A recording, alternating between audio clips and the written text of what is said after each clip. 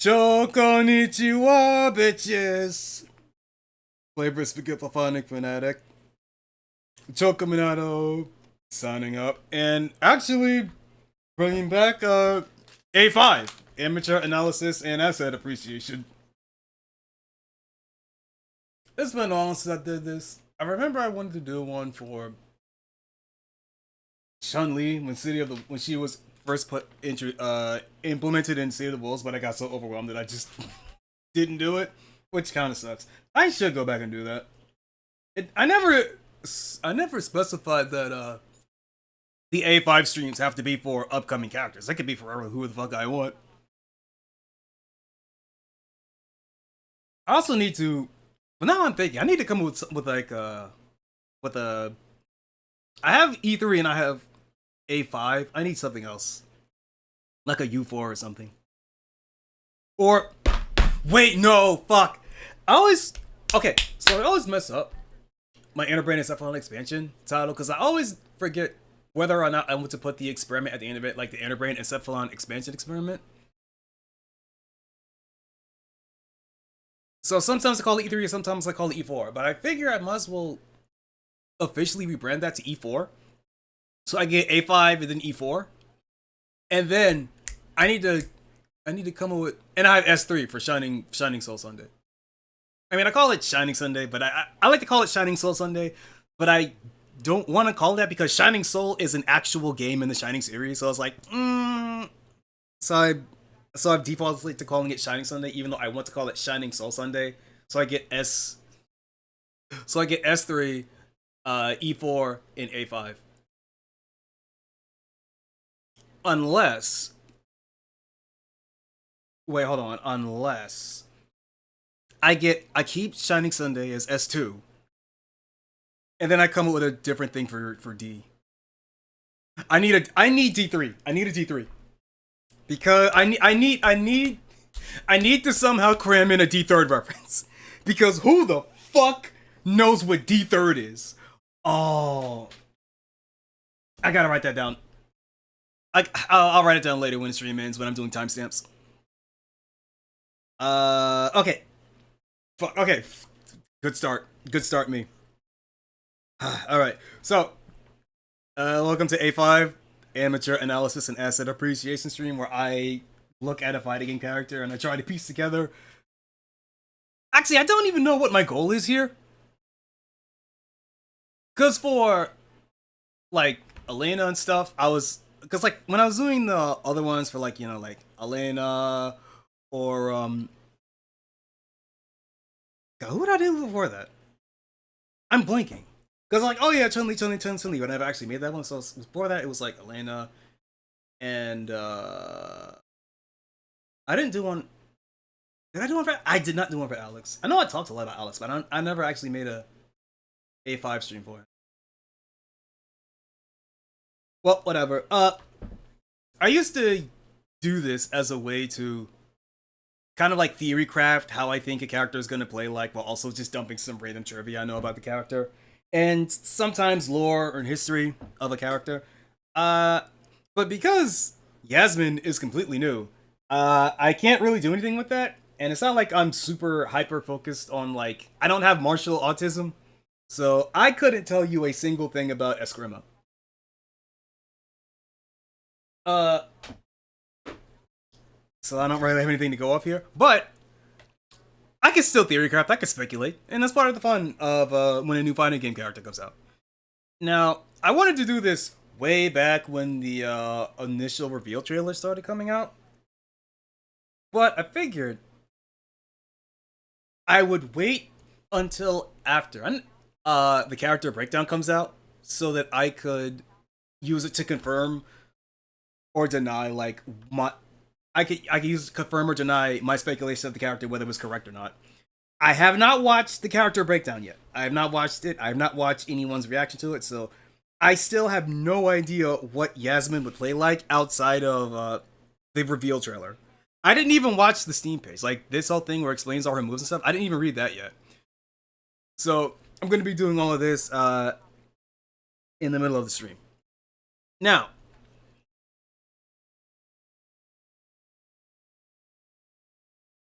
delay. Okay, hold up a second. I need to bring up my Twitter bookmarks because I did not organize this shit at all, so I need to make sure I get the right ones. Because when Yasmin was first coming out, a lot of people were making art. VR Red Cyclone was going all crazy for his analysis of the character that far exceeds my own. But I like Rio. VR Red Cyclone's a cool guy. Okay, so now I have to take my bookmarks and I have to scroll all the way down. Because this is around the time when I started actually using bookmarks on Twitter. But I'm gonna have to clean these up. But there are a few specific things that I do want to point out. Some of which I recognize, some of which I didn't. Uh, scroll. The chopstick. Fuck it, the chopstick gun. Let's see. Dramatic Battle, Street Fighter 6, player character charts. This is back when Ingrid first came out, and she was the highest played character. Or rather, she led to the highest influx of players in the series in the entire game's history, which I could have told you that would have happened. Actually, I couldn't have. I'm lying. I could not have predicted that. Like, if Sakura came out, I would definitely predicted that Sakura would have caused the highest player increase in Street Fighter 6. I didn't know how insanely popular Ingrid would have actually been. Okay, scroll.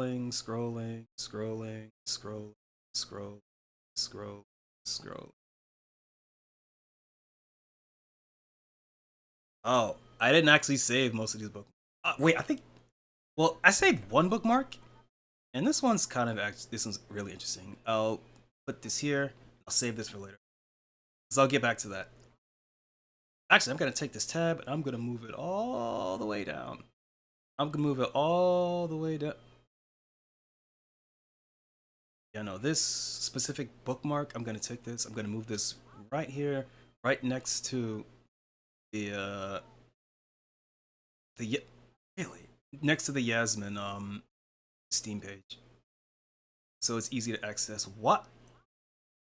Okay, Brave decided to, not Brave, Opera decided to not do that. So I have to do this manually. Go through all of my fucking tabs.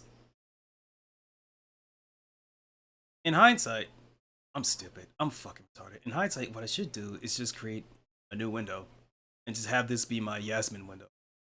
That's way smarter.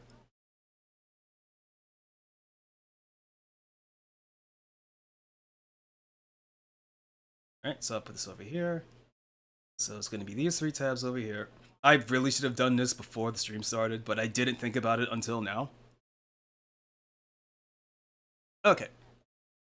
So now put this here. Then I this here, and if I press this button, it should show up the Steam page. It does. Good. All right. All right. So to refresh, to give myself a little bit of a refresher, I'm going to once again watch the Yasmin reveal trailer, and I'm going to talk a little bit about what I see, what I notice. Because before I talk about her gameplay, I want to talk a little bit about her visual design. If I can find the video. Holy shit, it's been a while since a Nightmare Key. Oh, I have to go. Hold up. Angels of Battle, Point 7 release trailer. Wait, let me find you. Hold up.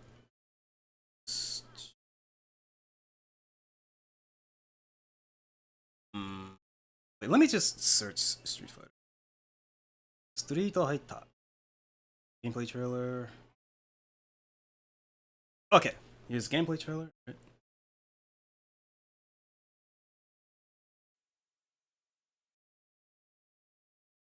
Uh, Take this!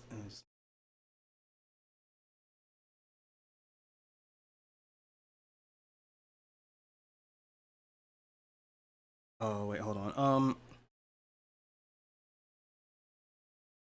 Wait, hold up. Take this. Oh! Ah, I forgot I did that. Okay, yeah. There's a shortcut to put the thing back. Okay.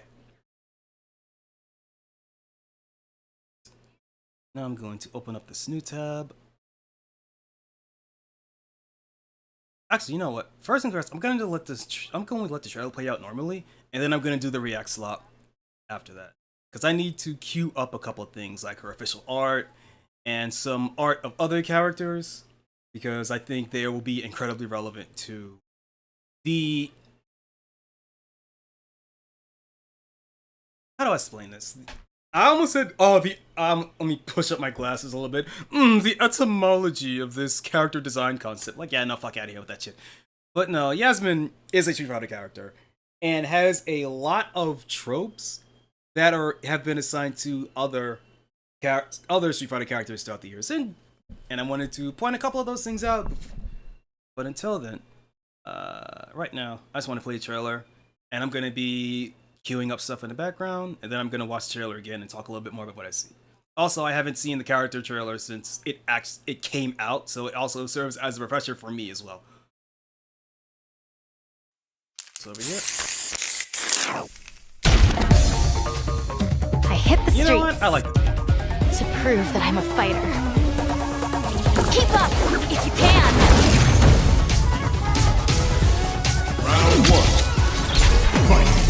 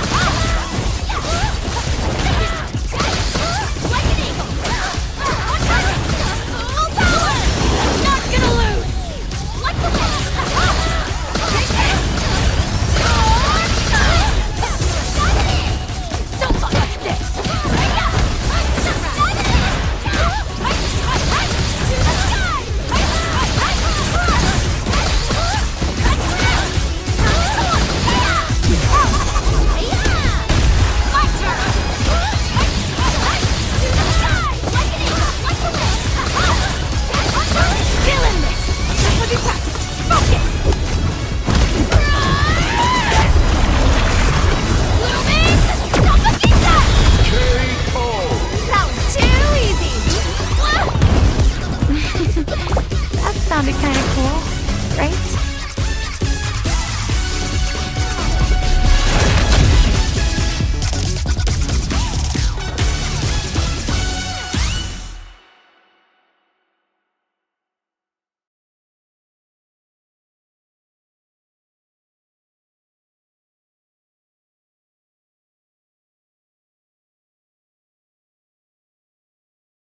Alright, that provided me just enough time to get almost everything I wanted. I got most of what I wanted, so I can start. Alright, first things first, I'm gonna watch the trailer again, because I didn't actually watch it this time, I just had it playing in the background as something as visual interest. Actually, you know what? I'm gonna skip that. I'm gonna start with visuals, and then work back up to the gameplay trailer, and then I'll look at the character breakdown. Alright, yeah, I'll do that instead, okay. That was just a refresher for you only. I'll do my own refresher later. Okay, so let's see. Let me get the character art. Here we go. Here we go. Okay. All right. So here is Yasmin and her official it's not really concept art. It's not really turnaround art either. But this is the artwork you get when you beat arcade mode for the first time. Street Fighter 6, you get this neat. You get some cool art for the character, right? And then if you beat it like multiple times, you get like, oh, here's some concept outfits. But again, so it's Yasmin. Got the name, got the cool graffiti, because you know Street Fighter, so they're really having like every character has their own unique graffiti, which is pretty cool. And it sucks that it's never actually like this art is the only time you ever actually see it, despite the fact that every character has their own like graffiti art tag for like their own name. You only ever see it in like this, and I think I don't know for sure, but I think that it's a sticker that you can use in like the Battle Hub. But I've never seen anyone use it.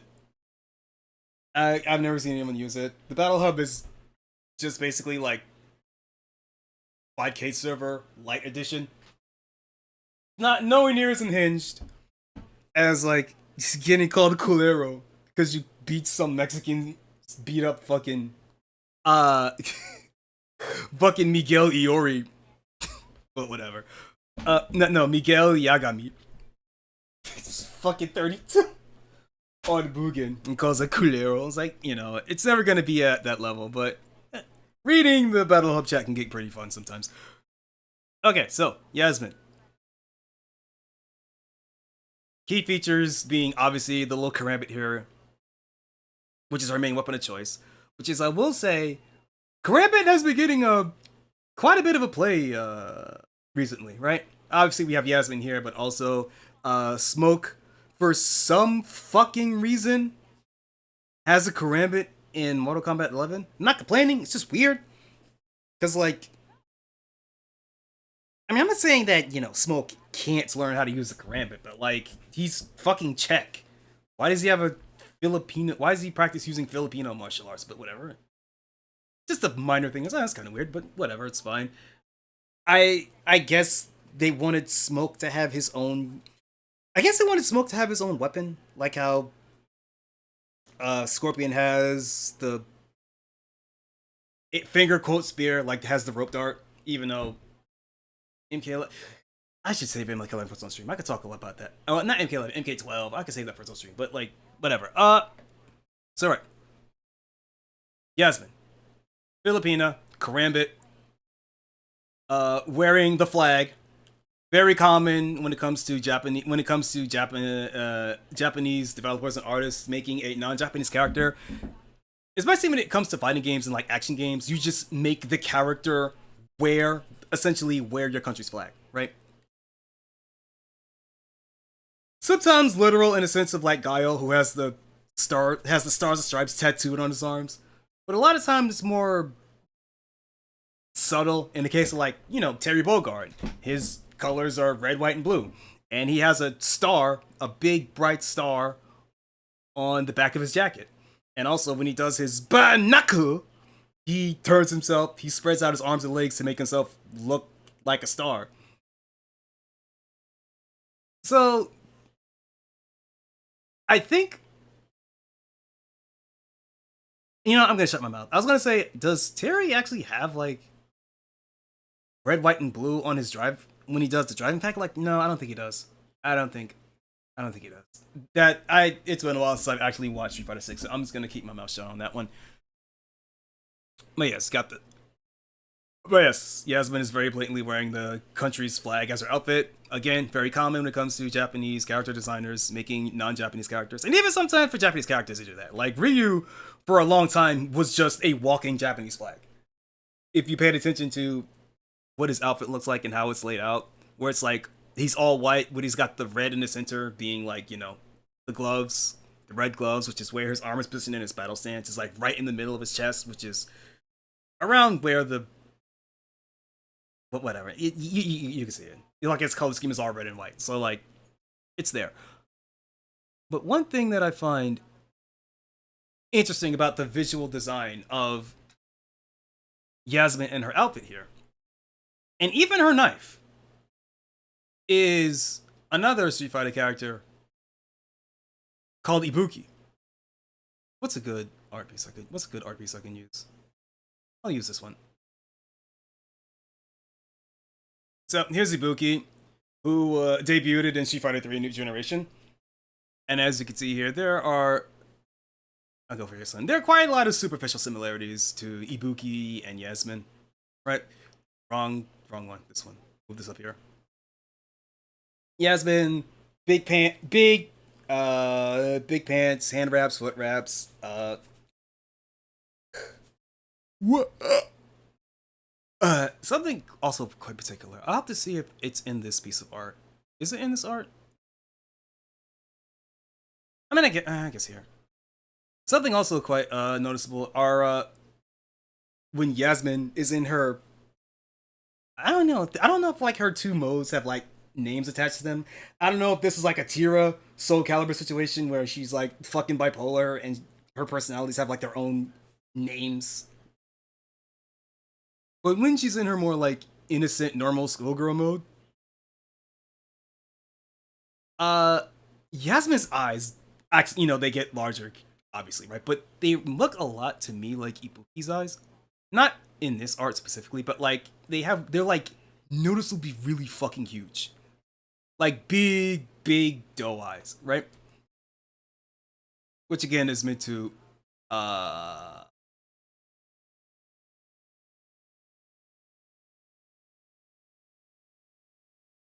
was gonna say something I completely forgot what it was, fuck. But Yasmin does quite share a lot of similarities with Ibuki. They both, or rather, I would say around debut Ibuki, not so much Street Fighter 5 Ibuki, where they went all in on like giving her bombs and giving her the kite and giving her like more like the fucking chakra and shit. Although that will play a part later. This is more along the lines of like teenage girl with knife. I didn't actually plan this thing. I should have made a table of contents, but whatever. But yes, loose pants, foot wraps, crop shirt that you don't see. Let me see if I can find it actually. If I can find it in. Is there a piece of art here where Ibuki doesn't have the top on, or so there is an animation for it, but I can't see. No, it doesn't look like it's there. I have to actually wait. Is this it? No, that's not it. Casual outfit. No, I'm gonna have to. Wait, let me look for more artwork first. Let me see if there's any over here.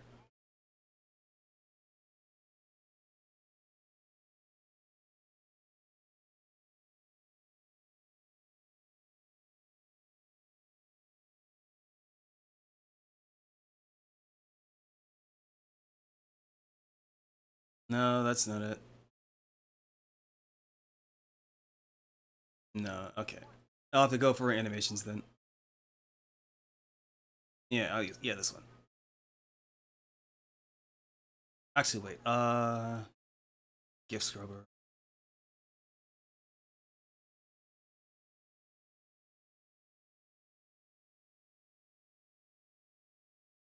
How do I do this? I mean, it's fine. I'll have to go. Yeah, so here for this one animation where Ibuki takes the top of her gi off, you see he's got like a little brown sports bra into it. That is also this sleeveless, or rather this turtleneck style sports bra, which is also similar to what Sakura wears, but that's a different conversation. But here you can see bits of these, and also you can see that they're oh, it's like, is that shading? No, never mind, that's shading. Never mind. I was about to say, oh yeah, there's also like the bit where the belt is, that's also white, but no, that's the shading.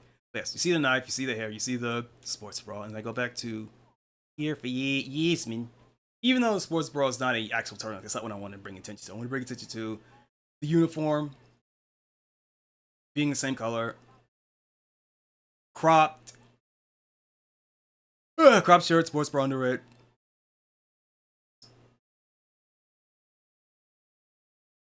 Barefoot, foot wraps. Actually, hold up a second. Hold up a second.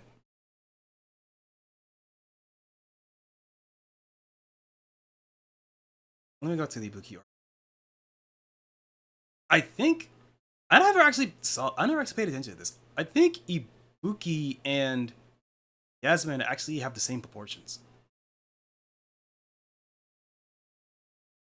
Second. Let me go to the third strike art real quick. All right, no, this is new generation. Yeah, no, third strike. Start here.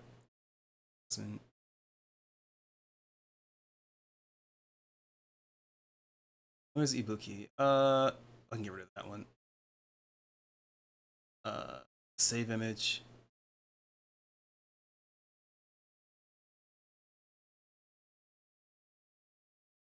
So over here, very briefly.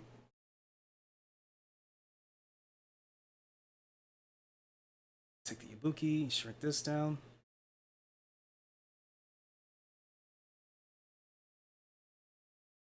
Well, I'll go with this one because this one's easy.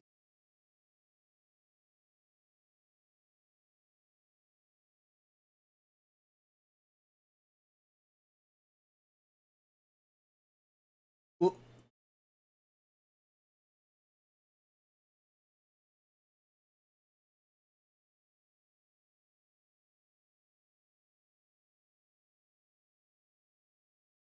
here. Okay, so let me get a let me.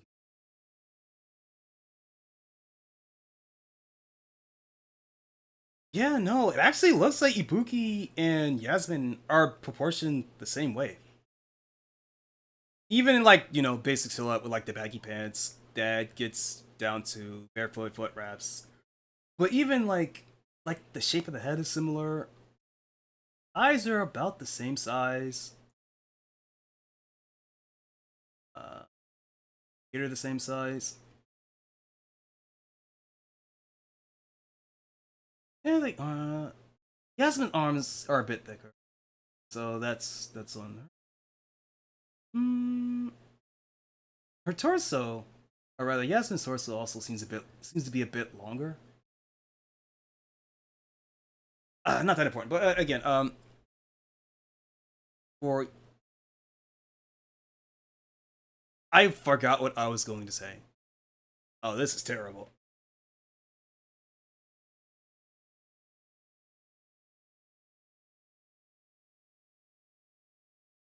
I forgot what I was going to say. Fuck. You know, it's gone. It's lost. It'll come to me later. Okay, so back to Yasmin. It's completely superficial.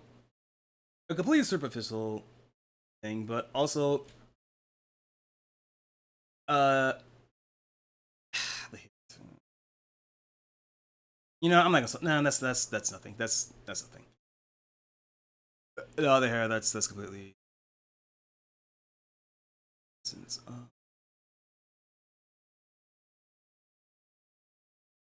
yeah, no, I'm still brain froze. Like, John, what the fuck did I want to see? What the fuck did I want to say? But whatever, it's gone. Move on, move on, move on. Okay. Wait, what the hell is this?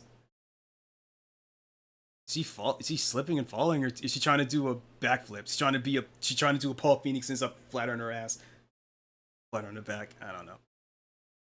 That's pretty cute. Okay. Hmm.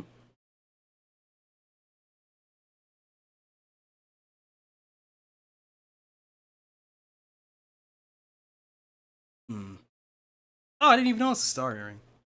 That's cute. That's not important though.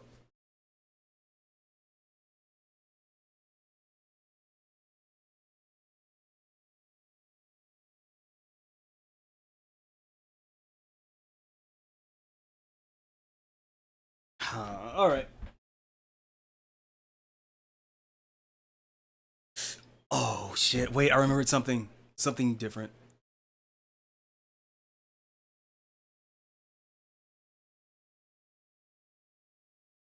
There was also something about Yasmin's design that reminded me a lot of Sagat. Very specifically, Street Fighter Five. His outfit in Street Fighter Five. That's 6. I want 5. Oh, this is Street Fighter 5 concept art, which is oh, here we go.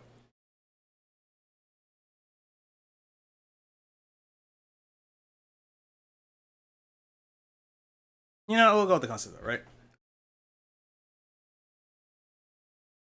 So obviously, a lot of it's being focused on the waist down. With the shaded blue pants, they have to get torn at around the knees into foot wraps, right? Obviously, right? That's simple enough. Right? But I always felt, maybe this is me just looking into things, but I always felt that the way that Sagat's his cloak, the way his cloak is torn, reminds me a bit, and I'm looking too much into this probably with this one. The way that the cloak is torn, and how like the hair is like really, it's a wild haircut, but it's like, I forget the term for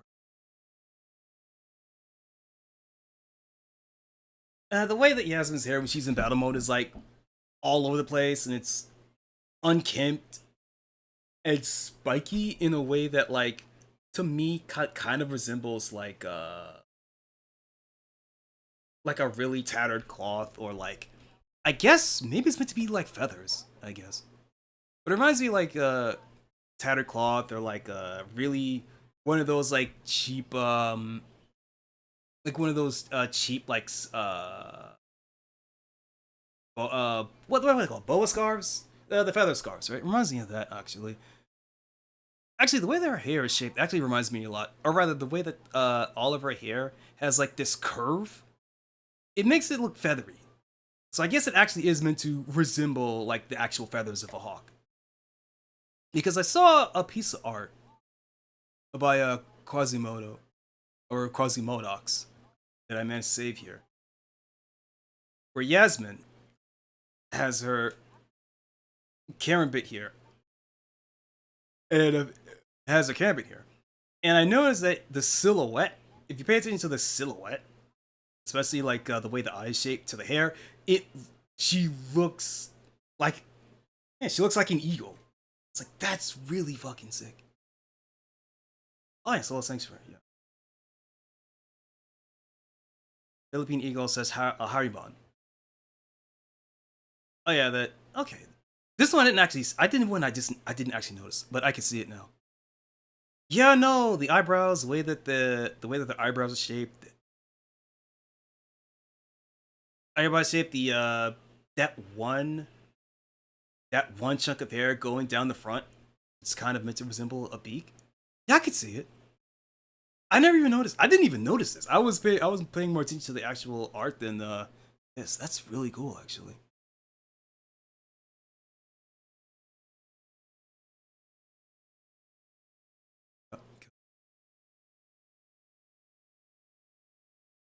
Mm. Okay, so Yasmin, I almost said Yasuke. Yasmin, based off of Haribon. Okay, that's really cool. Actually, now that I look at it, yeah, now that I look at it, if I look closely at the Karen bit here, it actually looks like an eagle. It looks like a, yeah, like here's the beak, there's the eye, the feathers. It actually looks like it has the head of an eagle on it. Because it's something that I also noticed here in this official art as well. Because even though the fact that, the karambit is a knife, it looks blunt. Like, it doesn't look very sharp. And I figured, maybe foolishly, I figured like, oh, it's a more of a blunt knife because they don't want to have this teenager running around with a sharp dagger that staggers people. But I figured, wait, that doesn't make any fucking sense because, well, okay, well, that doesn't make any sense. Fighting games have teenagers with swords and shit all the time. So I don't know, but yeah, no, I guess that they designed the Capcom wanted to design the Gambit to look more like an actual eagle to tie with, or rather to reinforce the Hariban animal theming that they're going for the character. So you know what? That's pretty cool. That's rad as hell, actually.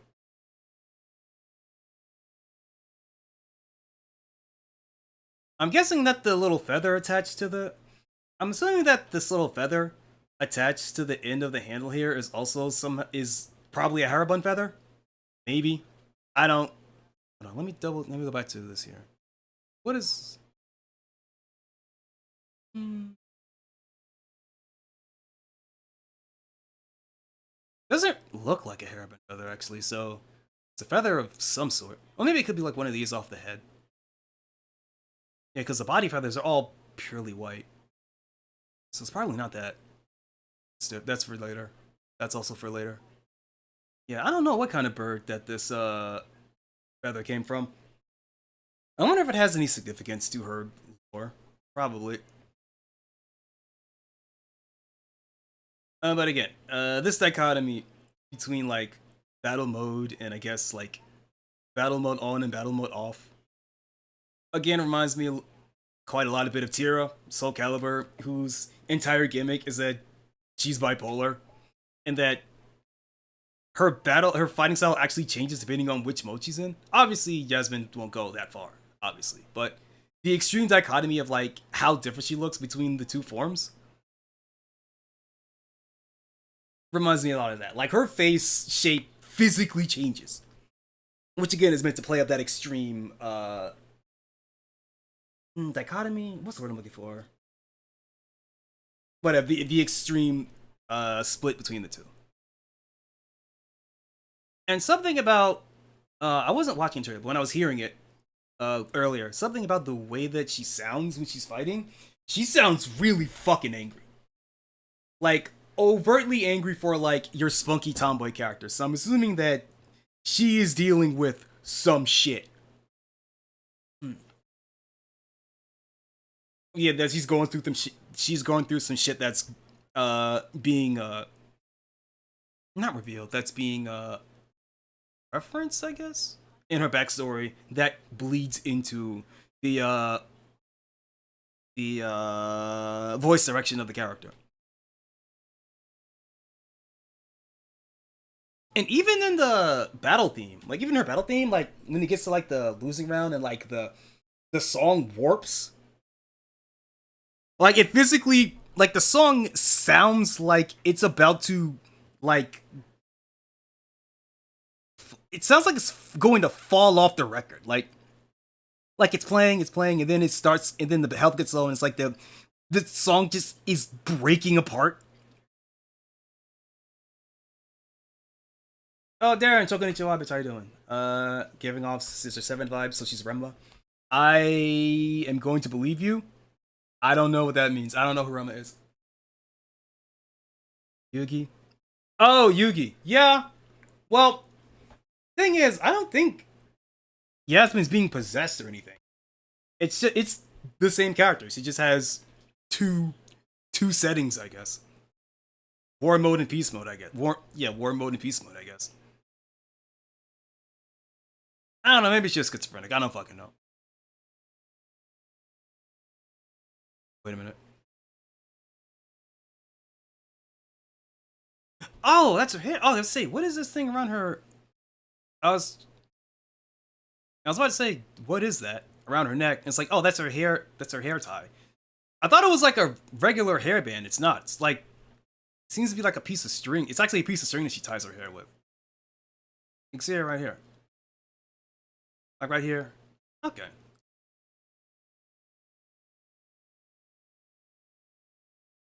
Okay.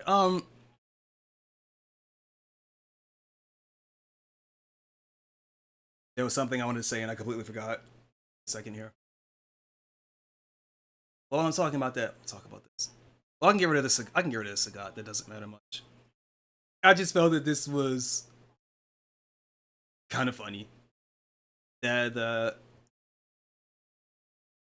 Yasmin is superficially similar to specifically Street Fighter V Sagat. Sword pants, the belt, foot wraps, hand wraps, and like around where the clattered that fucking shredded cloak is like around the exact same length of her is around the exact same length as her hair, and because of the way her hair is shaped, is meant to be like resemble I guess feathers I assume. But when I first my initial thought of it is like kind of looks like shredded cloth because of how everywhere it is. But that's whatever. I kind of wish that shirt here or whatever. I don't know what this is. Like, I'm assuming this is some. Can't tell what it is. It's probably like a coat or a shirt around the waist, but I don't quite know what it is. I kind of wish that in the concept art, or maybe if it's in one of the unlockable art pieces, it just shows what this looks like when she's wearing it properly. That'd be nice. Like, I'm assuming it's something that she wears in between this overcoat and the sports bra, I'm assuming, but I don't know what that is for sure. But it's a very nice silhouette. Colors are very neatly placed, right? Tan skin being broken up by dark blue, red accents on the shirt and the pants. And in between you have white with contrast against both her skin and the clothes. All at once, broken up by white. Makes you wonder what level of awareness are the other half.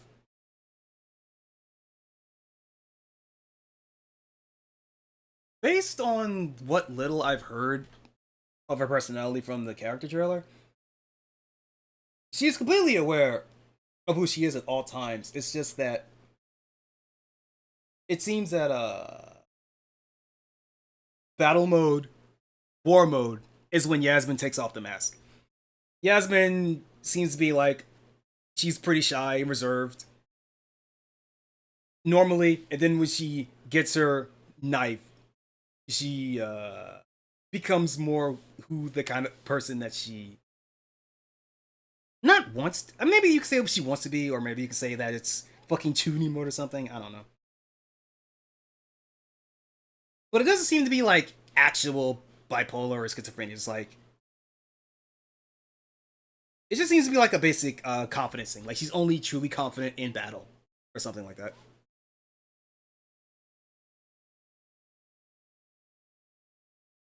Huh. Anyway. Yeah, but no, I do like the colors. I like the placement of the colors. Even down to like little things like this, where like under the foot wraps, which are white, there's like this blue, and hand wraps, like there's bits of blue to further break up the colors so that it's not purely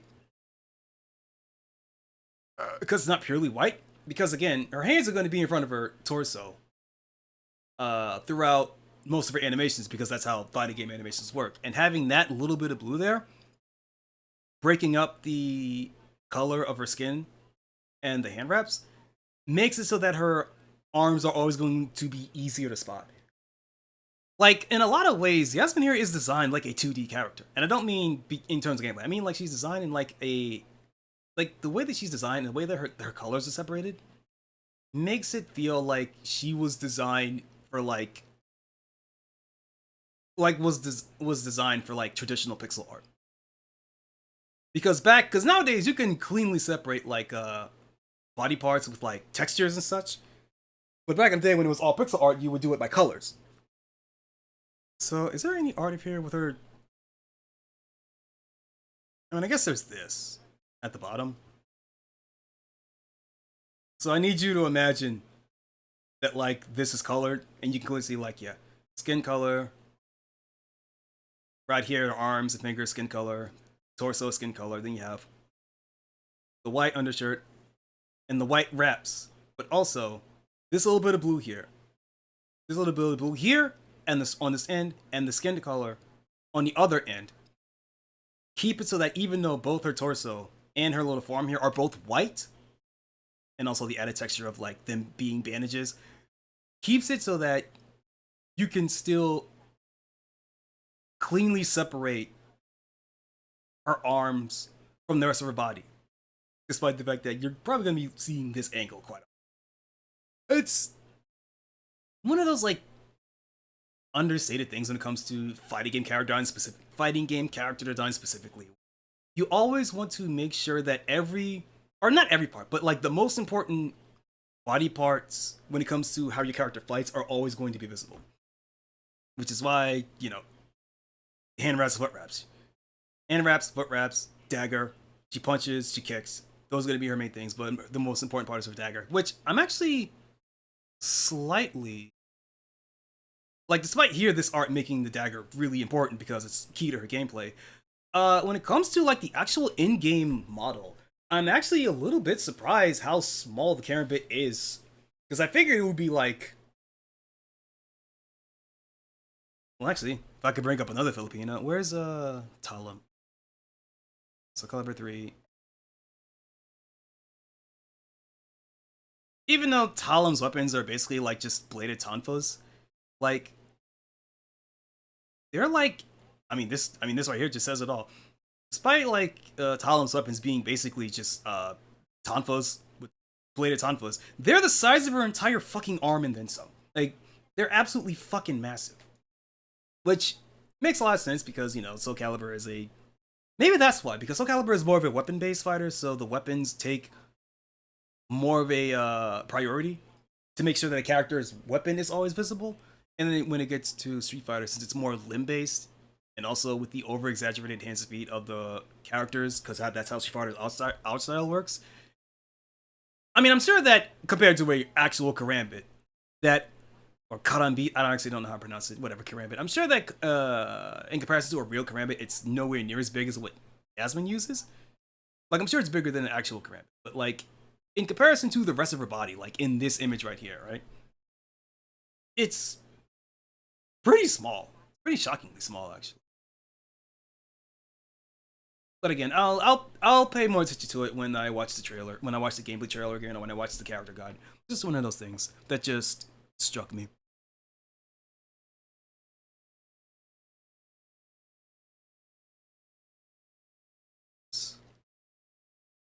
That Smoke. All right, because I was talking about Smoke, who also has a Karambit and MK12, but that's not all that relevant, right?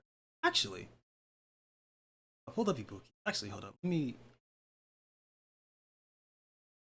Uh.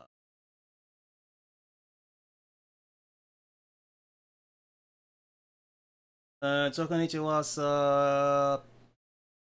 What's up, bitch? How you doing, Malone? I'm talking a bit about.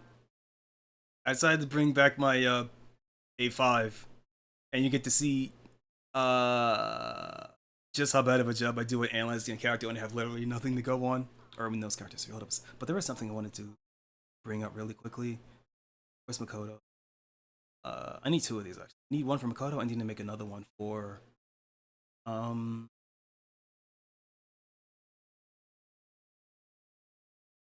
I already had Makoto. This Makoto. Make another one for Makoto because I want to Street Fighter 4. Because that one has Sakura in it. And that one's also extremely important. Okay. So I've said it a lot. I don't remember how many times I've said it on stream specifically. Yeah, no, that's pretty small. I've said a lot that Street Fighter are generally pretty good when it comes to redesigning the same character over and over again. And that it's really evident in like Street Fighter 3. Because a lot of the characters in Street Fighter 3, when you really break it down, are just compilations of a Street Fighter 1 character and a Street Fighter 2 character. What's a good example like this? Here's actually a good one I could use is this one here. Okay, Alpha 2. Where is actually no. I have a better one actually. So do that. Alpha 2, Rolento. Where's 4? Where's 4? 4. So the first one would be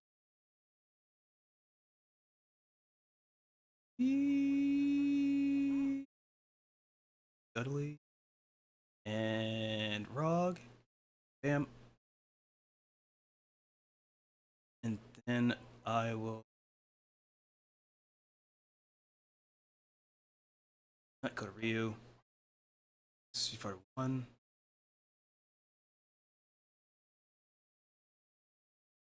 Eagle. There we go. Okay, so a really strong example of what I'm talking about right now when it comes to Capcom being really good at redesigning the same concept and combining characters when it comes to Street Fighter 3 specifically is like, take this. Take everybody's favorite Dandy Man. Dudley. It's a good image. Well, I don't. It's Dudley. Dudley is Dudley, right? I like this one. And it's Street Fighter. His yeah, cross Tekken art. Like, actually, let me get one from the front. Good old Dudley, right? Everyone's favorite dandy man boxer, right? Right, dandy man British boxer, right? So, you take this character right here, and you can cleanly split him into the part of him that is referencing Eagle from Street Fighter 1. Because, as you can see here, let me use the Street Fighter 1 art. Well, this is this art here specifically. As you can see here, with this artwork of Eagle from Street Fighter 1, and this artwork of Dudley from Street Fighter 3, well, okay, it's technically from Street Fighter 4, but the design didn't change at all from Street Fighter 3. It's the same design. As you can see, actually, wait, hold on. Wait, hold on. Okay, there was one minor thing changing this, that Dudley's shirt has frills on it now. But, so let's go for this one instead, just like Street Fighter 3 as art. There you go. New Generation art. So yeah. Dudley from New Generation, right? Scott. Okay. I thought a good example would be the MK Rainbow Ninjas. No, this is slightly different. What I'm trying to say is that Capcom are really good at making a new character that while paying homage to a concept to an older character, remains their own whole thing. The MK Ninjas have grown into that, but because I'm talking about Street Fighter, I wanted to keep it to Street Fighter. Yeah, but Dudley, British boxer, dandy man, everybody knows Dudley, right? Muscly as hell, he's got his little mustache, he's got like short hair, really short hair, like collared dress shirt and high-waisted dress pants with suspenders and a little stripe that goes down along the side because he's a boxer. That's actually a really nice touch, by the way. Boxing gloves and dress shoes here. I really love, it's not as emphasized here on this art, but I particularly love that one little stripe that goes down the side of Dudley's pants, just to be like, he's a boxer. So they put that there to like, yeah, but it looks so that his fancy dress slacks kind of resemble like tracksuit pants. It's such a beautiful touch. But okay, going back to Eagle, Street Fighter 1 Eagle character art. As you can see here, Dudley and as you can see here, Dudley and Eagle are wearing the exact same outfit. The colors are a bit different. You could argue, although you could make an argument that the reason why Dudley's pants are green is because green is a less boring color than just pure black. I think this stripe down the side of pants and really makes it stand out. He even had that with Han Solo in Star Wars. Yeah, it's a nice visual flair that doesn't remove or add too much. Just a little detail that always looks good. But again, because Dudley is a boxer and boxing trunks and boxing pants and training pants typically have a side going down, have a stripe going down the side. Oh, probably not so much anymore since there's like you have to make room for sponsor logos. It's just one of those things that just that little bit of a boxing touch, a little bit of a fantastical boxing touch to his outfit. It's a lot heavier emphasized in Street Fighter 4. Because in Street Fighter 3, it's just like a single line, like it's just a one pixel line going down his leg. But for Street Fighter 4, they really widen that stripe. It's like around like 20% of his leg is that stripe. But getting back on point here, Dudley kinda looks like something Punch-Out would have. Yeah, I could see that. Something also I should mention here, very specifically, is that look at how small. I mean, first of all, Dudley's fucking massive. Dude's fucking huge. He's jacked as hell. Look at those shoulders. But also, pay attention to how small the boxing gloves are. Now, these are normal sized boxing gloves. Like, he's even got tape to keep them down. These are normal boxing gloves. But the thing is, how the character is stylized is that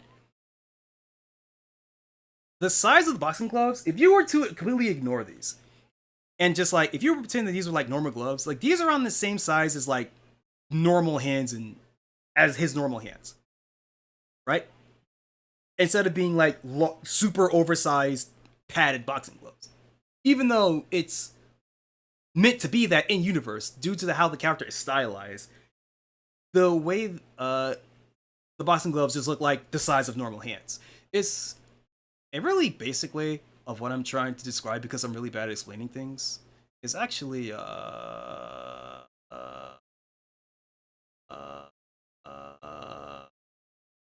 actually go back to Orlando. Go back to Orlando. Will Final Fight show up here? No, it won't. Okay. What's up for 3?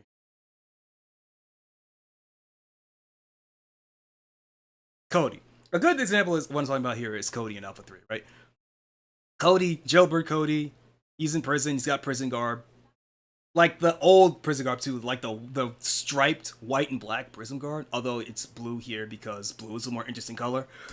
And he's got these handcuffs that with the chain being so fucking long that it does not inhibit his movement at all, but it's meant to sell the idea visually of the character. But like, yeah, no, like you can see his arms are fully spread out. Like he can fully like spread his arms and punch and kick any way he wants to with a handcuff chain this long. But it's meant to sell the image of the character, right? I need a good observing one. I think there's one he's like fully shrugging. He's like, yeah. Oh yeah. Also, I mean, this isn't important. It's just a fun little bit. Is that yeah? He could just take them off. He keeps them on to limit himself, but like he could just take them off whenever he wants. Yeah, right here. Like Code fully shrugging with these handcuffs on. Like they do not inhibit his movement at all. But the idea of guy fighting in handcuffs is such a strong image that it's meant to sell the character. I'm actually genuinely surprised that Cody never has a move where he like chokes somebody with the chain. Like I figured he would have that, but and it would fit his fighting style. But I guess they decided they didn't want him to go that far. Anyway, back to Dudley. As so going back here, yeah, Dudley and Eagle from Street Fighter 1 and Dudley from Street Fighter 3 are wearing the exact same outfit, right? White shirt, rolled up sleeves, bow tie, suspenders, dress pants, and dress shoes, right? The exact same outfit. I mean, there's a little bit thing here like, oh yeah, Dudley's pants are super high-waisted because boxing shorts are really high-waisted. Like, so that's another additional element. Like, yeah, it's like, here's a little element of like bringing boxing into it because the boxing short trunks tend to be go entirely above the navel and go all the way around the stomach, right? Because that's how. Well, is it true? Would that be an MK thing? Maybe Darkstalker. Yeah, possibly. Right. So right. Even little bits and pieces like both having like little fancy mustaches, both Dudley and Eagle have. And then we go to Balrog. Even though he very technically is a Street Fighter 1 character because it's supposed to be Mike from Street Fighter 1, but Capcom does never officially acknowledges they are the same character. But whatever. So we'll instead go for Street Fighter 2 here. Let me get a one that has his whole body shot. Yeah, I like this one, right? One that makes him look less Tyson. Bison, because he's Mike Bison, right? So, boxing boots, boxing trunks.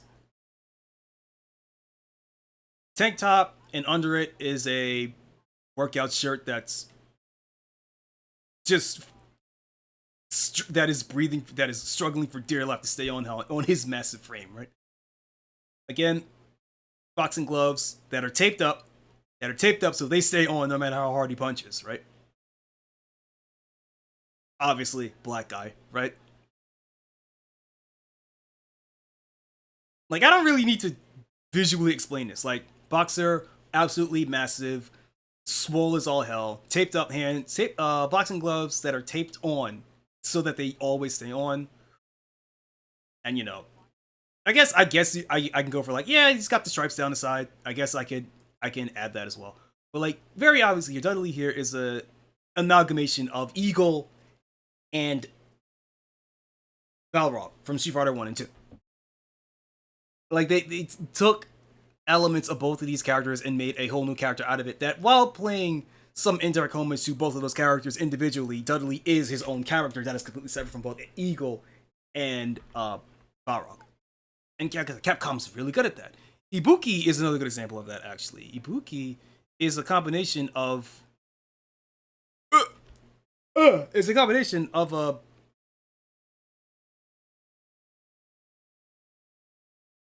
Vega, Clawman in Street Fighter 2, and Geki from Street Fighter 1. But people don't really know about that because who the fuck cares about Geki except a friend that I have who actually has Geki as his favorite as his favorite Street Fighter character. But I'm getting ahead of myself, right? I'm getting way too ahead of myself. Where's Yasmin? So how this ties back to Yasmin is that Yasmin has a lot of classic tropes that Capcom have used throughout the years. The whole fighting the tomboy, the fighting schoolgirl, super hot-blooded, like foreign dumbass. Like hearts in the right place, like super strong, hearts in the right place, but also kind of stupid, right? These are a lot of tropes that Capcom and a lot of studios use. But there are a couple that I think particularly are kind of unique to how Capcom presents them. But I might just be talking on my ass here. So for starters, right? If I go back to this artwork here, Yasmin, and I zoom in on her face, on her round face and her eyebrows, while they are forked, you can see that while in battle mode, that they are like in this permanent V shape, which is battle mode, right? And then if I were to go over here with Makoto, oh, here's the art that I wanted to. And you can see here, Makoto, Third Strike, also has this exact same, like, permanently, like, angry looking, almost kind of scowling eyebrows, no matter what her actual expressions are. Her eyebrows are in this permanent, like, V shape. Again. Much like Yasmin here. Also, something about... Now, this could be a stylization thing. I'll have to cross-reference this with the actual in-game model, because the model has a different face shape. This is very much a simplified, like, anime-esque, like, face to go with the character. But if I were to trim these eyebrows down so that they look like normal eyebrows, get rid of the scar, and if I were to just post this face, it would actually look a lot like Sakura. Specifically, a little bit like how Sakura was trying to be stylized in Street Fighter 5 before they fixed her, well, finger quotes, fixed her face. Because the way that Sakura was modeled in Street Fighter 5 was meant to make her look more like her Alpha. It was make her to look like Alpha. Like this. Actually, what's a good one that I can use? Actually, wait, where's the... There's one specific piece of art that I want to see if I can... Not this one, though.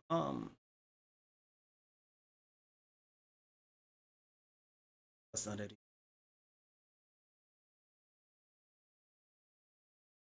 I mean, the one that I would really want to use is the one piece of Sakura being in the background of the Alpha 2 art, but I don't think that has its own separate, because it's part of the background.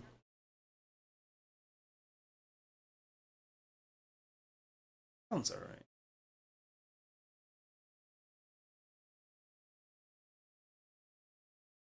Oh, that's a remake.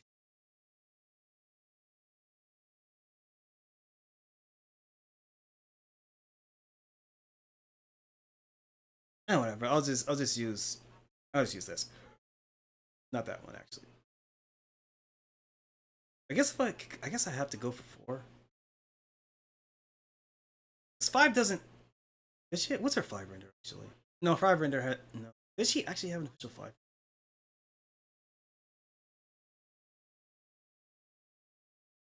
Because I thought it would be on the front page, but it's not. Like there's a forerender, there's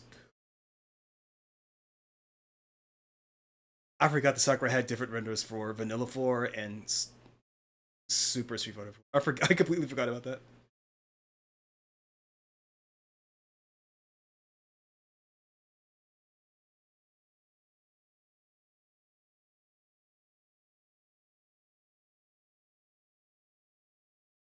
Ryu over here. I forgot what I said. Anyway, this is probably just me projecting. I will admit that.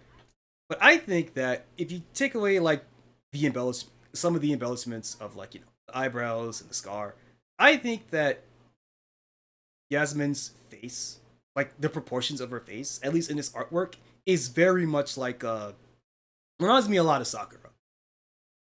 Honestly. But that could just be me.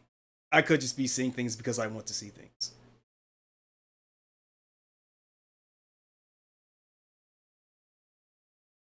Okay,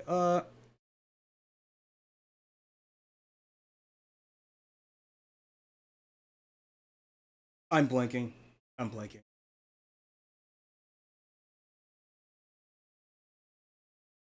I'm blanking. Fuck. But no. When I look at Yasmin, I do see quite a lot of character design tropes that have been shared with Ibuki, shared with Sakura, shared with Makoto. And not saying that these are bad things. Like I say, Capcom are really good at taking and remixing character concepts. So I'm not against it. I think it's pretty cool. But it also means that, yeah, no, Makoto stocks are down. I will be genuinely fucking shocked if Makoto ever steps foot into Street Fighter 6.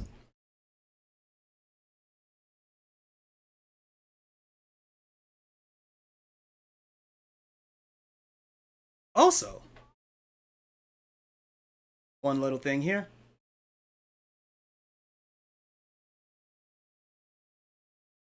Her waist here. This shirt or whatever. Waist. Being tied around, shirt being tied around her waist. And held in place by a little fucking martial arts belt. Fucking karate belt, whatever, right? Eskrima belt, I guess. I guess Eskrima has belts. Reminds me actually quite a lot of oh.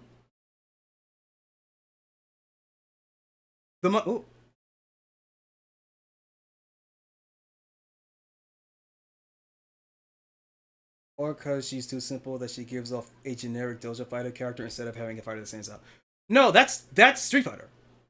People kind of forget this because Street Fighter became the people forget this, right? But Street Fighter became the blueprint for how fighting game characters are designed from the ground up.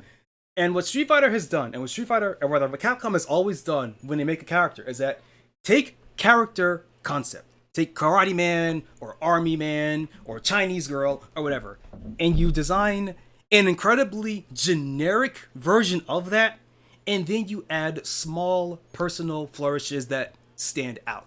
Ryu, let me pull up Ryu.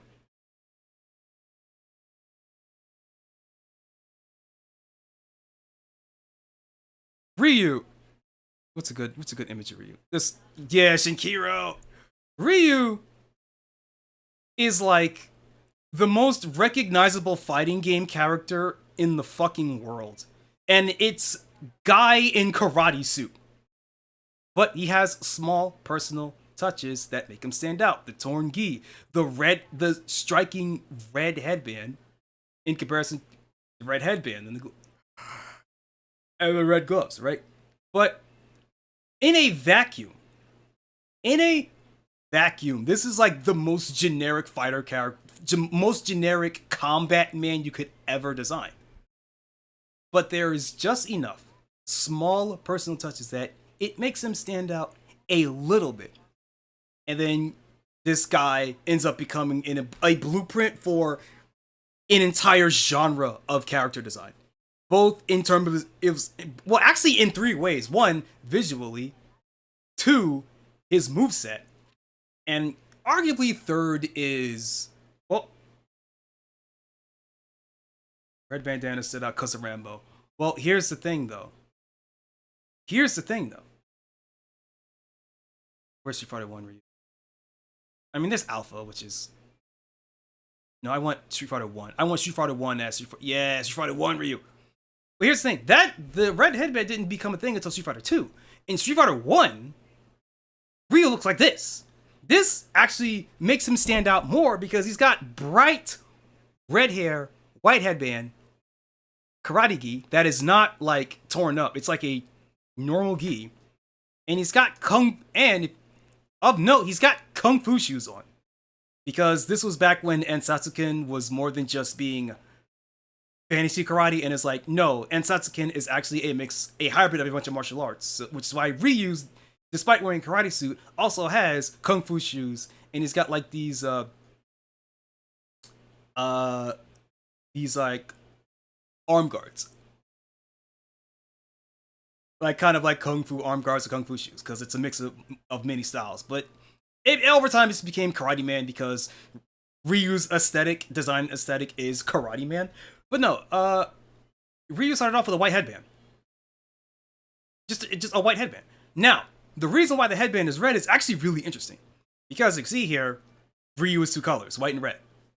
Add a third if you want to go for, like, you know, skin color. Which, in terms of designing a character, I think skin color is also an important part of colorization when it comes to a character. Because, right, he's got hair, which is its own color. Headband, which is its own color. Skin, which is its own color. 3 colors. And then body, white, separated by the black of the belt. And then more white, which is the pants. Skin color, and then shoes. Arms, skin color, then gloves. Very clean, generic, but very clean color separation for a fighting game character, right? Now we get to Street Fighter 2. Now, here's something that's quite fascinating. First of all, get rid of the shoes, so now his feet take up 1 block of color instead of 2, which makes his attacks more noticeable and easier to read. The key, although, okay, to be fair, in Street Fighter 2, like the actual in-game sprite of Ryu, this, actually, hold on, let me see if I can find, I mean, I'll use this, because this is actually more accurate to the in-game sprite. I'll use this artwork instead, CVS2, from CVS1 actually. So, in-game, Ryu in Street Fighter 2 looks more like this. The gi is more beige because it's old and weathered. The sleeves are actually ripped off instead of being a sleeveless gi by default. So the sleeves are actually ripped off. There's physical wear and tear on the gi. He's got tan skin. The gloves are like brown, like a dark brown leather, and his headband is red. And of note, although it's not in this artwork, so let me get to actual Street Fighter 2 artwork. I mean, I guess I could use this again. Just imagine that the actually, hold up. I want to make a separate point, so I can't use that. What's this? Actually, this will, no, that one doesn't work either. Because Ryu has changed very subtly throughout the years, and there is a very specific period of Street Fighter 2 that I want to bring notice to, but it's kind of difficult. What about this? CVS.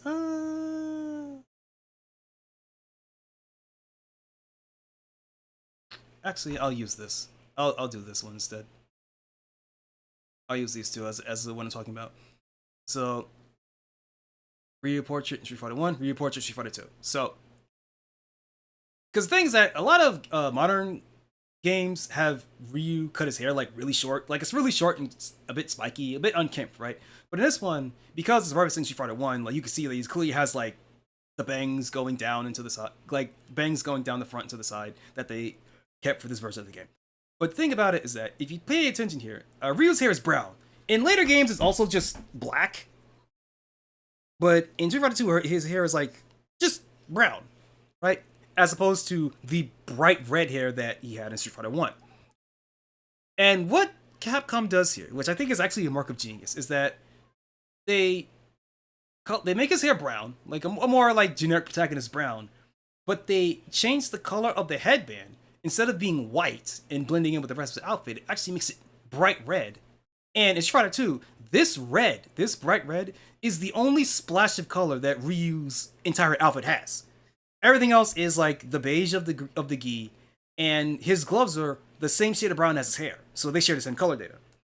So that red headband is like the only like pop of color in Ryu's entire design in Street Fighter 2, which I think is neat in concept,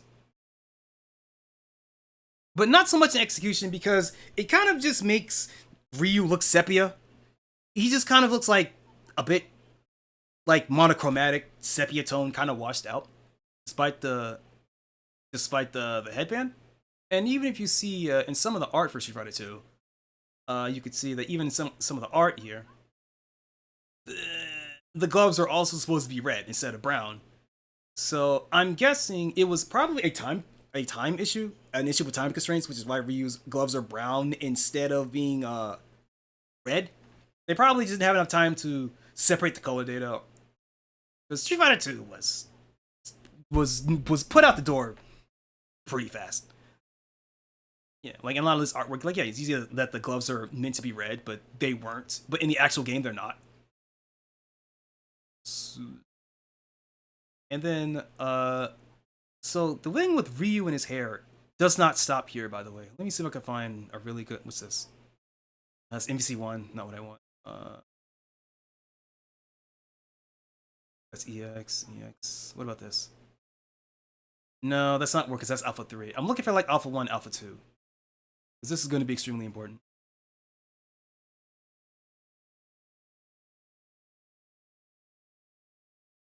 Actually, wait, which one was this? Wait, was that Street Fighter 1 or was that Alpha? Hold up. There's a specific art where I think it was Bingus redrew Street Fighter 1.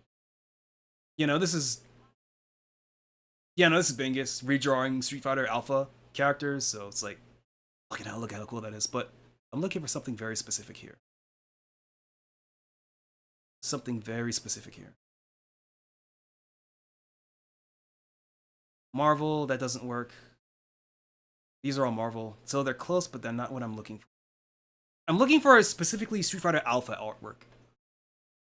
This is Marvel vs. Capcom 1, which is pretty close, but not quite what I want to, because Marvel 1 changed Ryu's hair a little bit.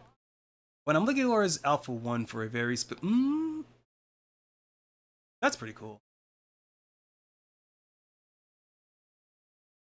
That's pretty cool, but that's not specifically what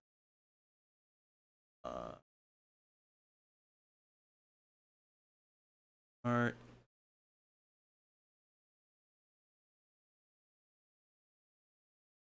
I could use X-Men. I could use X-Men versus Street Fighter, but let me continue looking.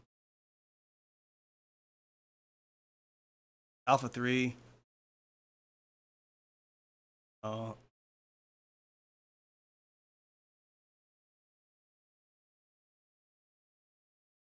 I never thought I'd be struggling this hard to find.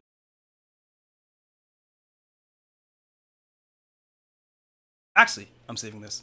Saving that one for later. Actually, this is pretty good. These are both actually pretty good. So, Street Fighter 2 Ryu. Although I think this is Super Street Fighter 2. Anyway, Ryu, right? Beige, white, but like dirty gi. Like it's a bit tan, it's a bit weathered, a bit aged, a bit dirty, right? Gi, skin, red headband, dark brown hair. This is the important part, is dark brown hair. I forgot to mention that, but it's very important that I mention that Ryu has dark brown hair in Street Fighter 2. Because in Street Fighter 1, it's like bright, like bright red. Same color as the headband, which is kind of the point here. So here, it's dark brown hair being contrasted. So here, the red part that was supposed to be the Ryu's hair that was bright red is instead the headband, and it's being contrasted against the dark brown hair, which also makes the red part of the headband easier to see, right? So now we go here to Street Fighter Alpha. In Street Fighter Alpha, which is meant to be both in universe and in terms of Ryu's design as a character, a mix of Street Fighter 1 and Street Fighter 2, because it's meant to take place between the two games. So here, Ryu's gets the wear and tear on his gi, but it's not as dirty looking. So it's not a clean white, but it's also not like the dirty kind of like dirty tan of the later games. His gloves are red this time. His gloves are red like they were in Street Fighter 1, but they're not as bright. It's a little bit darker. It's hard to fuck it. I'm not gonna mention that. It's a different shade of red, but that's such a minute thing that I shouldn't probably do that.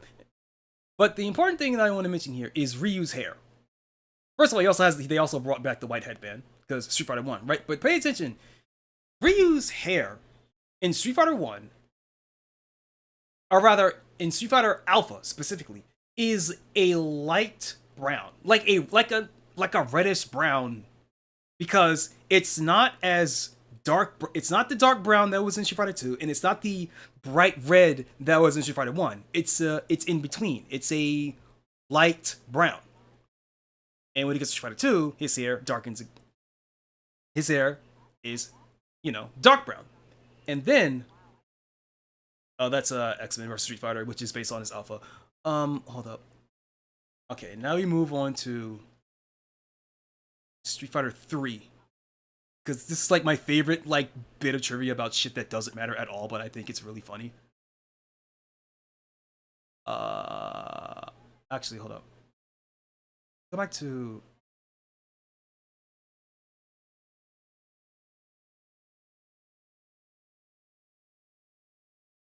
Hold up, let me look, let me find it.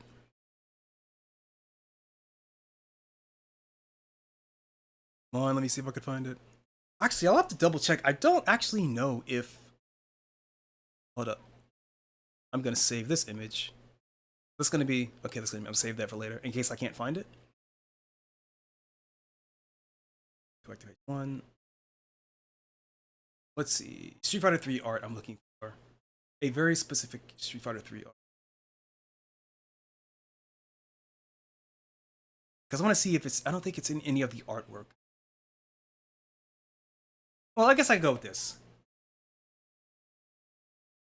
We can go with this, right? Here's Street Fighter 3. Street Fighter 3 Third Strike art, right? His hair is black now. So as the games progress, right?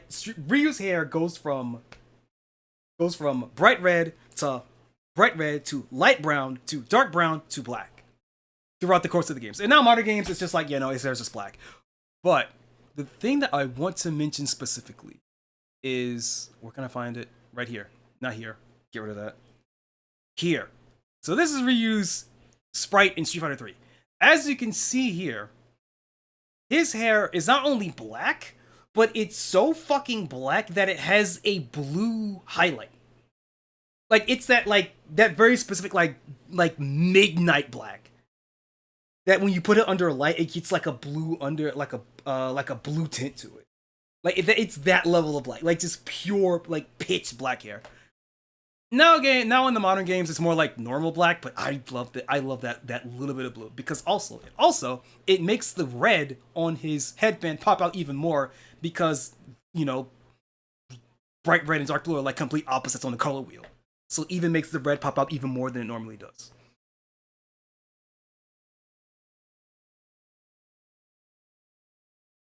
I also really this is a minor thing, but I also really like how the shade of red that is used, and also the little highlights of the gloves, make it so that the shade of red isn't as stark bright red. It's a little bit lighter, and it complements his skin tone without bleeding into. It's one of the things that I see happen quite a bit when it comes to tan or dark skinned characters having red accents, is that they kind of bleed into each other. And this is a pretty nice this is pretty nice, actually. They complement each other. They're both despite being very close to each other on the color wheel, they both are both clean and separated. I also quite like how wide, or rather how much thicker the belt is, so that it clean separates Ryu's torso from his legs. A minor thing about I mean, other games also do this. Other games Street Fighter also do this, but specifically in Street Fighter 3 is how baggy the gi is. Generally, Ryu's gi is made to look tight. It's not actually tight, but it's meant to the way that Ryu's gi normally is drawn. Oh god, hold up. I need to get rid of shit. The way that Ryu's gi typically is drawn when it comes to Street Fighter is that it's really tight to his body so that it contours to his body. So that even though it's meant to be this super loose gi, Ryu's just so fucking big that it looks small on him. But for Street Fighter 3, they actually make the gi bigger. And especially around the legs, which, again, looks really good in animation. But it also reflects a little bit of that, like, 90s, like, baggy clothes thing, fashion trend that was around at the time. I don't know if it was intentionally... I don't know if that was an intentional design choice, but I like to think so. I like to believe so in my heart of hearts. Hold up, let me see if I can... This fucking...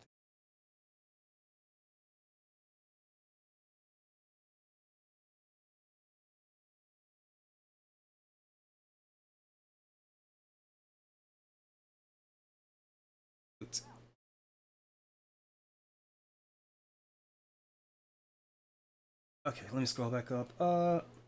Black Pacing hair looks better. Then the games going forward ask the question, how wide can we make Ryu? Okay, there is a reason for that, by the way. I mean, to be fair, Street Fighter and its own entire aesthetic of how it designs characters is based off of Ryu because, well, he is the anchoring point for the entire series. But there is an actual in-lore, well, not lore, but there is an actual reason why Ryu is so fucking wide. It's because Ryu is designed specifically after Mas Oyama, who is the creator of Kyokushin Karate.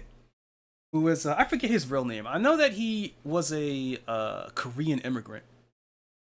But he basically created what we all now officially know and recognize as karate. Kyokushin Karate. And Ryu is very specifically based off of Mas Oyama. And there are homages every now and then.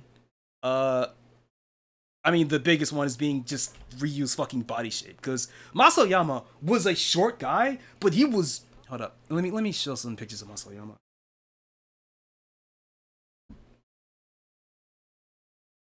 Korean, Japanese, founder of Kyokushin. What's the name? Born Choi Young Ui.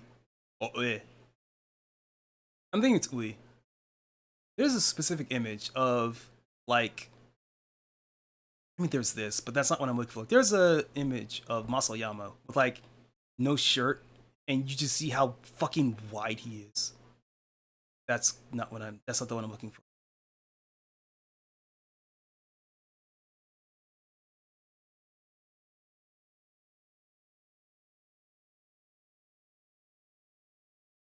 And I guess for now, I'll just use this as a reference. Here. Like, so yeah. So here's Mas Oyama. And then I'm going to pull up the Street Fighter 6 initial reveal trailer. The one that didn't even have gameplay.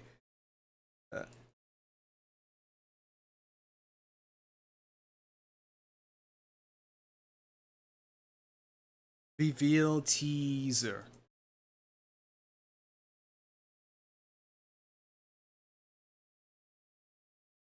Yeah, here we go. Now, obviously, stylization matters, but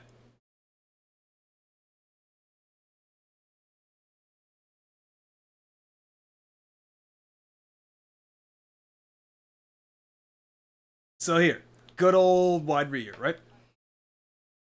Look at this fucking unit, right? And then if I pull it up here, Mas Oyama, and how man is a fucking square. He's like, if you look at the way Mas Oyama's body shape, this man is a goddamn square. And then there's like extra width from his... Dude's a fucking... Not a square. The guy's a rectangle. He's a rectangle with two appendages sticking out, right? And we get to Ryu, and it's the same. Like, he doesn't have, like... Because Ryu doesn't have, like, that triangular, like Dorito body that a lot of fighting characters have. Like, no, it's... Dude is a fucking fridge. This man is a goddamn unit. Because he's based off of Mas Oyama. And that's what Mas Oyama looked like. And yes, obviously, it's an exaggeration of what he looked like. But this is extremely intentional. It also led to a knock-on effect where, well, because Ryu looks like this and because he's the anchoring point for the entire Street Fighter series aesthetic, it also led to a situation where, like, well, every character kind of looks like this. But Street Fighter 6 is putting a lot of effort into diversifying body types. So I appreciate that you get brick shithouse Ryu. Fucking walking fridge over here. I really appreciate that. Yeah. So, hold on. What if I put? Hold up. I want to see if I can find it. If I just Google this, Masayama Ryu, because there's some images that Capcom has drawn throughout the years that have made specific. Oh yeah, I forgot about this one. Yeah, Masayama isn't only just Ryu, but he's also Takuma Sakazaki. Both Takuma Sakazaki and Ryu are both designed after Masayama. Although specifically, why am I blanking on his name? I just fucking said it. Takuma. Although Takuma specifically is built off of more like Masayama after his prime, where he's like an old man, but he can still kick ass. Oh, this is like more like later middle aged, and it gets really evident when it comes to Takuma in King of Fighters 13, where they make him like really short and really stocky. Takuma KO 13. Yeah, like this Takuma right here. This version of Takuma, well, he's like, where he is noticeably shorter than a lot of the characters in the game. Like, he's short, but he's also like really fucking wide. This is Masayama. This is 1,000,000% Masayama. Even this stance right here is a little bit of Masayama. Because he's hunched down kind of like this to like make himself a smaller target. And also he's got his hand here guarding his face. He's got his back arm right here chambered, ready to throw a punch, right? Yeah, but this is Masayama. 1,000,000%.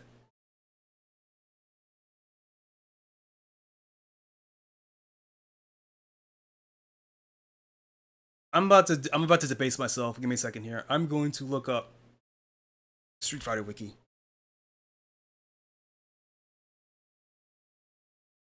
The fucking fandom wiki. I just want to see Masayama.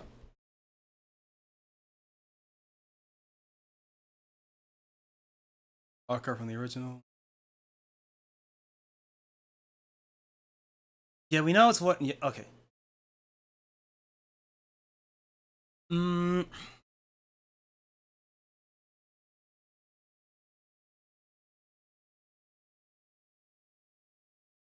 Ryu, how much Masayama?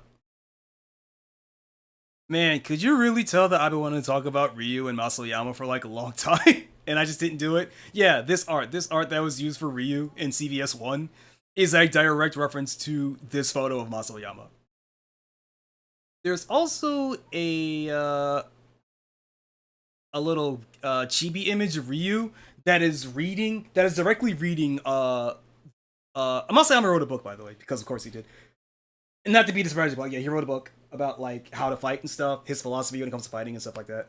And there's a little chibi goofy image of Ryu reading that book to even further a reference. But yeah.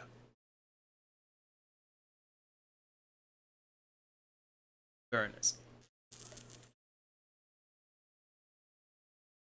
How did I get here?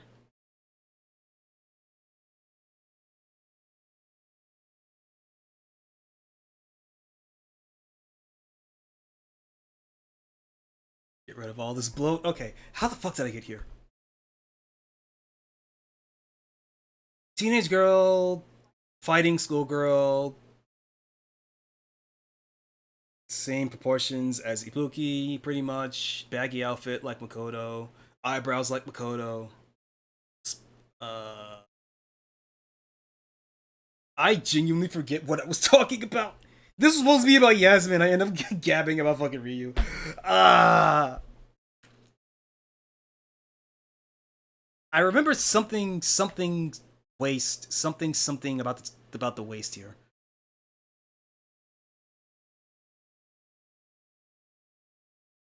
Let me stare at this while I try to figure out what I wanted to talk about.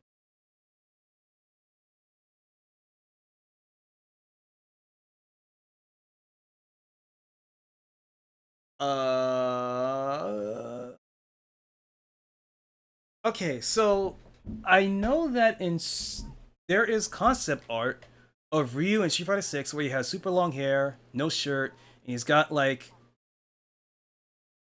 karate pants with his gi tied around his waist falling down. I know there's that image, and that seems to be the basis for an upcoming DLC character, Arjun, who looks exactly like. Okay, let me pull this up. I think I showed this before already, but I can do it again. And then Arjun.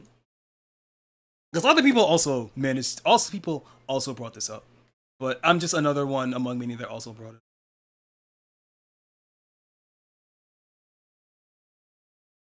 I mean, there's this. Why does this look so shitty? Okay. Can't use that. That's too shitty. Not this. What about this? Yeah, there's this. Ryu with the super long hair. Gi tied around his waist. Long pants. You can't really see it though, around the bottom. But like, yeah. Also this, yeah, this color right here. But yeah, it seems to be like, yeah, no, this alternate design for Ryu was used as the basis for Arjun over here. Which, again, that happens quite a lot, where a character gets an alternate outfit or an alternate costume design is the base. A character's alternate costume being used as the basis for an entirely new character, right? That happens quite often. So I'm not saying like it's creatively bankrupt. Like, no, this happens quite a bit. So I'm not mad at that. I'm hoping Arjun is a weirdo, cause he just looks like a dude. I want Arjun to be like a fucking weirdo. Street Fighter 6 needs more weirdos. I don't like that the only proper weirdos on their roster are like the Street Fighter 2 characters, you know, Blanca and Dulcie. There needs to be more fucking weird freaks. Or rather, I want there to be more weird freaks.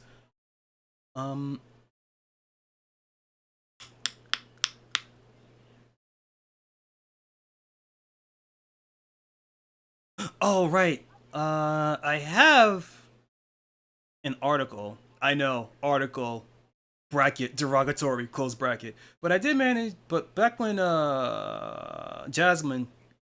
Yasmin first coming out, there were articles written up about, you know, Capcom's design philosophy when it came to making the character, and how they want Yasmin, and they want all the new characters actually. They want Yasmin and Bosch and Arjun. They all designed them to be like protagonists for their own story, which means which basically means that this is like a test for making the main character of Street Fighter 7. Basically, this is like the equivalent of them calling their shot early and putting Luke as the final character of Street Fighter 5. But let me see if I can find it. I did save it. Hold up. Let's see. Can I transfer this to? Can I do this here? Ooh, I can do that. Okay, can I do this? Okay, I have actually a lot of these articles saved up. Hold up. Try this. I'm gonna move this over here. I'm gonna move this one over here. Let's see.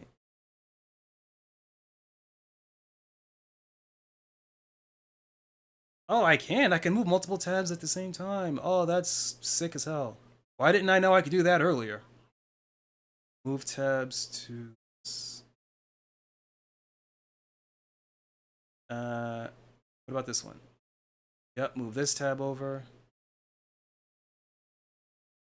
Oh, why didn't I know about this earlier? This is so convenient.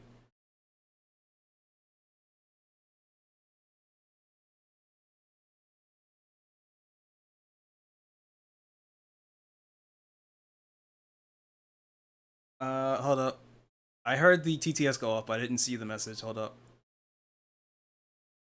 I thought it was let's take a fighting style and theme a character around it. Yeah, that happens. That happens a lot too. But I meant in terms, strictly in terms of visual design, that Arjun is so suspiciously similar to that concept art of Ryu that it had to have been an influence.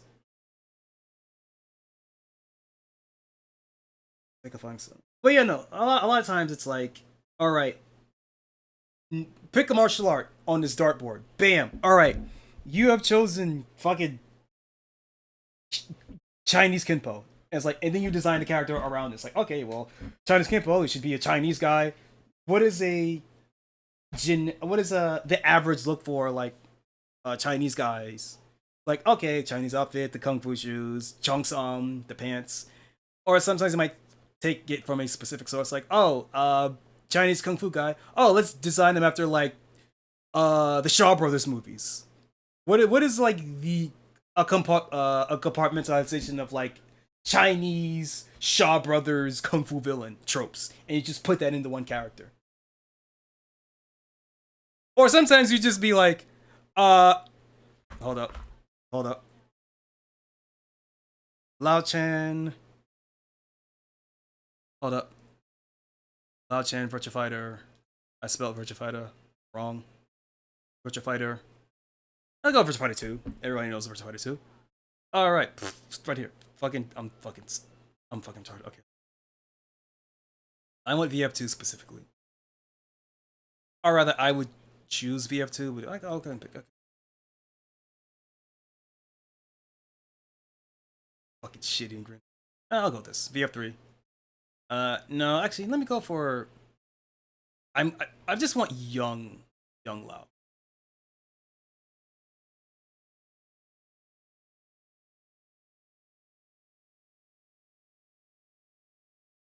And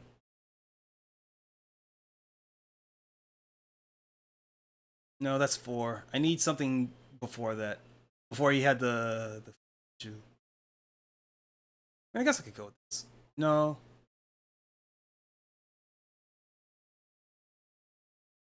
Uh, you know what? I'll go with this. I'll go with this image of Lao Chen. And then I'm going to Google Tao Pai Pai from Dragon Ball.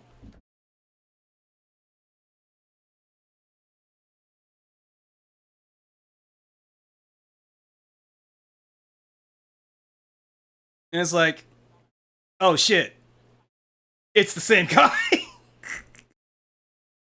So sometimes you pull from meaning references, and sometimes just pull from thing that you like.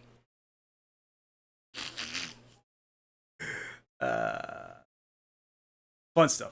Okay. Where's that interview?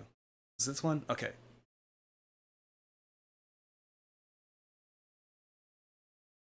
Okay. So there's a lot of shit here that I'm skipping because I want to get to new characters. Get this shit off my screen.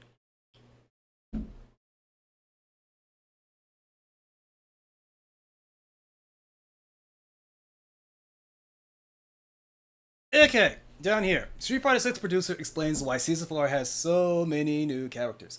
I don't know if this is the specific interview that I want. I hope it is. But let's see. Tifa's inclusion in the game, as well as the addition of three totally different. Let me. No, no. I already started reading. Tifa's inclusion in the game, as well as the addition of three totally original characters, begs the question of how the Street Fighter 6 team determines their DLC fighters. Matsumoto-san explained that their decision to lean so heavily into new characters comes partially from Street Fighter 6's relatively young player base in comparison to other Street Fighter titles, as well as the goal to strengthen Street Fighter as a brand itself. I'm calling bullshit on this, but sure.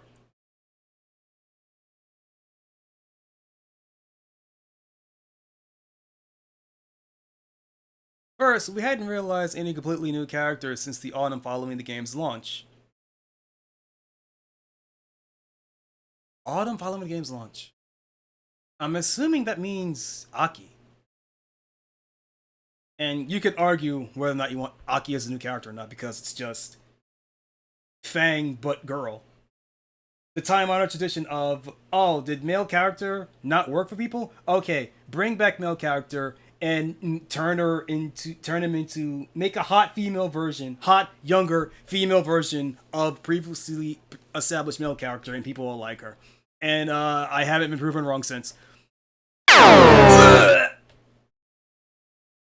Egg the like Choconnichi, bitch. How you doing?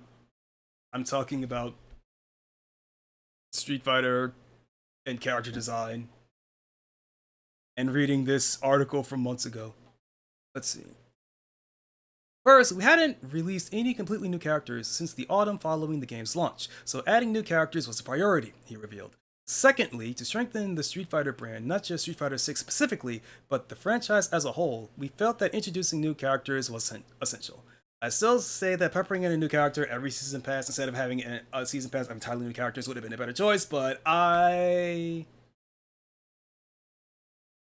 am not a marketer, so fuck do I know. And finally, the player demographic for Street Fighter 6 has skewed so much younger. While the core player base used to be in the 35 to 40 age range, the largest segment is now between 15 and 25. We wanted to support these players by offering them a fresh experience, one where they can play with a sense of novelty and relate to the characters on their own level. That is the reasoning behind our strategy to bolster the roster with new characters. To be fair, Street Fighter 6 did have a time skip. Granted, it's the least important, least significant time skip in history. Like, the gap between 5 and 6 may as well have been 5 years. It does not matter at all. But it's something. But I also kind of understand that just okay, Street Fighter 4 kind of doesn't count. Street Fighter 4 was meant to be like a best of. In a lot of ways, Street Fighter 4 is a dream match game, which is how you can get, Sakura as she is in the Alpha games, and fucking Ibuki as she is in Third Strike. Despite the time skip between those two games, have them be the same age, using the same outfit, using the same move list. So Street Fighter 4 in a lot of ways was like a soft reboot, and also like a dream match game. So there isn't really like I'm thinking. I don't think that outside of new characters, there's just like a hotshot teenage age character in Street Fighter at this point. Like in the playable roster, like Yun and Yang are too old because of the time skip. Like any characters that would have been that age range are kind of too old now due to the time skip. Yun and Yang are too old. Sakura's too old. Makoto's too old. Ibuki's too old. Sean's too old.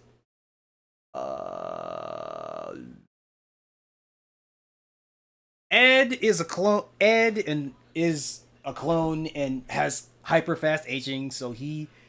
Even though he is actually a teenager, he comes off as like not. I mean, he is like a young punk kind of character, a little bit of Virgil, a little bit of Nero, but that's meant to be used as more of like a little bit of a. What's the term I'm looking for? I forget the term I'm looking for, but like the way Ed looks and the way that Ed acts and talks are meant to be deliberately like juxtaposed against each other, because he looks like a grown-ass man, but he acts and looks, or rather he acts and dresses and talks like a teenager. It's the same thing that Sin Guilty Gear. We're like, yeah, no, he's actually like 5 years old, but he looks like he's 25, and that's a little bit of like, at least in terms of Sin, because he's like a little bit of a joke character. It's meant to be a layer of visual comedy to him. But it's like one of those things. So like, yeah, no.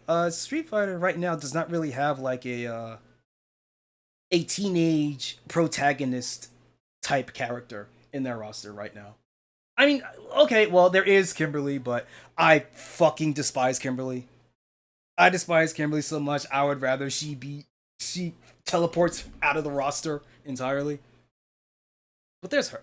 But again, I said new character. Or rather, I said old character. So, like, yeah, no. Jamie, Kimberly. Like those are new characters. I meant like in the old roster, like before Street Fighter 6 characters. And it's like, yeah, no, they're all like kind of out of that age range. I mean, I guess if they really wanted to, they could have canonized Akira as part of the Street Fighter roster. Like maybe they could have done that, but like that doesn't quite work. Let's see who else could be in there.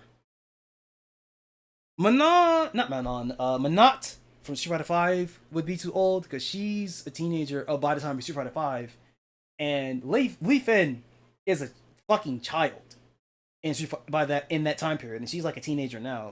So, like, I'll be nice to say like 10 years. So even Street Fighter 5 characters like Manon would be too old in Street Fighter 6 to be that like hotshot teenage character at this point. So yeah, no, Street Fighter does not currently have like a teenager that could be like in the main roster. I mean, they could pull the trigger and put Mel in the game.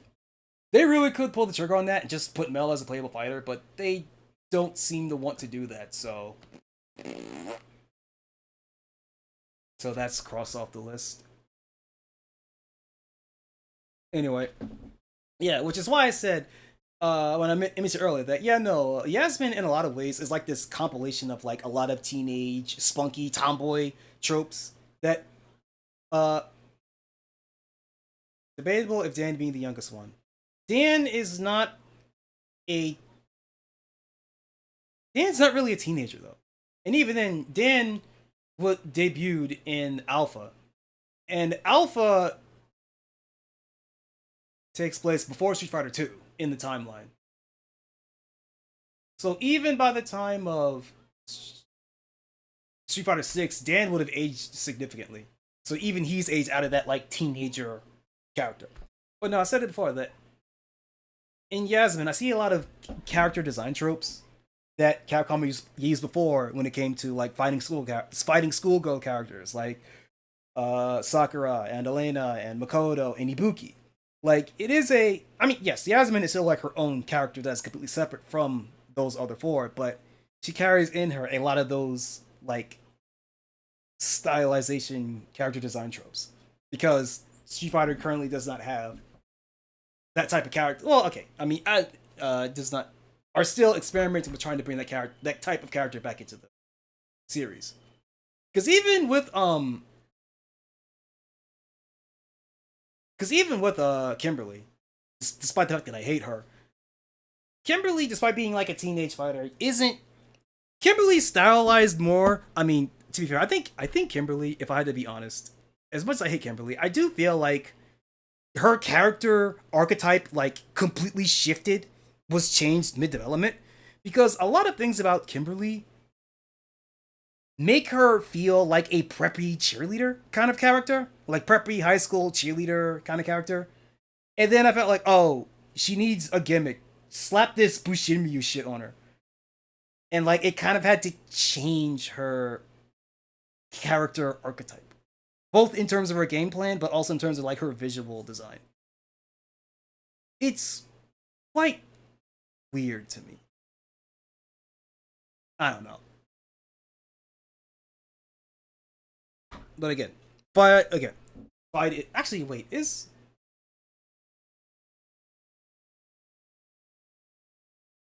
I'm thinking, hold up. Hold up. I think I'll have to double check. Maybe Kimberly is actually like, because there are things like, oh, she's a super genius, so maybe she's actually in college by now or something. While also working espionage ninja missions. Maybe she's like in college by now. But she has like the vibe. She has the vibes of high school student, even though she may or may not actually be a high school student. Anyway.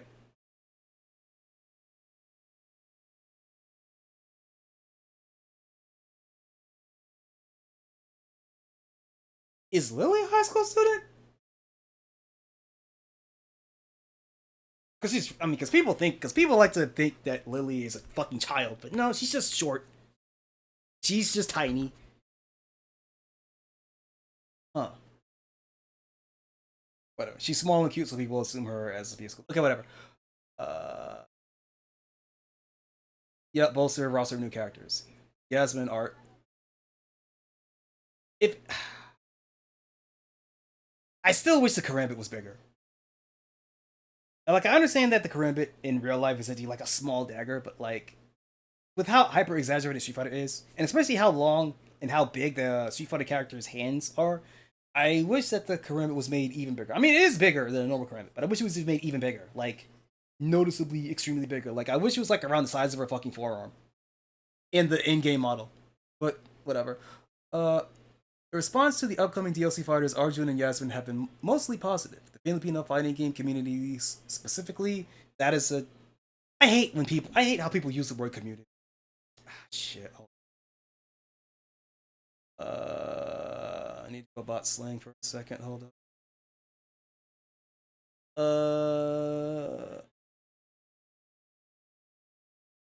Wrong tab, wrong tab, wrong tab. Oh, here it is. Okay.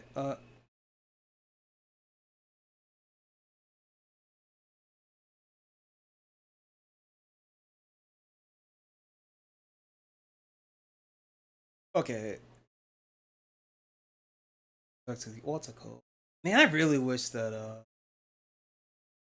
Castellaz would actually delete the messages off the feed when I ban somebody, but it just doesn't do that. It sucks. Oh yeah. Okay. The response to the upcoming DLC fighters Arjun and Yasmin has been mostly positive. The Filipino fighting game community specifically is overwhelmingly excited about Yasmin's inclusion as series' first ever Filipino fighter. For Yasmin, the decision was driven by the fact that the Street Fighter 6 FGC has a strong presence of players, commentators, and tournament organizers with Filipino roots. We wanted to reach out to that community and also increase the number of players from Southeast Asia, Matsumoto-san explained. Yep, characters as marketing. Very, very smart. I had actually spoken to the director about creating a Filipino character like Yasmin, so it's wonderful to see. Okay, that's still Matsumoto. I had actually spoken to the director about creating a Filipino character like Yasmin, so it's wonderful to see so much positive feedback coming from the people of the Philippines. As for India, the country has a massive population, and we wanted to add a character from there as part of our future outlook to expand the Street Fighter 6 player base. Looking at the reactions now, it's great to see that the response from the Filipino community has been exactly what we had hoped for. What's next for World Tour mode? I don't care about this. No, this is okay. This is not the article that I wanted to look for earlier. Let me continue looking because I'm looking very specifically where the one where Matsumoto explains that how these new characters are designed as protagonists.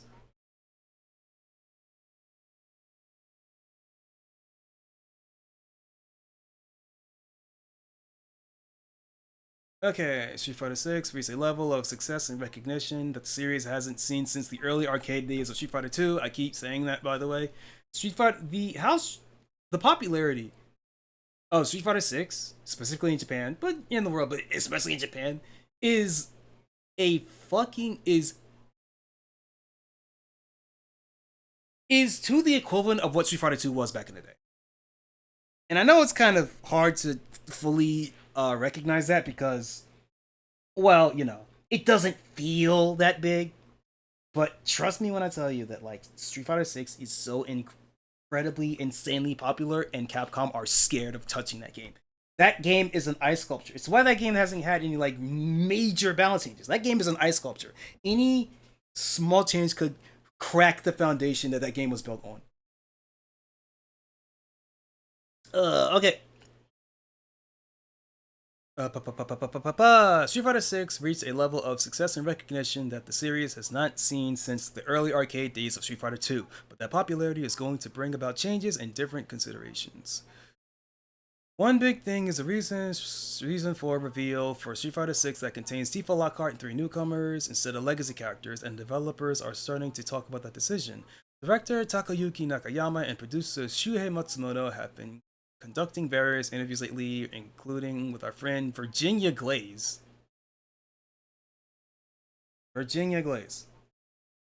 Over at Dexerto, we previously covered what the devs had to say about getting Tifa from Final Fantasy into Street Fighter and their 10-year plan for the fighting game, but they also said some interesting things in regards to their current audience. Well, the prospect of bringing fresh faces into the series does away some excitement for new possibilities with Yasmin, Arjun, and Bosch. Many longtime fans have been left at least a bit disappointed that prior fan favorites like Makoto undoubtedly remain sidelined for at least another year. Makoto is never going to be in this game. Makoto is never showing up. I will bet on that. Makoto's never showing up.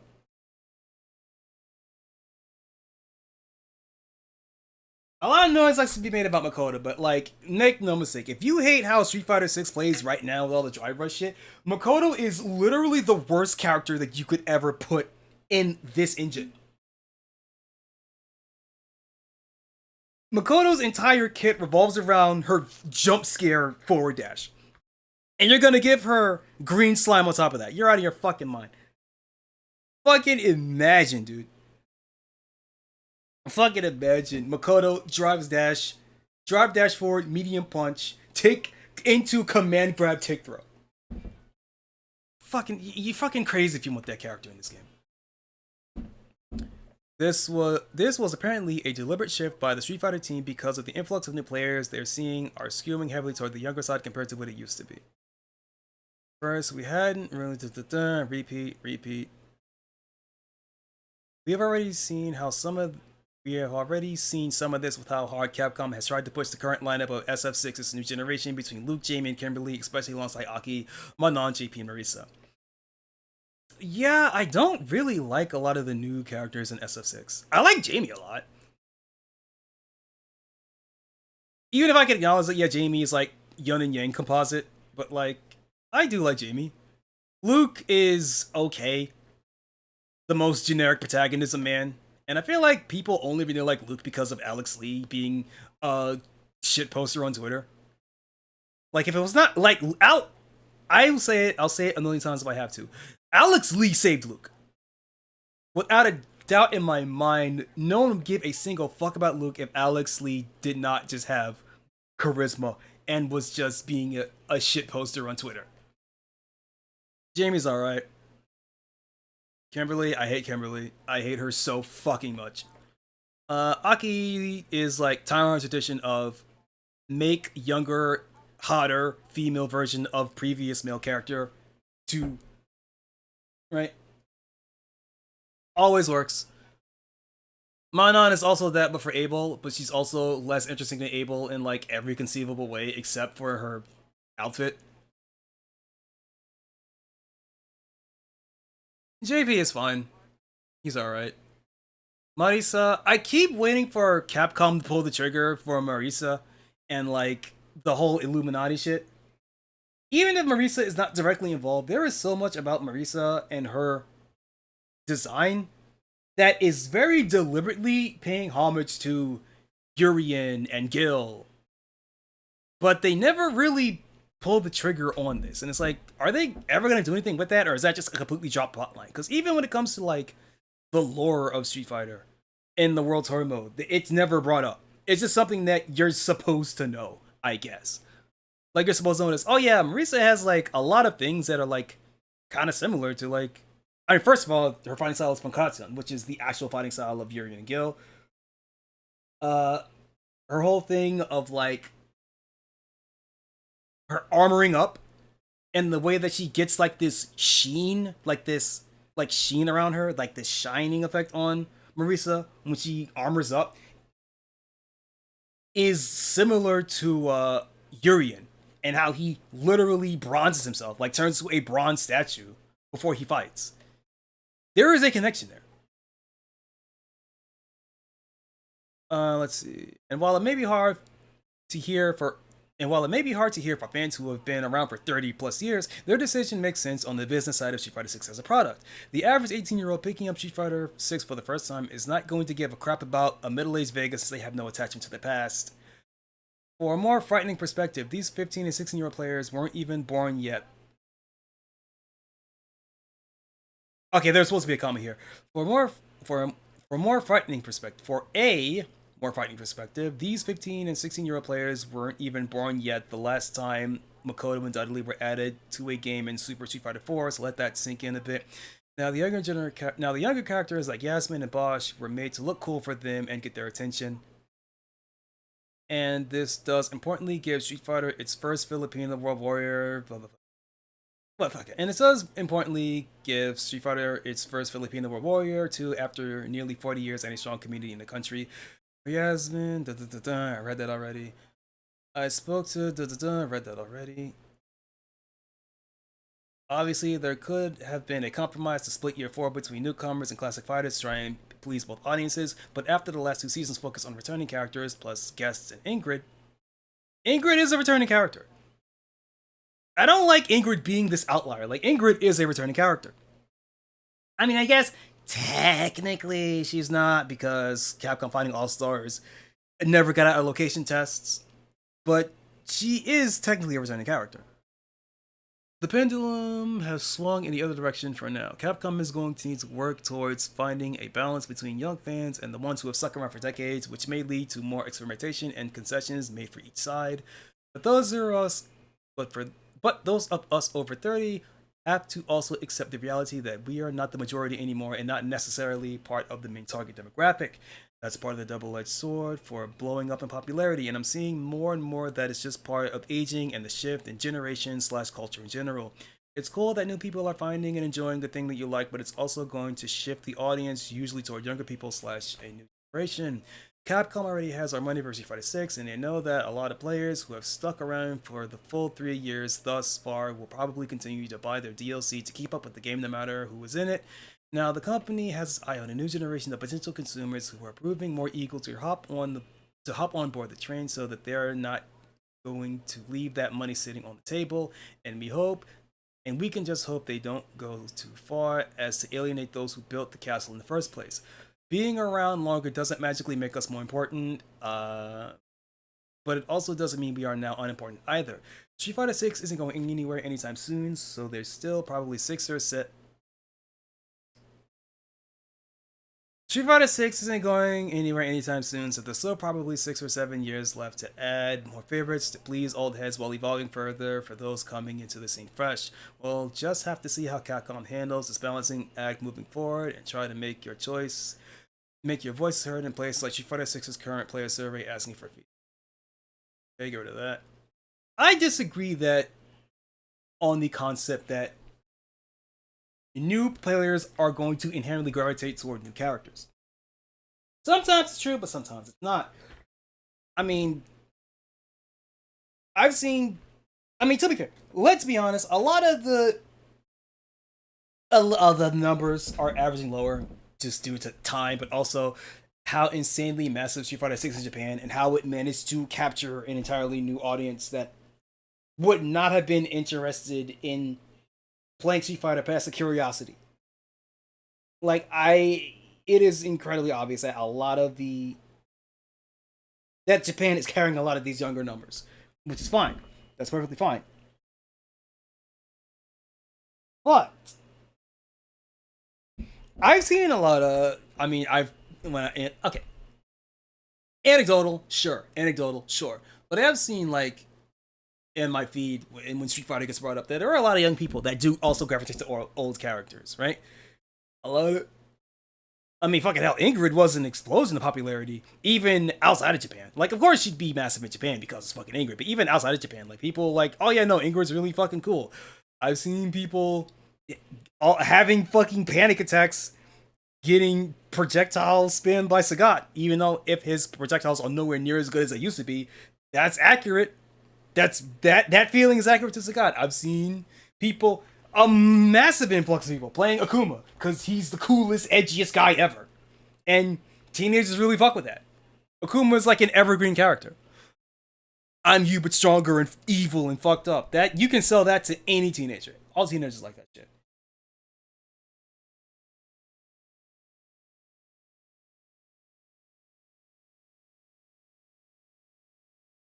I was thinking of something else and it fell out of my head. So, next article. Is this just going to be the same one?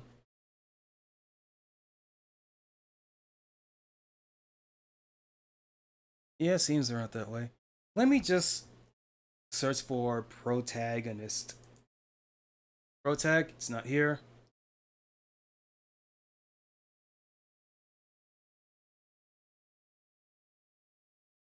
No offense, but I've seen a fair share of games fall to its face trying to please a modern audience. That's true.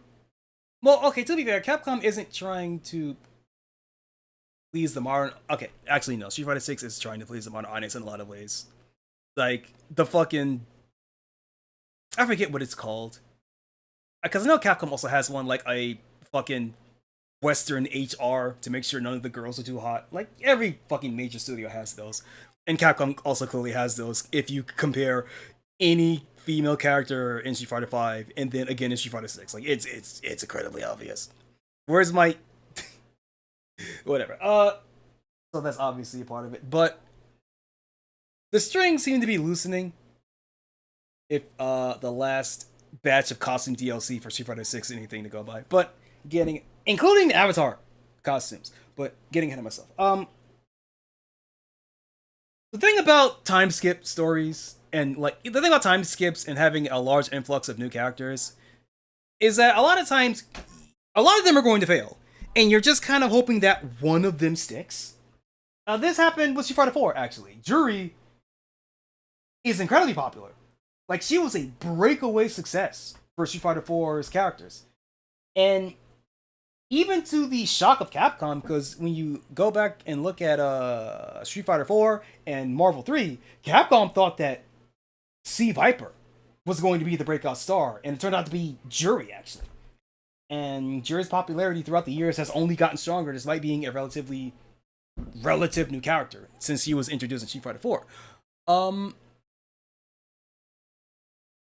Street Fighter 5, like Ed seems to be the one that seemed to have like broke out. I mean, yeah, Rashid is kind of there because he was the protagonist of Street Fighter 5, but in terms of like breakout successful characters, it seems that Capcom decided that Ed was the breakout of Street Fighter 5. And, you know, Aki was there for, you know, hot female version of other character, but it's an evergreen concept. It always works. Juri is Yuri. No, Juri is not Yuri. Because Yuri was introduced in Art of Fighting 2, and she was immediately popular. You have to remember, like, Yuri Sakazaki was so fucking popular in Art of Fighting 2 that Capcom responded by making their own spunky high school fighter girl in Sakura Kasugano. Never forget that Sakura Kasugano would not exist without Yuri Sakazaki. And there was like a little playful back and forth between those two designs over years. No Yuri girl love. Oh, you meant like Yuri as in like, oh, toxic. Oh, you meant like toxic Yuri. I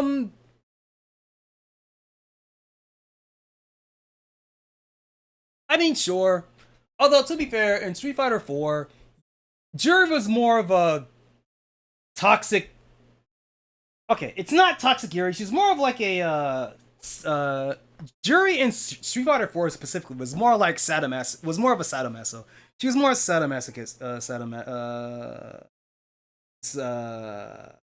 Sadistic, machistic kind of character, sadist, masochist character. Not necessarily BDSM undertones, but like of how in a lot of ways in Street Fighter 4 specifically, Juri is like turned on by violence. Like violence gets her fucking wet in that game. She's crazy. Like legitimately a fucking basket case in that game. And then like Street Fighter 5 and 6 kind of like sand down her edges and kind of make her more like high school mean girl kind of character. Still sadistic. Will still kick your face off with a smile, but like they really sanded down the edge. And Aki is really funny because Aki in Street Fighter 6 is like the way how fucking nuts Aki is in Street Fighter 6 is actually how Juri was in Street Fighter 4. Like it is a mirror to what Juri was like in the past. It's kind of funny. But yeah, no, Juri in 4 is just like horny for violence, basically. Capcom. This one. Avatar Legends.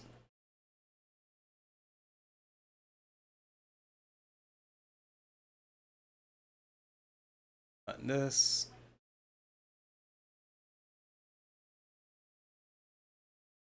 Yes, oh, that's Evo schedule. Ninja Masters, Versa. Okay, what's this one?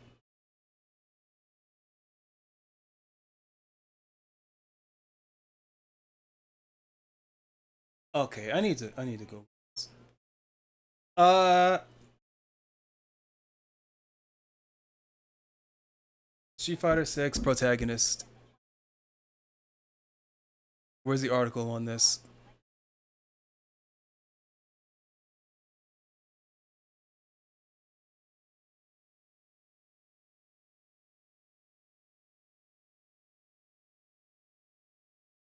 Character guide, DLC compare. I'm trying to find this article. There is a very specific article where Matsumoto, I don't, well, okay, I don't know if it was specific to Matsumoto, was explaining that no, these characters are designed to be like protagonists, and that makes. Ooh.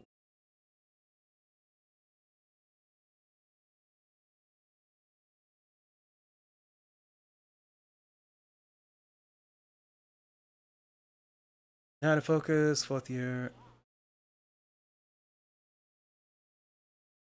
Uh,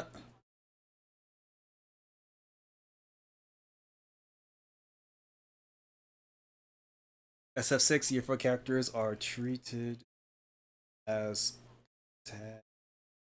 protagonists.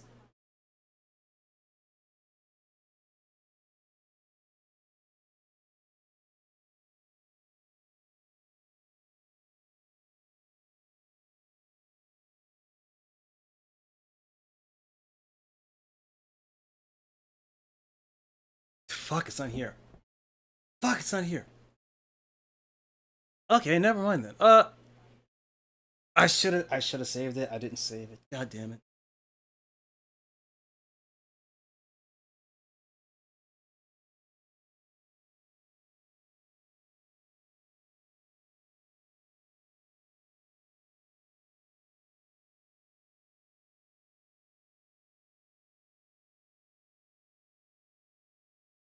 Well, whatever. When it comes to designing a fighting game protagonist, it is important that the character is kind of bland. Because the idea is that your protagonist is going to be the introduction to the world, to the setting, so it's important for them to be kind of bland because the personalities of the world and the other characters are meant to bounce off of that character, right? In a lot of ways, the job of the protagonist is to not only introduce but to reinforce the core well, I could say the core themes of the game if I want to sound like a pretentious asshole, but it's meant to be like, well, it's the reason why Ryu works really well as the protagonist of Street Fighter and arguably as the face of fighting games, despite personality-wise being just kind of bland, because what Ryu's goal is, which is to master martial arts, and the player and the goal of the fighting game genre, or rather what the fighting game genre wishes to instill into the player, is the same thing. Ryu wants to get stronger and get better at fighting. You, the player, also want to get stronger and get better at fighting. Your goals as Ryu's goal as a character and your goal as a player are the exact same thing, and they feed into each other. It's the same as Devil May Cry, actually, and how Devil May Cry's entire the stylish action subgenre, and it's that your Dante is a cool badass, so always in control of the fight, and he's always making risky plays in order to look cool, and it's being reinforced by the style meter. The style meter rewards you for varying up your moves. It rewards you for playing risky. It rewards you for doing something risky and then doing like a counter at just the right time, or using the enemy's techniques against them because it's stylish, it looks cool, and it's what Dante does as a character. And since you, the player character, are controlling Dante, you also want to do that. You also want to get your style ranking up, despite the fact that if you just play the game, despite the fact that it's purely aesthetics, Like, you could just play Devil May Cry as a regular ass action game and just go through it and not care about your ranking. And it would actively, and you would definitely finish the game faster, but it takes away from the experience that the game wants you to have, which is like you're this super cool badass, and the game wants to reinforce that feeling using its gameplay mechanics. You as a player are making riskier plays because it's what Dante would do, because it increases your style ranking, right? It all feeds into it all feeds each other, right? So for Yasmin, if we look at her fucking possibly bipolar ass over here, actually there is one thing I want to mention. I'm actually glad that actually something I do want to mention actually. Who was it? Was it? Brought up Dan.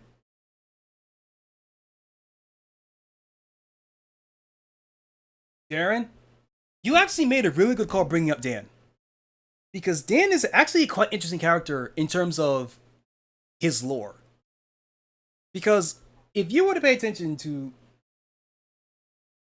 Dan as a character, outside of the thing that, he sucks, it's funny. That's the joke that everybody knows. Like, oh, Dan, oh, he sucks. It's funny. And it is funny, but it misses a very crucial aspect of Dan as a character, and it's that Dan sucking is a deliberate parody of, or rather, I mean, not even just like, oh, SNK jab. What I mean is that Dan's lore as a character has nothing to do with SNK. It has nothing to do with SNK, right? The thing of like, oh, his dad got killed by Sagat and he wants to go kill Sagat for revenge, wants to beat Sagat for revenge. That is a protagonist backstory of like, it's fucking like Ryo Hazuki, who after his dad gets killed by Landy. Like, it is the most generic protagonist backstory of, my dad got killed by the big bad, so I want to take down the big bad to avenge him. Like, that's up there with like Isekai, or up there with like Amnesia, as like very simple, easy to understand, generic protagonist backstory. So the fact that Dan's story has this backstory of like a generic main character, but it turns out that he's overconfident and he sucks, is a deliberate 1-2 punch on Dan as a character.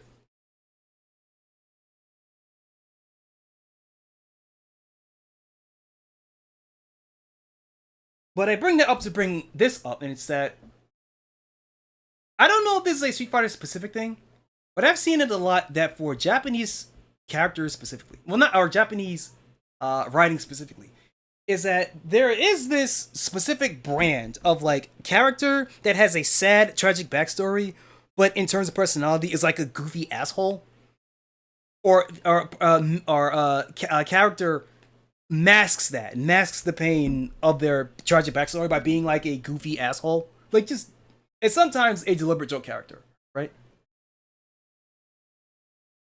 Now, I don't know anything about Yasmin and her lore, but I think that the deliberate, like, fucking split in her personality, I don't think it's actual, I don't think it's an actual, like, bipolar, but, like, the extreme to which of how much she changes when she's in a fight, and when she's in a fight, and when she's not in a fight, might be reinforcing her backstory. Like, I don't know, maybe she has a missing brother. It's actually, Street Fighter 6 does this. Street Fighter 6 has this with Kimberly. Kimberly's entire backstory is like her uncle, because she doesn't have a dad, because she's black, she doesn't have a dad. But her father figure, her uncle, gets killed, or rather, it is assumed killed, but is missing, but is assumed killed by JP and Shadowlow. So she's going out on a revenge to find them, or rather, she's on a mission to find out what's going on, take down JP, and all that stuff, right? But she acts like a preppy. But if you pay attention to like how she moves, how she acts, she looks and acts like a preppy high school cheerleader. But she also has this tragic backstory, and that is a deliberate. I'm trying to find the word for it. I can't remember the word for it. There is a specific term for this. I mean, I guess I could call it irony, but that's not quite what it's. That's not quite what I'm looking for. But there's that deliberate split there. Like, oh, she has a tragic backstory and she's out for revenge, but also she's happy. She's doing like flips and shit. She constantly has her earbuds in her head. So again, maybe Yasmin will have some sort of like tragedy in her backstory. I don't know, and that's reflected in like her when she's in a fight is like her also just kind of like letting out a lot of that anger and rage that she might have. Because I noticed during the character gameplay trailer, like the way that Yasmin is directed to shout and scream in her battle cries is like way above the top. Like not even like shonen Dragon Ball Z screaming, which is kind of normal, but like she sounds like legitimately like wrathful. Like she sounds fucking pissed when she's deep into the fight, and that might be reflected in whatever backstory that she might have. Or maybe I'm seeing too much into it. You'll see it again when I play the trailer. Like, play close attention to like how she sounds. I guess like I could also play the Japanese one as well because of course Japanese voice acting is a hell of a lot better. But you didn't hear that from me. Actually, no, you did hear that from me. Fuck that. You did hear that from me. That's the third thing I wanted to bring up. I forgot what it was. I don't remember. Anyway.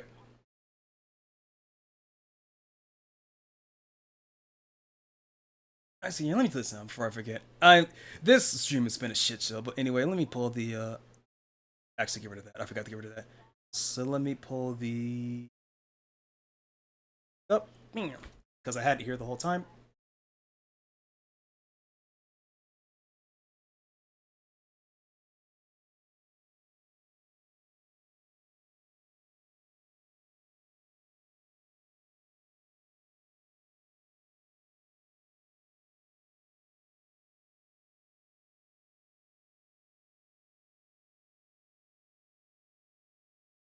I I I'm moving this. I'm moving this over a little bit because it's really annoying me that it's like that.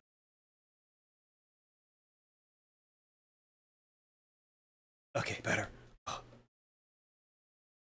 right, so English trailer. Play this again.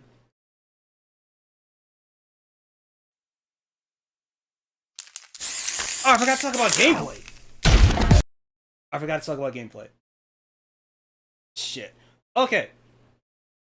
This will be quick. Normally, when you design a protagonist style character in a fighting game, you design them to be a shoto, a character with a well balanced toolkit that theoretically has no weaknesses. You get a projectile for covering space, or rather, yeah, you get a projectile for space control. You get a DP, like a rising uppercut move, and a third, like a Tatsu type, like a traveling sort of move. Maybe you could round it out with a command grab if you're an SNK character, but you know, Capcom doesn't like to get that spicy. They tried that. They tried getting a little bit spicy in Street Fighter 4, and then they decided to never do that again. So, but when I saw the trailer, right, the thing about a protagonist character is that the reason why you would design a protagonist that way is because, well, everybody played Street Fighter, so the Shoto archetype is inherently familiar to anyone that has ever picked up a fighting game. But again, if you're designing a character for people that are kind of getting into fighting games or don't really have experience with fighting games, another thing that you can do is you design a character around one key gimmicky move, and you build the moveset around that. And the thing that I remember seeing a lot in the Yasmin gameplay trailer is that she has this move where she just throws the karambit and it boomerangs. And a lot of the combos that were shown is like, okay, here is the move, here is the defining move of the character, and here are all of these different ways you can implement this one move into your playstyle. So that seems to be the main thing with Yasmin. It's like she has the one move where she throws a karambit and it boomerangs, and that is the core move that you're going to use. And your goal is to eke out as much damage or to find as many setups as you can with this one move, because it does everything. It's your combo tool, it's your Oki tool, It's probably a projectile. It's probably a pretty decent normal projectile. And I'm assuming, I don't know if this is true, but I'm assuming that if it hits, because it has to retract and Yasmin has to catch it, it might even have a vacuum effect that pulls in the opponents. If you just throw it out during a projectile war, it will drag the opponent in, and it could be an actual combo starter. I don't know. I'll have to pay attention to that when I see the actual trailer. But like, yeah, it just seems that she's an easy character to use. She's built entirely around having this one absurdly powerful move, and like probably like the rest of her kits to be like, yeah, it's like, maybe her frame data isn't all that good, maybe her range isn't all that good, but she has this one really good projectile, and we designed her entire kit around this. But okay, let's watch the trailer again. And again, I want you to pay close attention to how Yasmin sounds when she's fighting. I hit the streets to Hit the prove that I'm a streets, the fighter. thing Luke says. Keep up if you can. Right? Round Hockey, one. Spunky Tomboy, Fight Kimberly, the other Spunky Tomboy. Round one. Fight. Okay. I never actually broke down the trailer. Okay.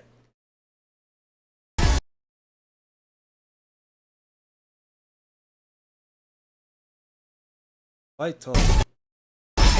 Okay. A little bit of walking five, a little bit of neutral. Neutral, oh, was that a backdash? Kim throws out the... Was that a backdash or was that a walk? Okay, let me make it to you guys. Round one. Let me also turn this way down so you can hear what the fuck I'm saying. I'm gonna pay attention to Yasmin's animations because I wasn't paying attention. I couldn't tell if she was dashing or if her walk cycle just has her legs really far apart. Okay, no, that's just her walk cycle. Her walk cycle has her shimmying forward, really with a really wide stance. Okay, so walking. Kimberly throws out the standing medium kick that gets immediately whiff punished by. This could be stand heavy punch. I'm going to assume that this is stand heavy punch because Jamie also has a really fast heavy punch that is multi-hit. So this could be stand heavy punch, I'm going to assume. Stand heavy punch into jab. Or target combo? Hold up. 1-2 into launcher.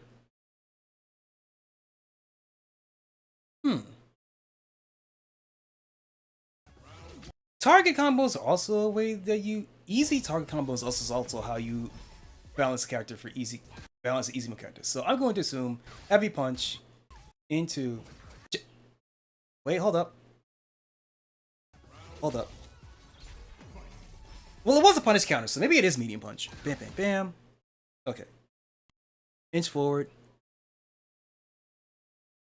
No, the frame pacing on this. Hold up.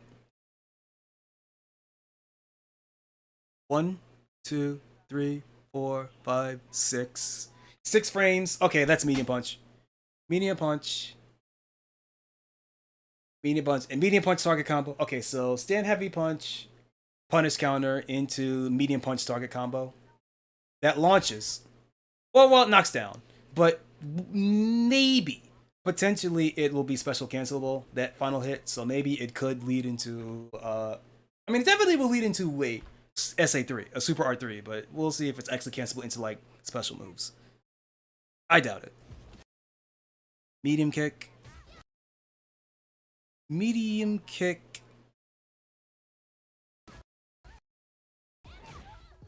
Okay, 3-hit medium kick target combo. Medium kick target combo into knockdown. Spinning knockdown. Okay. Crouching medium kick target combo into launch. Well, no, wait, hold up.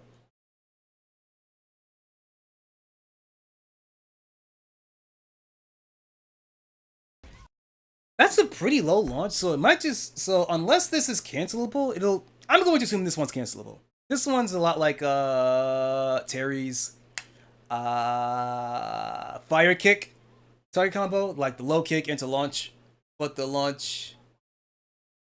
Well, to be fair, yeah, but it's special cancelable. So yeah, I'm assuming that's special cancelable because that's just fire kick. Okay. Kimberly does her slide. I'm looking. And obviously, you know, Yasmin does this backsway, but I'm trying to think, would this actually hit? That would have hit. That's a really good backsway. That slide would have hit. Backsway into a launching low that looks. Hold up. Okay, launching punish counter low into special move. Okay, is this demon flip? That looks like a demon flip. Oh god, she's gonna be Akuma. Oh fuck. Backsway sweep. Special cancel into what I'm assuming is demon flip. Cross up. Cross up into throw. Forward throw.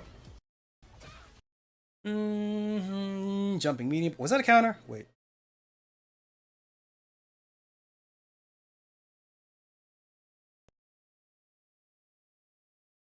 No, just that was a normal hit. Medium punch. Sweep. Knockdown, forward dash. Overhead. Okay. Kimberly tries to retaliate with a crouch jab. Yasmin jumps over. Cross up, medium kick. Classic. Heavy punch. Taunt. Or maybe it gets a win animation. I'm going to assume this one's heavy kick. Oh!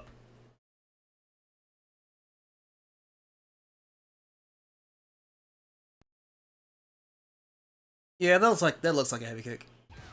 Heavy kick. Blocked. Kimberly tries to move in. Gets what's this? Crotch jab? 1, 2, 3, 4. Yep, crouch jab. 4-frame crouch jab. Alright, so that's gonna be her jab link. Into special move that is probably not an overhead. Or maybe heavy versions of overhead, but this is animated like an overhead, but I'm assuming that it's not. Into slash. Into follow up. That causes a. Hold up.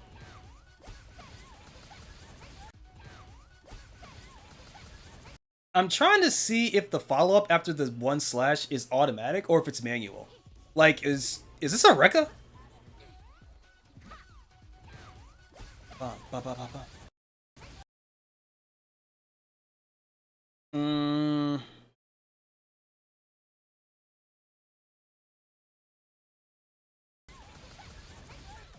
You know what? I will assume it's a Rekka. Jamie also has a Rekka that causes that because Jamie does have a Rekka that also powers him up. So that's not unheard of for Street Fighter. So okay, so slash into assumedly Rekka, and now her knife is blue for some reason. So she's an install character. Okay, so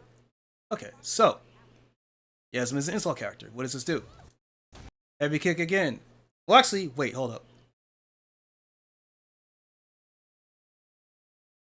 So Yasmin does a Rekka, presumably. Yeah, shimmies Kimberly. Kimberly tries to counter with a throw. Yasmin shimmies. Counter kick, punish, heavy kick, punish counter.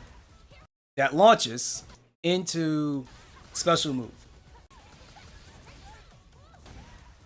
Yeah, her Tatsu equivalent. Her Tatsu equivalent special move. Okay.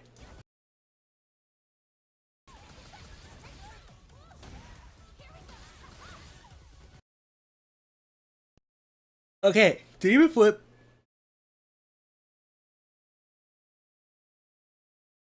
Clap. Cut.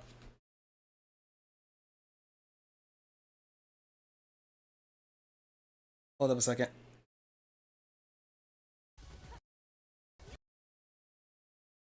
So this is obviously like a gameplay thing where, as you see here, Kimberly jumps. Yasmin jumps afterwards. Kimberly tries to go for the down elbow. I'm trying to find out if Yasmin's demon flip, this kick changes her jump momentum. But although I will say, I think even in a normal match, I don't think even if it was just a normal demon flip and Yasmin didn't do the kick follow up, I don't think this elbow would have hit. This is just like something fancy looking for the sake of the trailer and making the character look strong.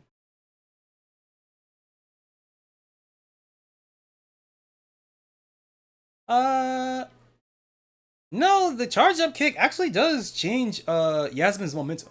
She does noticeably slow down when charging it up. Okay, so lands, does the kick. What now? Crouch jab. Stand jab.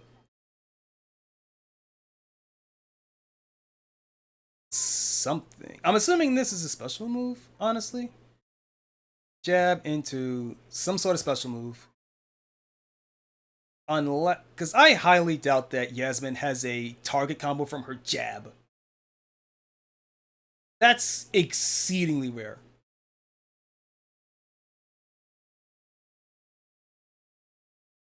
Unless Yasmin's light kick is not an actual kick move and it's like a different type of stab with the karambit. Which is possible, but I doubt it, but maybe. Maybe her stand light kick is actually maybe that's her stand light kick.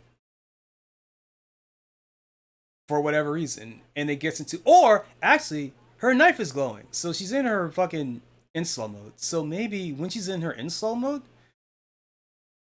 stand jab actually has a target combo. Like, I could believe that.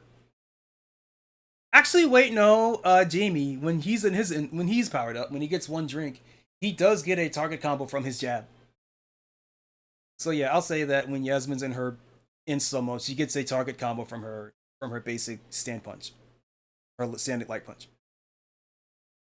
All right. Target combo into this thing that changes. Changes, by the way. Hold up. So if you don't have the power up mode, doing the big slash tornado creates an install stock. But if you have an install stock, she does a more powerful version that spins the install. Okay, that's pretty normal.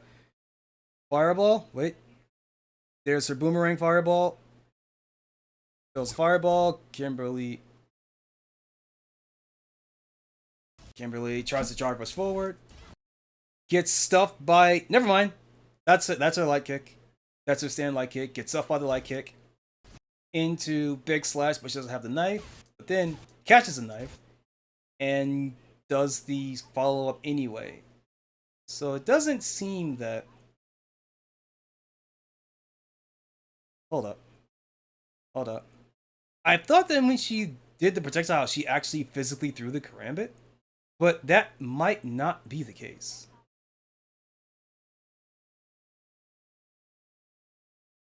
No, she doesn't. I'm looking at her hands. The projectile, this little boomerang projectile, she is not physically throwing the karambit. So she doesn't have a state where she's fighting without it. She is not Killer Instinct 3 Mira. She's also not Sokka with the fucking boomerang or Daifuku with the shuriken. So that aspect of the character is not a thing, which again makes sense because you want her to be an easy to play, easy to win with, like starter character. Makes sense.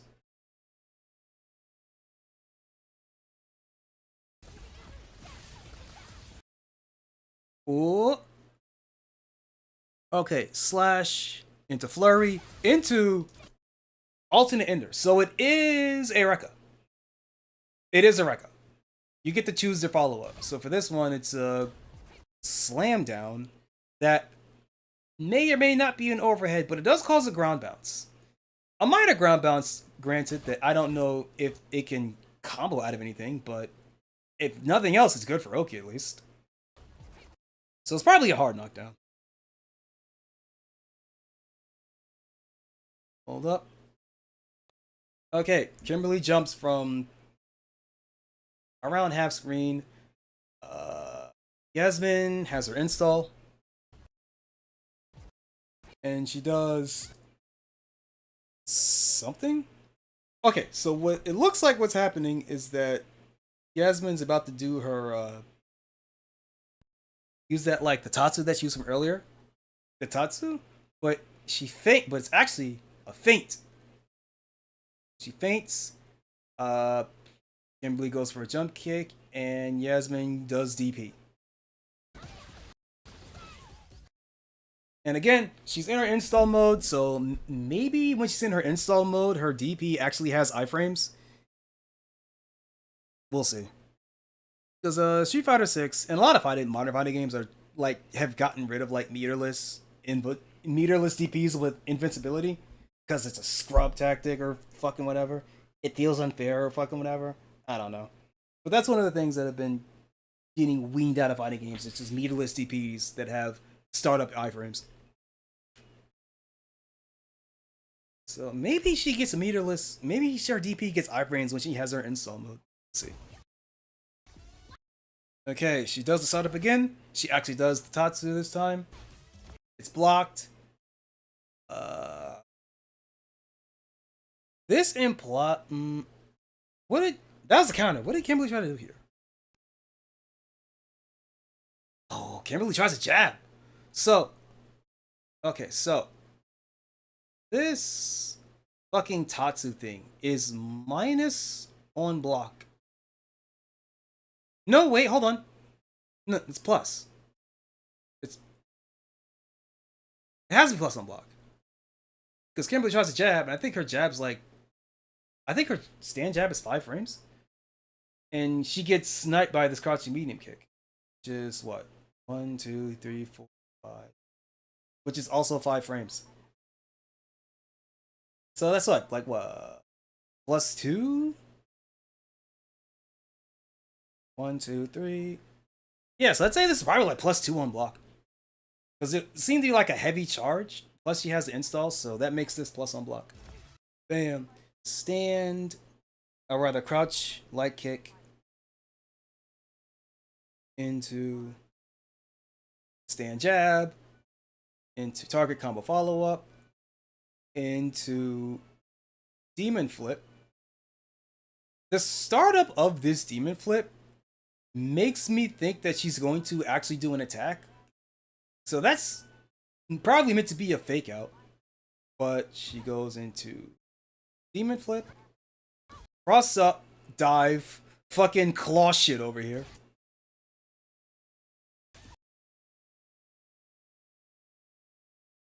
They might actually replace Claw with this character. Claw is plus enough for her to do what looks like crouching medium punch into flurry, into slam down, into DP. So I was right, you can combo after it. But seemingly only if you have the install. Because she had the install while she was doing it. I'm pretty sure. Unless the cross-up dive got rid of it? I highly doubt, which I highly doubt. Yeah, she still has her dive. She has it after cross-up dive, so yeah. Medium punch, flurry, into DP. Okay, what's this? What scenario is this?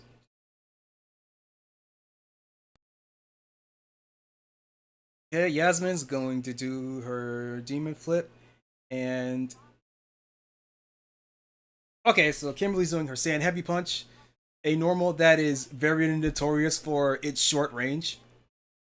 Like this was never gonna hit, but it makes the character, but it makes Yasmin look good. So Yasmin goes for a demon flip,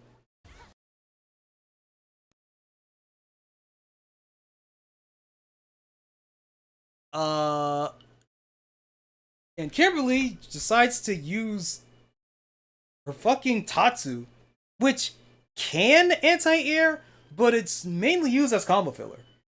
For Kimberly, you want to anti-air with Crouch Heavy Punch. Or you just move the hell out of the way.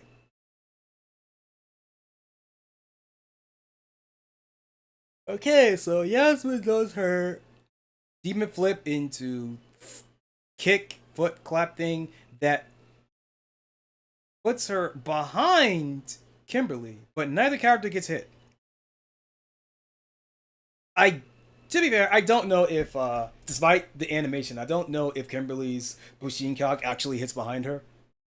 Because Street Fighter 6 has a lot of moves that look like it should hit behind the opponent, but actually doesn't. The cough cough Zangief spinning lariat. And because Bushin Calc is technically a DP, lots of landing recovery, which means punish counter, stand heavy punch. Bam bam bam. Uh heavy punch, bam bam, cancel into flurry move.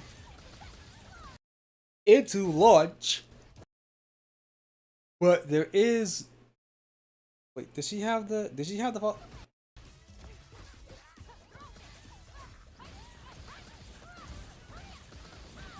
did she have her install? Yasmin does not have her install in this scenario, so she gets it during the flurry. Bop, bop, bop, bop, bop, bop, bop, launch. Okay, so after using the flurry, she gets it after the flurry, but not during, so you don't get to do the powered up version of the flurry into a combo. So this is basic version of launch. Doesn't seem that she can get anything out of that. Drive parry, so she's gonna drive rush. Yep, drive rush into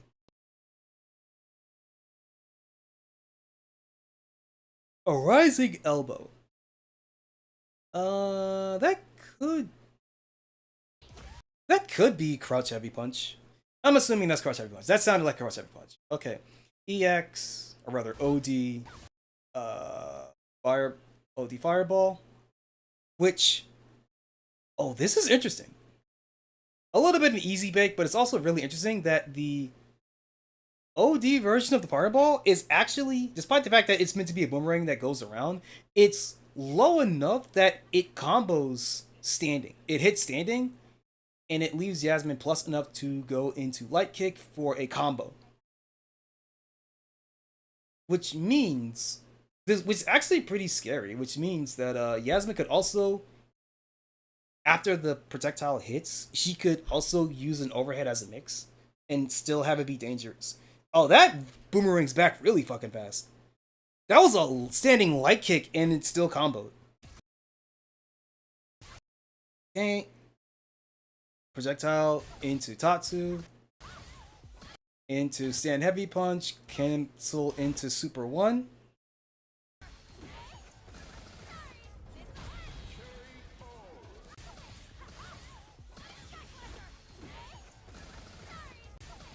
I'm trying to see if this is a strike throw. I'm assuming that Yasmin Super is a strike throw. I'm assuming.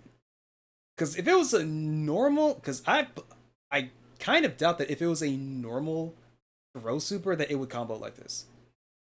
I mean, then again, Zangief also can do this. But I'm not seeing a hit spark. Yeah, there is no hit spark. So this is actually just a command grab super. Fuck, why doesn't Zangief super work this well? SA1. I'm assuming that if you have install, it's a more powered up version of it. Victory animation. Arigatou gozaimashita. Costume 2. I like the big dumb hairband. I like it a lot. I also like that the design of the karambit changes. Lily also has this. That like her Pogamagen changes design depending on what outfit you're wearing. And I like that. And to be fair, like I said, despite that the karambit is quite big. It is, to be fair, the karambit is quite big. It's as big as her fucking head. But in comparison to the rest of her body and the fact that she is designed as a weapon character, I do kind of wish that the Karambit was actually like at least double in size. Like I wish it was massive, but whatever, it's fine. I guess the reason why it's small is because it's meant to be like, oh, it's an extension of her own body, and also it's. I guess it was also like kept small for gameplay purposes, so that you don't get a lot of like extended hurt boxes on her moves when she uses knife moves. Because you know, if you've ever seen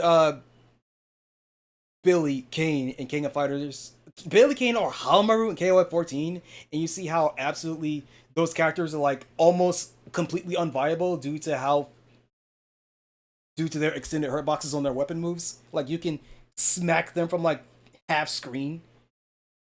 Ah, terrible. Ah, it's a tragedy. So it's probably also kept small for like gameplay purposes, which makes sense. But I just like the character of like, if you're gonna have a character with a weapon, I feel like that weapon should be exaggerated as much as possible. But maybe Street Fighter 6 wants to play by different rules. I don't know. All right. Also, I will say this: I like the school outfit. I'm not a big fan of like schoolgirl outfits in general. I'm kind of sick of it, honestly. This one's pretty nice. Supposedly, this is based off of an actual Filipina schoolgirl uniform of like specifically like high upper class, like high class, like rich school uniform. I don't know how accurate that is. Probably, I don't know. But I think it's cute.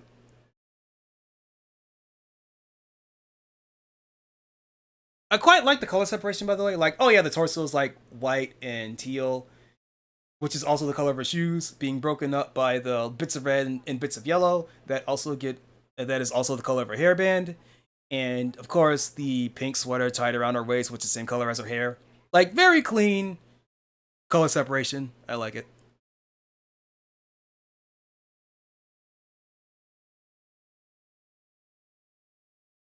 Oh, I didn't even notice the earrings. She has little pink hoop earrings.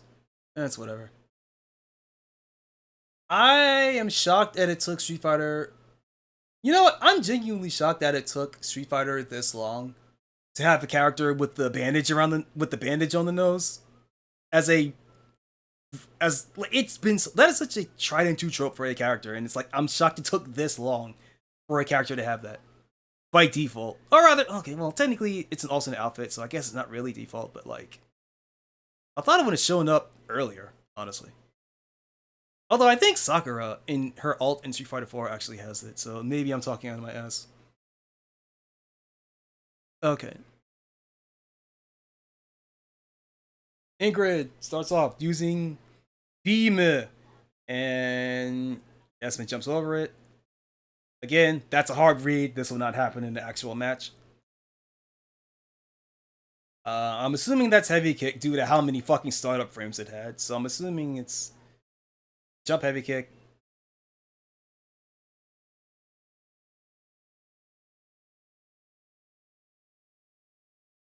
Land.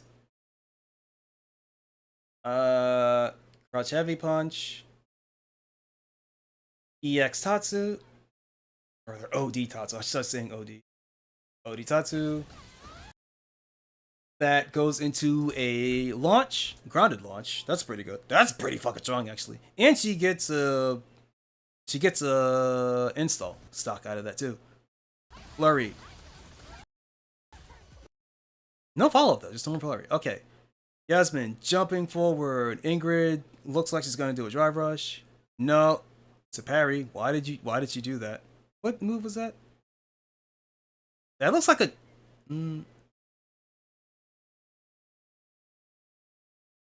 I feel like this is a move because I can't think of any other reason why Yasmin is doing mid-air splits. So this is probably like a. No, no, the animation's too smooth. I don't think this might not actually be a move. That's just what her normal jump forward looks like. Because from this frame, I would say like, oh, this is probably like a jumping down, like command normal down medium punch. But no, it just seems to be normal jump animation, I guess. I kind of doubt it though because of like We go from here from full split to landing. I don't know. Whatever. Hold up. You know. Fucking Art of Phoenix over here. But I'm assuming it's just like generic landing. Crouching medium kick. I am genuinely concerned by how many Street Fighter characters in Street Fighter 6 have this crouching medium kick. Because this used to be just like, oh yeah, this is the thing of the Shotos in Third Strike. But like, DJ has a move like this now. Alex has a move like this now. Like, it's kind of worrying me a little bit how many characters have this crouching medium kick. But anyway, the Third Strike crouching medium kick. What's your follow-up? Drive, rush, cancel.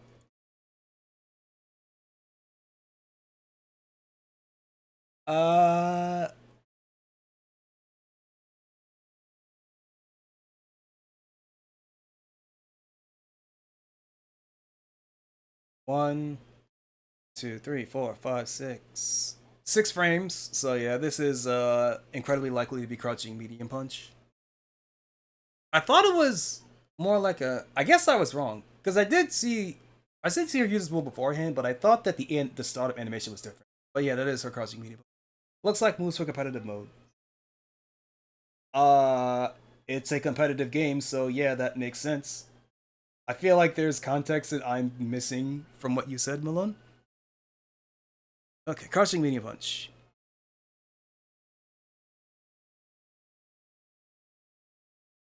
Stand jab. Really? You do a crouching medium punch and you only get a stand jab follow-up? That sounds wrong. Like, not even another crouching medium, not even a standing medium punch. It's like full on crouching medium punch drive rush. That's plus 4 frames into stand jab. That sounds wrong. Wait, is her thing glowing? It is. Okay, so stand jab. Bam. No, that's medium punch. Never mind. I'm stupid. That's stand medium punch. So crouching medium. Okay, so drive rush, crouch medium punch into stand medium punch. Target combo, stand medium punch again. I'm assuming. Into third hit, which is the launch. Special. It is special cancelable. Special cancelable into flurry move. Flurry, bam, bam, bam. Into the big slam. Into super, I'm assuming. Super SA2. Super 2. No! Slam into stand heavy punch. Damn. That's a combo. Stand heavy punch. Special cancel into DP. Okay. Alright. Yasmin does demon flip over Ingrid's fireball.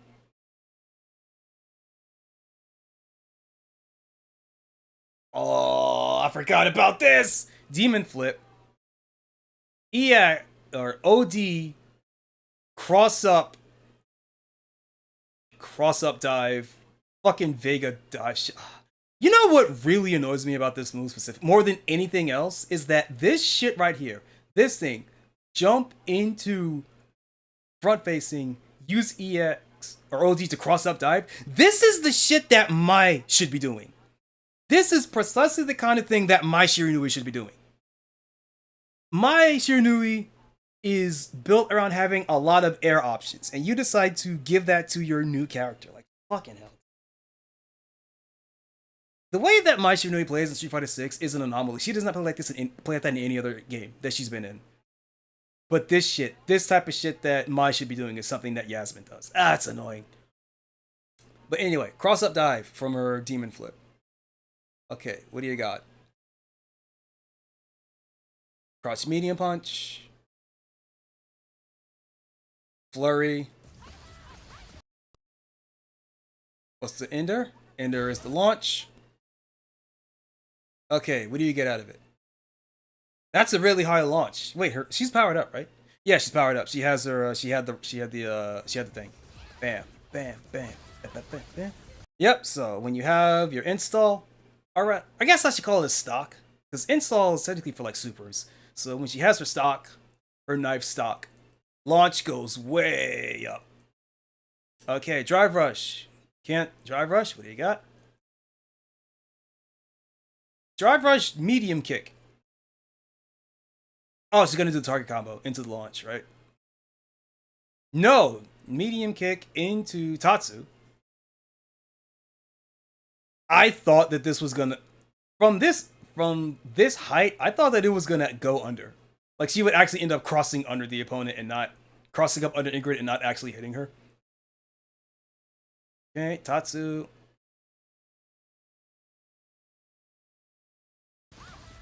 Mm-hmm. Seeing the combo. Okay. Ingrid is in the middle of her forward jump. And Yasmin throws the projectile.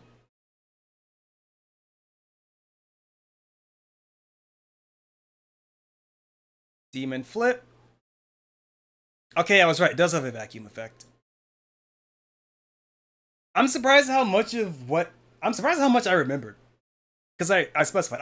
I did not watch this or I did not watch this early in the stream. I just had it in the background. And I hadn't seen this gameplay trailer since it first came out. And I'm kind of surprised that I managed to retain, like, oh yeah, no, the projectile does have a vacuum effect when it hits from the back. Okay. Oh, I see what was happening. I see what's happening. So I was technically right. Hold up. Let me go back to this. When I talked about this, when I talked about this frame right here, where Yasmin's doing the fucking splits, like, oh, it's really weird that this is her normal jump animation because that looks really awkward. And it's like, oh, because it's not. She was doing a demon flip. I didn't even catch that. To be fair, I don't know what the move is actually called. I call it demon flip because demon flip is a type of move, much like how Hadoken and much like how Fireball and DP and Tatsu and Beast Cannon are types of move. Demon Flip is a type of move. It is a command jump move that has multiple follow-ups. Generally, you get like a low follow-up, an overhead follow-up, maybe a command grab follow-up if the character's spicy. But yeah, this, I didn't catch. Yeah, this move, this is clearly the animation of her Demon Flip. This double somersault. So she just did somersault, and she's doing the startup of the kick thing, but she did it late enough that it didn't actually hit. Because that's what this is doing. She's doing this flip because Ingrid is doing her dry parry because it's parry bait. She's doing this to bait the parry to force Ingrid to spin her drive gauge. And then Ingrid recognized that and is like, oh, okay, she's not gonna do the move. Drive rush forward to get some momentum, and she gets sniped by the crouching medium, and then she gets sniped by the Yasmin's crouching medium. Okay, so go back here.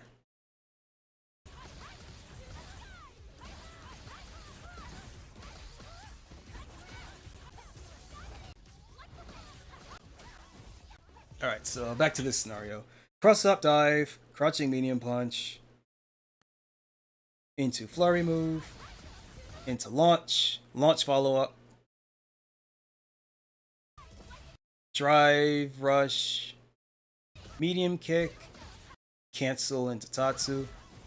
Okay, this one. Ignorance jumping, Yasmin throws fireball, does command, jump, does demon flip into clap. Weird kick clap thing.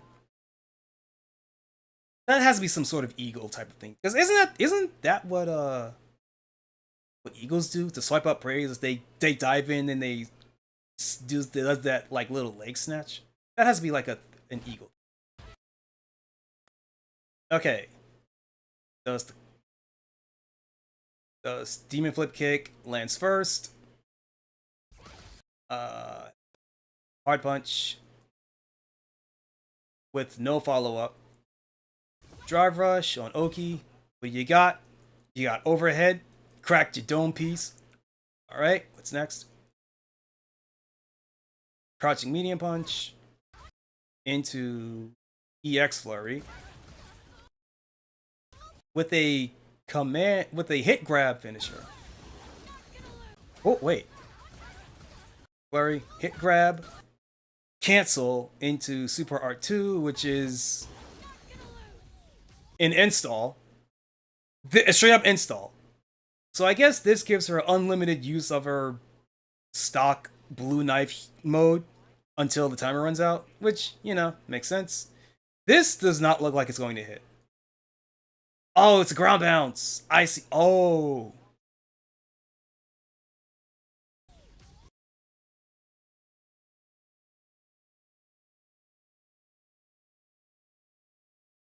Hold up. Rewind. So this hit grab follow-up on the flurry actually causes a ground bounce. It doesn't look like it should, but whatever. Cancel in the SA2, install super. Tatsu off the ground bounce. Alright, hold up. So it gets Tatsu. Tatsu, heavy punch. Bam bam. EX flurry. Or the OD flurry. Into another command grab. Another hit grab follow up. Gets sliced down gets sliced down the middle like a goddamn chainsaw. Actually, you know what this reminds me of? Hold up, what time is this? What time is this? 1:54. This reminds me, right? I remember recognizing this earlier. Let me go back to my download folder. This is exactly Nash's super in Street Fighter V. What's it called? Judgment Saber.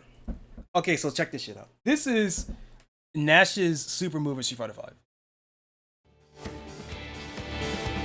I'll end you.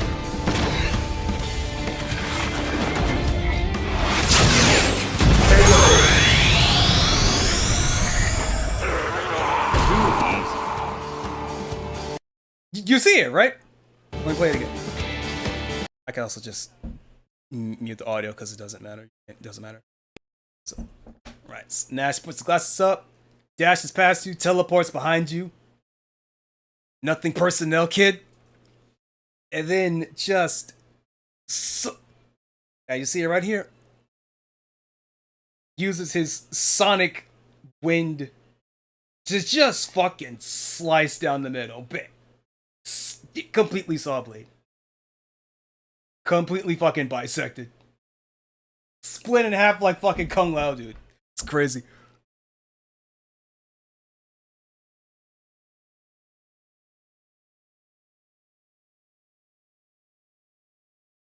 So, let's go back here. So into follow-up. So back to the Yasmin combo. Loud. Right here. Bam. Slice right down the middle. Like, again, I don't, and here's the thing. The uniquely, or rather, it's not uniquely, it's quite common. So here's the frustrating thing about this, right? So this is, I don't know if this is deliberate. I genuinely cannot tell if this is deliberately referencing Nash's super in Street Fighter V. Because this is exactly what it does. Complete with like it even looks the same. Even the spiral energy of it looks exactly the same. And it's like, okay, is there going to be any reference to this? And the answer is probably going to be no, because that move that Nash did, the Judgment Saber, was unique to Street Fighter V. He never had that move before. So, I'm assuming, like, I'm still like Bureau Red Cyclone notices, because he's a Street Fighter noticer, but like, I haven't seen anyone else mention this for us, that this is just Nash's super move of a character that she would seemingly have no connection to, because none of the other moves that Yasmin does are Nash moves. So this just seems out of place. I like that it does have an actual saw blade, like a motorized chainsaw sound effect to it though. That's pretty good.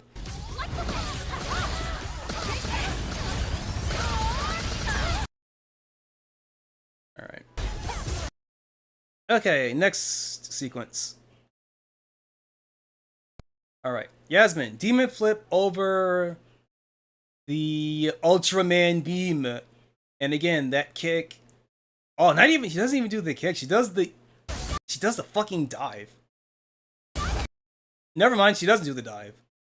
Okay, she does the kick follow up. But the OD version like reverses her jump momentum. So you can use it to hop over things. Pretty cool. Also hits really low to the ground. Also hits, or rather, it also is really fucking active. That's super fucking active. That's so active, holy shit. Ingrid drive parry, Ingrid parries, or rather Ingrid uses her drive parry to absorb the hit, but it's not a perfect parry. Okay, it's plus. Super plus. That Yasmin can get a throw. Yep, back throw. Throws herself out of the corner for some reason. Or rather, Yasmin throws herself into the corner. Like an idiot. Oh shit, what's this? Hold up. KOD demon flip, and Ingrid tries to counter with her DP, and it doesn't fucking work.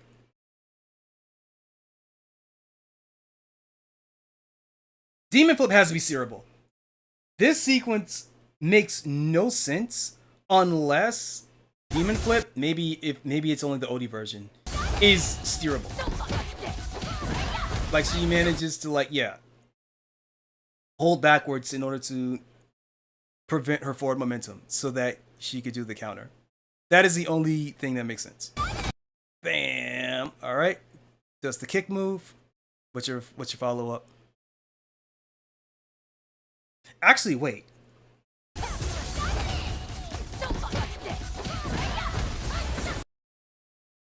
Okay, so the jump was OD and the kick was also OD. So I'm assuming that this does not take 2 bars, or rather does not take 4 bars to drive. I'm assuming that if you do the OD demon flip, then whatever follow up you do is also automatically applied to be the OD version with better frames and stuff.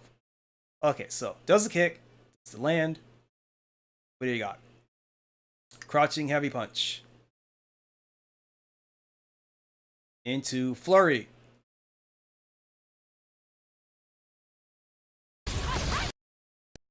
Okay, follow up. What's the follow up?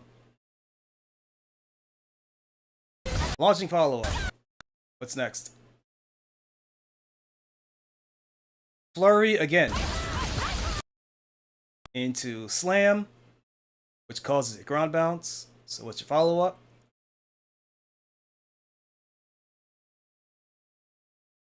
Heavy punch. Is that it? That's it. Woo! Wait, what's this? I forgot about this. Run forward. Does cross up slash.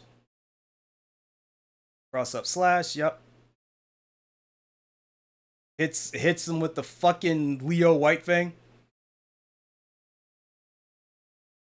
Okay, what's your follow up?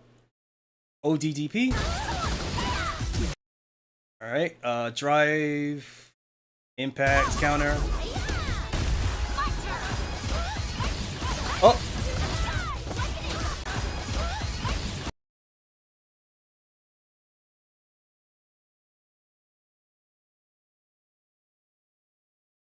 I have also noticed. Okay, I noticed that the stage that is being used here, this is a GOT stage. And I have something to point out about this later. Because I did notice something particular about Yasmin's themes that I want to bring up later. But first things first.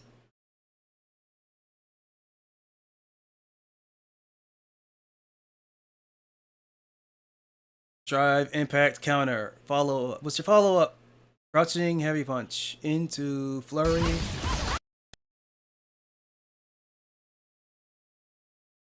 Launching follow up, it seems? Yep, launching follow up. Alright, drive rush. Drive rush, crouching medium punch into Tatsu. To heavy punch into into EX flurry into SA3.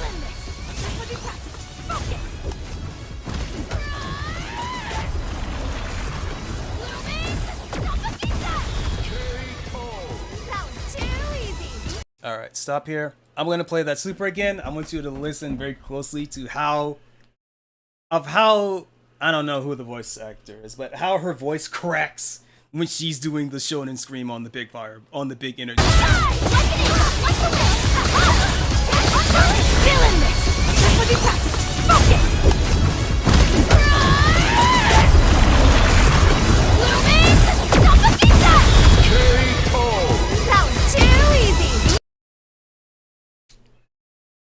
I like the energy in that scream. Obviously, the Japanese version is better because they're really good at screaming like that. But I want you to notice something about this move right here.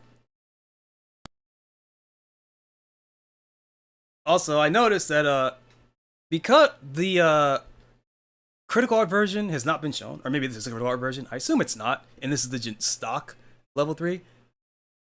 First of all, number one, this whole thing of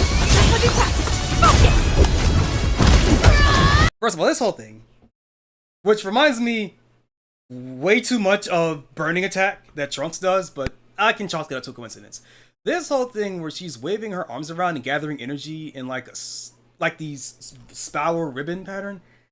This reminds me a lot of Chun-Li. I'm not gonna lie, but also this is very clearly, you know what? No, this is Burning Attack. This is straight. It has to be Burning. But more importantly than that, gathering energy, this whole spiral black hole thing, cool. And then you pay attention to the pose that she's taking here. This is literally just a Hadouken. The way that her body's turned into her palms, the fucking positioning, like this is Hadouken. Now, granted, this is like Hadouken as it is in like movies and shit where they overemphasize the hell of it and make it like a super kill move, but this is a Hadouken. Straight up. Bam.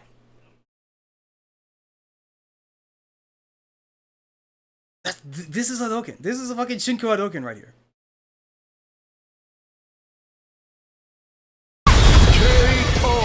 That was too easy. And then she has a little schizophrenia moment. Big fucking doe eyes. I'm assuming that the first mod that Yasmin is going to get is, yeah, you get to play it's her with her hair down permanently the whole time. Because this is a model. Because I'm pretty sure that this is not a custom animation, and it's actually like a different model with a different. So yeah, that's definitely going to be a mod. The first mod she's going to get. Kinda cool, A million percent.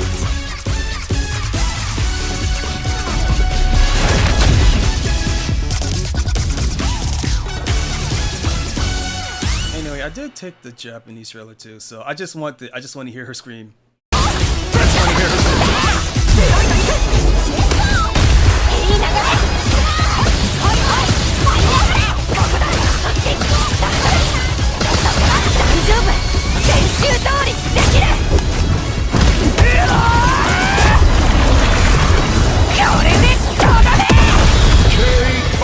Yeah, that's pretty good. That's good. まだちょっと足が震えるけどね。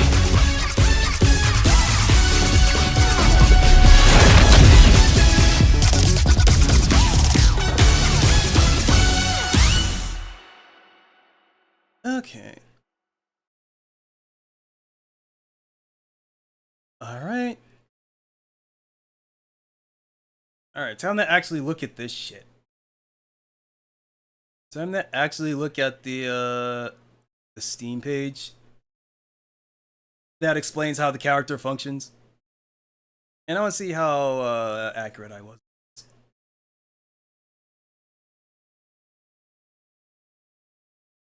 There we go. All right.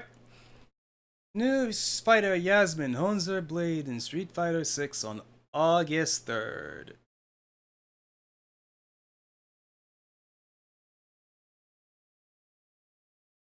There we go. Oh, actually, oh, Tagalog. Okay. Kamutsta? Kamutsta ka?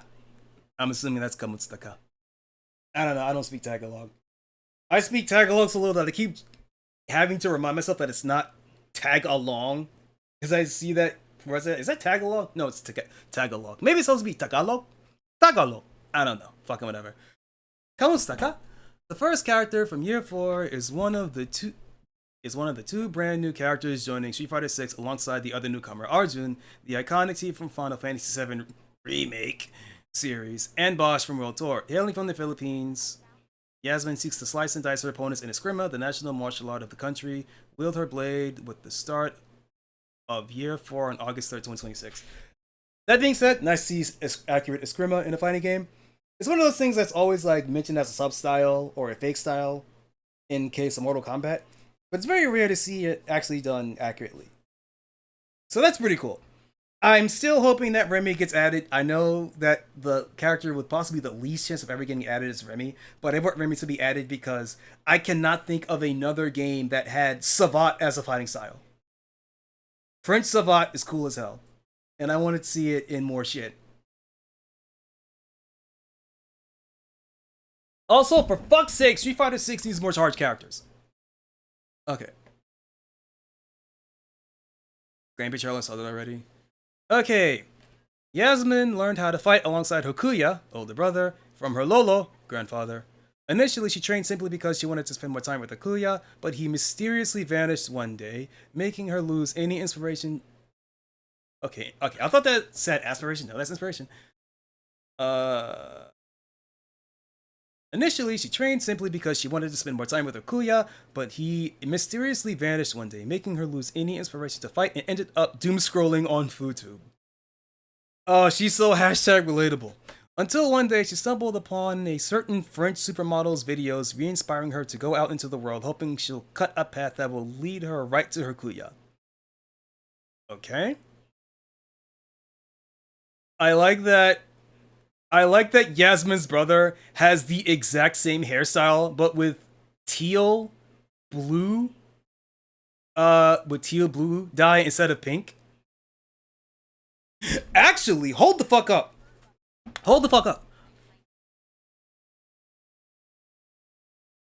Speaking of something that Street Fighter 6 has been like kind of like pulling its feet on, is Gil and the Illuminati. I mentioned earlier about how Marisa has a, like, the way that Marisa armors up is very similar to what Urian does.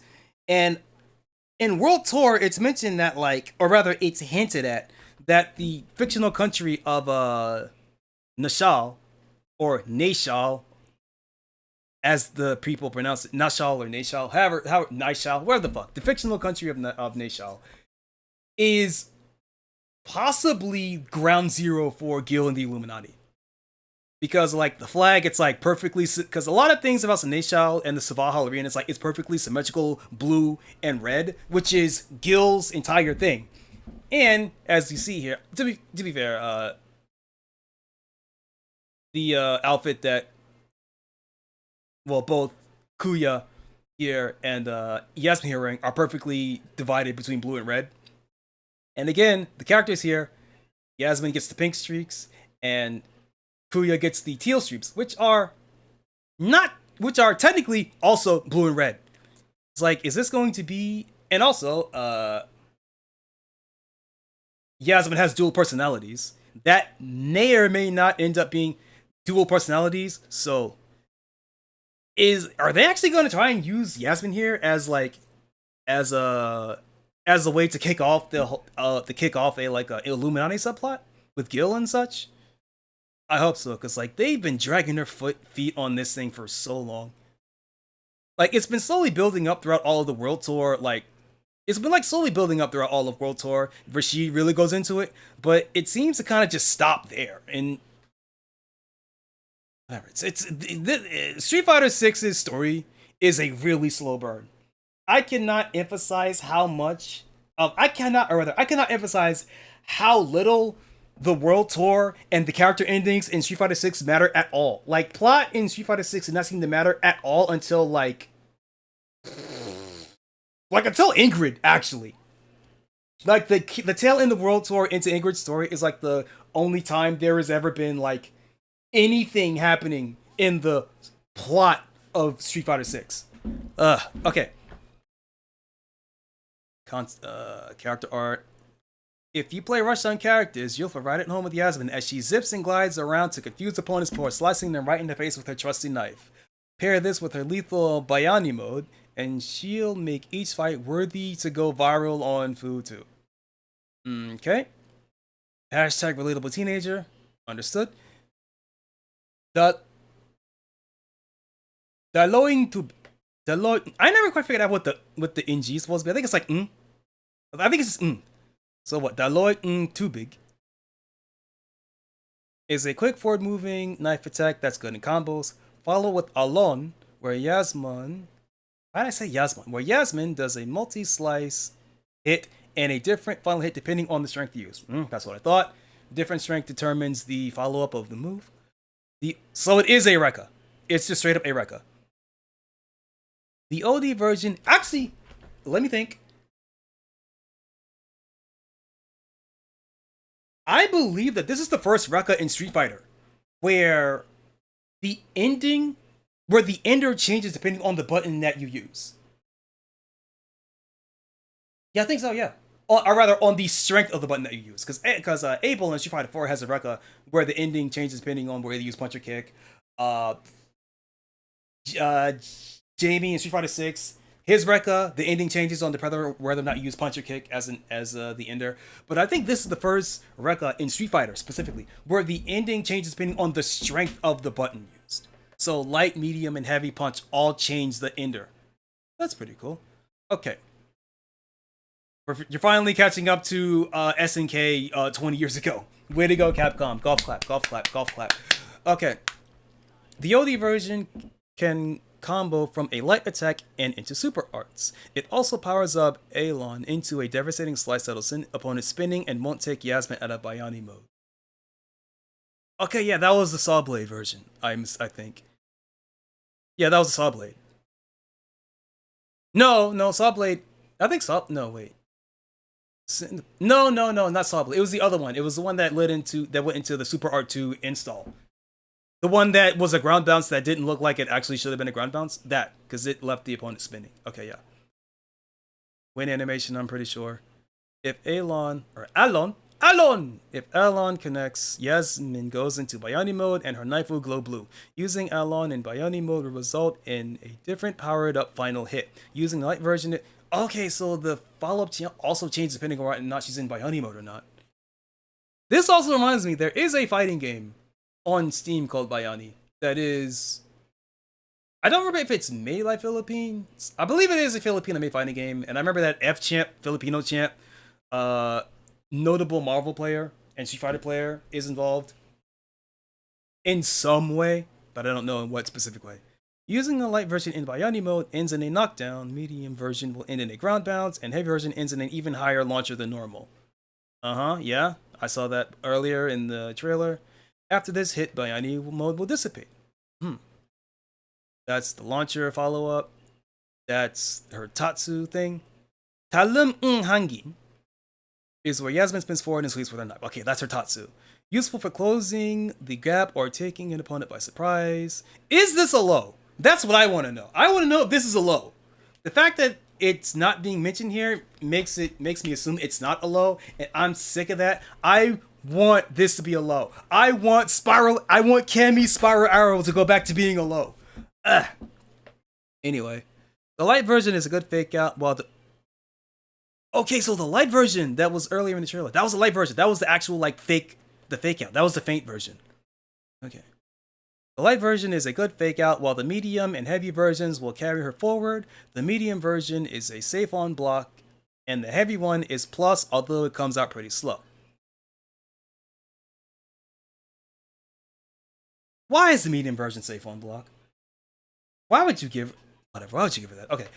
Whatever. Easy mode character. Easy mode character should be good. New character. Easy mode character. power scaling and all that jazz. Should be good. Okay. Hey, Splats. Choconnichi, bitch, how you doing?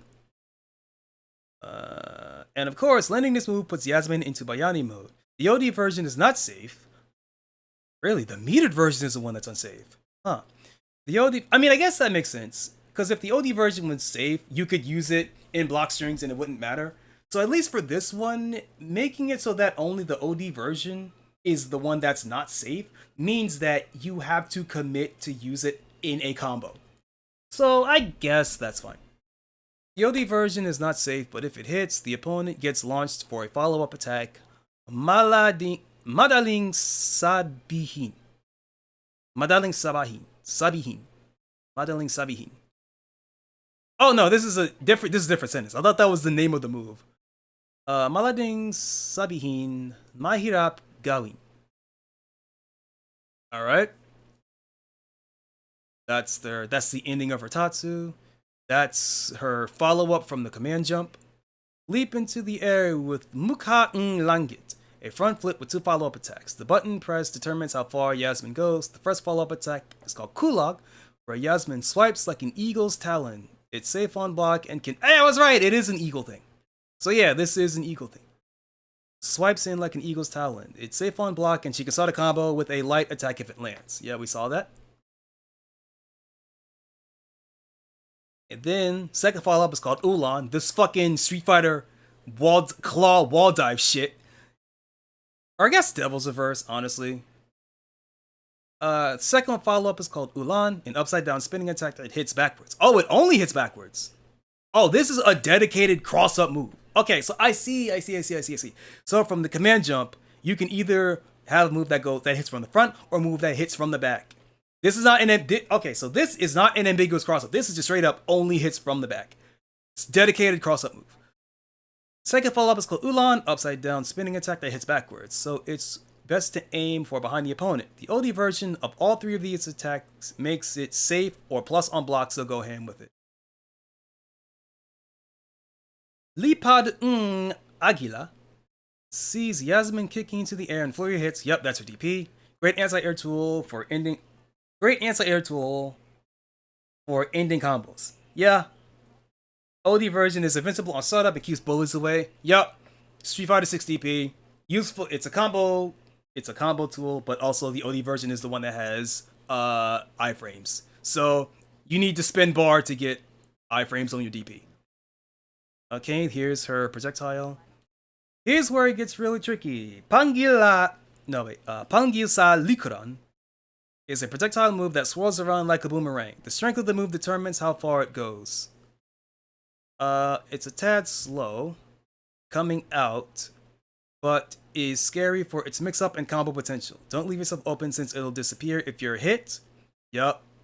Modern fighting game projectile. It's a Oki projectile or a set play projectile unless you get hit, in which case it disappears. I don't like that, but I understand why it's like that.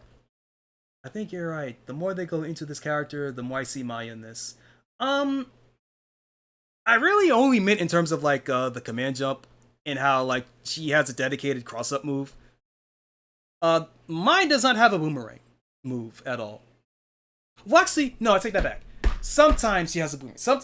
There is occasionally some games where Mai has a move where she tosses her fan up in the air and it causes like a delayed hitbox.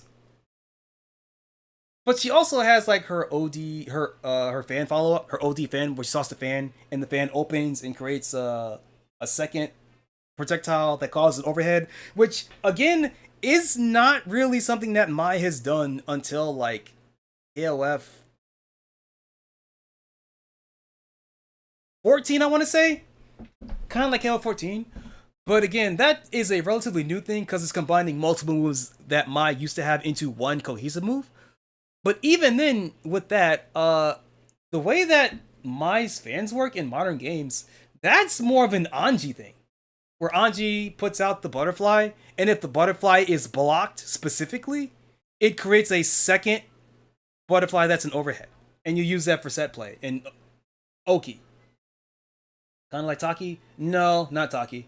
It's very specifically Anji Mito from Guilty Gear. The way Mai's fans work is very specifically Anji Mito from Guilty Gear. Hyper specific to that.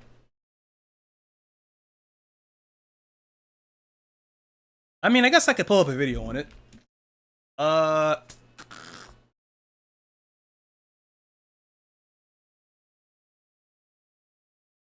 even forget what it's called. I remember that the logo kind of looked like. What is this shit called? So does you same kind of. Shitsu. Anjimito Shitsu. Actually, wait. Does loop? Is this a mod? Does this have a thing where it just shows the move in motion? It does not.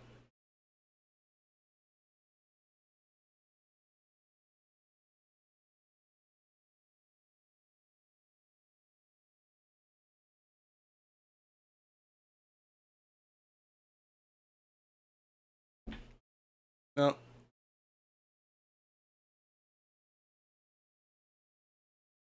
Intro, training settings, tap. Let's try this.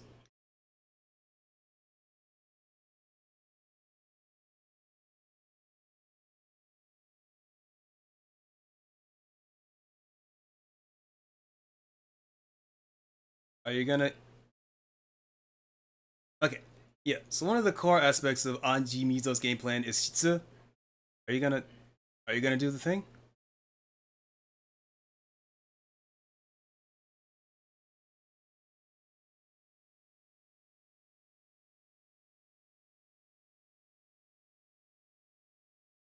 Yeah, right there. So Shitsu, this little butterfly, is a key point of Anji's game plan. It's a slow fireball. It is a very slow fireball, and it also like disappears. It's very short range, actually. But the gimmick is that if it's blocked, it transforms and becomes a stronger projectile that's an overhead. And also can restand in this game, apparently. That's pretty cool, I guess. And you can follow up some shit from it. But that's the big thing. You do Shitsu, you do this fireball, when the opponent's knocked down, bam, and then you run your offense. Anji's a Vortex character, basically. So I get my OD fan. And so, Mai gets this. Now, to be fair, it's the only thing. All right.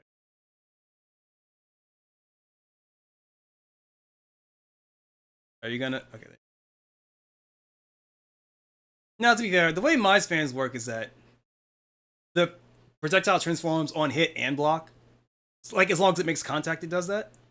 So that's not much. So that doesn't matter all that much. Do a fan, goddammit. Can I get one fan? Okay, there we go. Oh, that's EX, but the concept's still the same. Charges up the fan toss. She throws the fan.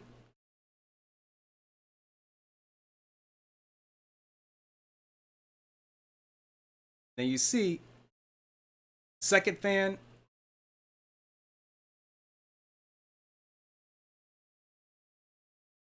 Yep. Was this patched out? I thought all versions of the. Also, nice reference to one of Mai's old supers, by the way, that she doesn't have anymore, where she throws the multiple fans. Used to be a super move. She doesn't have it anymore.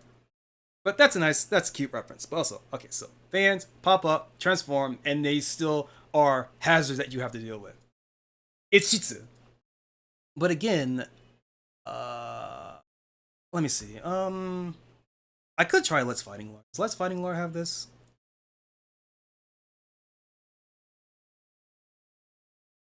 My real belt. Real belt Fatal Fury.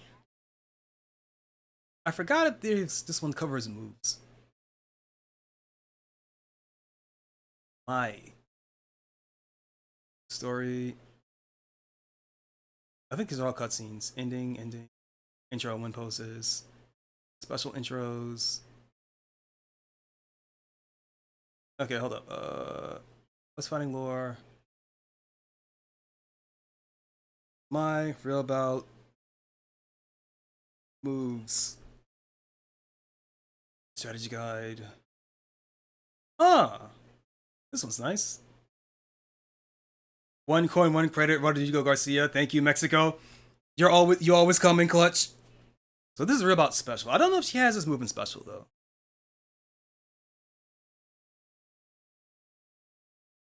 Ah, kind of. Kind of. I don't remember what specific game it was in. Yeah, the is that supposed to be righteous? Right? Or maybe it's riotous. The riotous. I mean, that's obviously not what it's called because you know, SK translations back in the day were vibes based. But whatever. Her fucking riotous butterfly fan, where she just tosses a bunch of fans in the air. It feels like a super move, but it's not. Yeah, this bam, bam, bam, bam. Right? It's meant to be a combination of that because there were Mai had quite a few moves where she would throw fans in multiple to cover multiple lanes. This is not one of them, but it's basically it expanded on a lot of her moves that she doesn't have anymore because these were never. Actually, I think this wasn't one single KOF game. But yeah, and I don't remember which one it is, but like in one of the games when she tosses the fan up, it would fall down and become like a delayed projectile. But it was not this game because that's just a Rekka.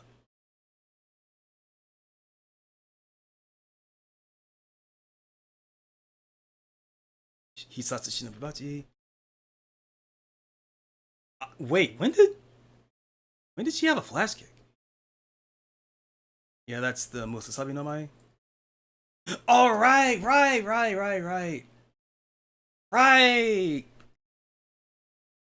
I forgot. I fucking forgot. Yeah, Kagero no Mai. There were a couple of games where Kagero no Mai, the flame tornado, or the sun flash flamingo as it's known here. There were a few games where Kagero no Mai was an actual charge move. I forgot about that.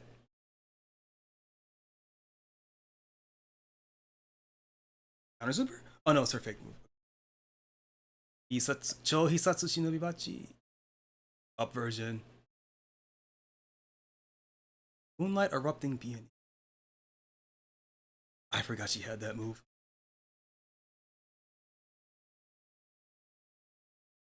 When was the last time she had this? Like KOF 13, I think this was part of her super. Maybe. I know she has it in Dead or Alive 5. I don't know if she had probably 6 as well. Like this fucking thing. Holy shit. I do like it when games pull moves from old games that are not used anymore. Love that. I've said it forever. I love that how all of Terry's target combos in Street Fighter 6 are just moves that he doesn't have that he used to have but not anymore. Fire kick, power drive, power shoot. Oh, it's great.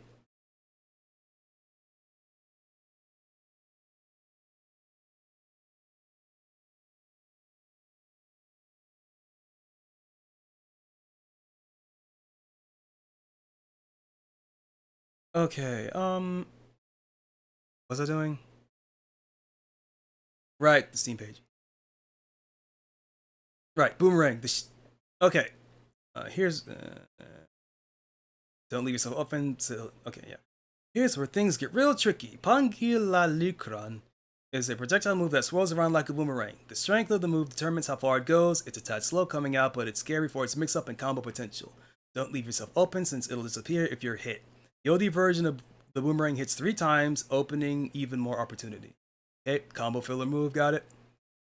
It didn't mention it, so I'm assuming it doesn't happen, but I figured, or rather I assume that the strength of the button that you use to do the move changes the angle of the boomerang, but maybe not.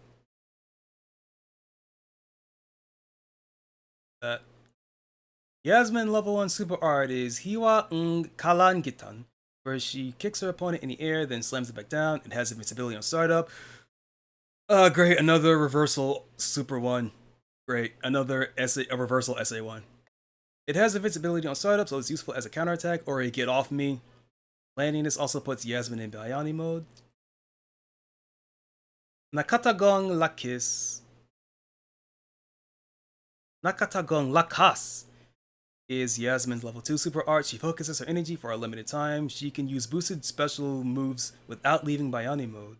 She can also use Linya Liwanag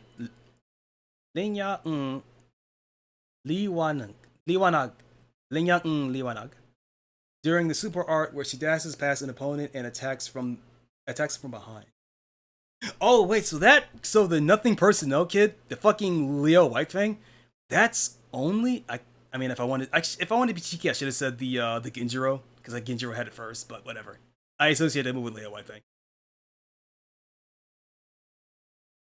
But yeah, the nothing personnel kid dash behind move, that's only from her level 2? That's not a normal move she could use in the Bayani mode? Huh. The OD version of Aelon also changes completely during the super art where Yasmin cuts the opponents with a buzzsaw of energy.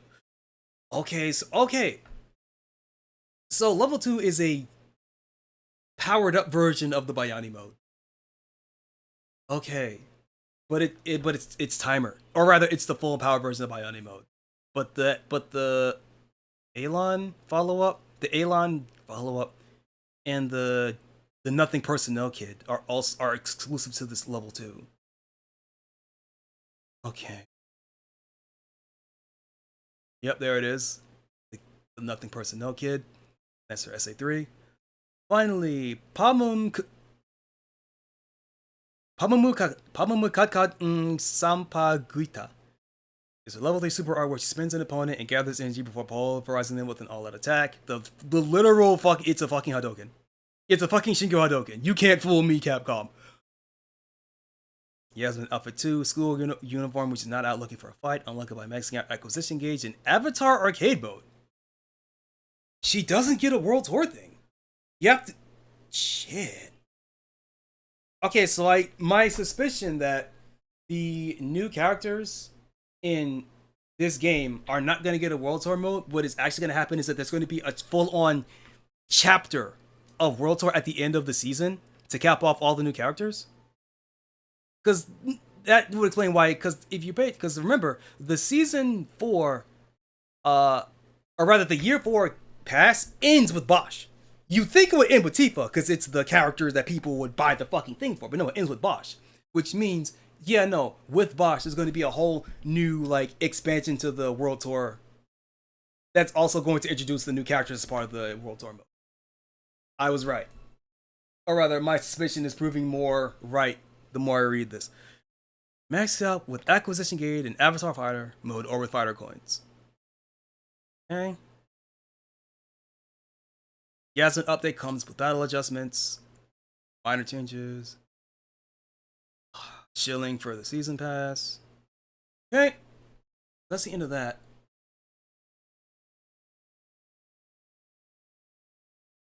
I feel like there's something I wanted to bring up because I have this saved, of this image here of Yasmin in her schoolgirl uniform that I feel like I'm supposed to say something about. That I probably did before I started the stream, but then I did and just fell out of my fucking head, so.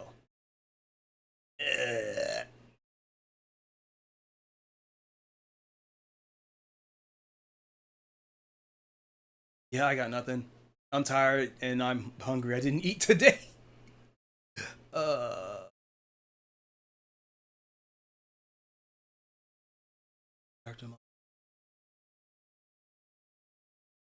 DFG. Ibuki.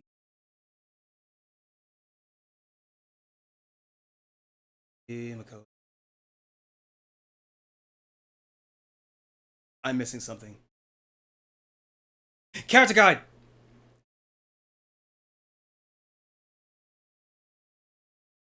Character guide. Right. I wanted to watch the character guide.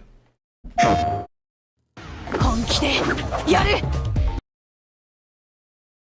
want to see if my speculation of Yasmin's I want to see. Yeah, I want to see if my gameplay speculations of Yasmin were correct. Like again, she's a new character. She's protagonist coded, which means she has to be easy. She has to be overall easy to play, and her strong gimmick being that. Well, I thought it would be like her fireball, but no. It seems that her big gimmick is actually her Rekka and her Bayani hero mode stocks, or not stock, her install. It's an install.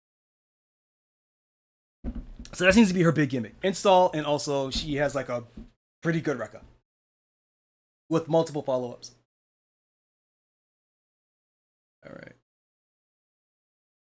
Alright.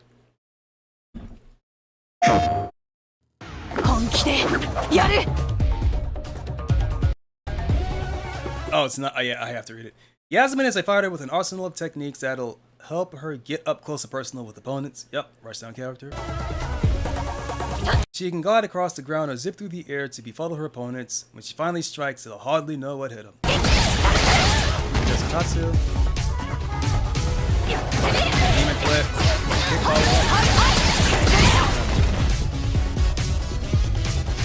Connect with specific attacks to activate Bayani mode. This powers up Aelon, making you deal more damage, making it a valuable tool when using combos.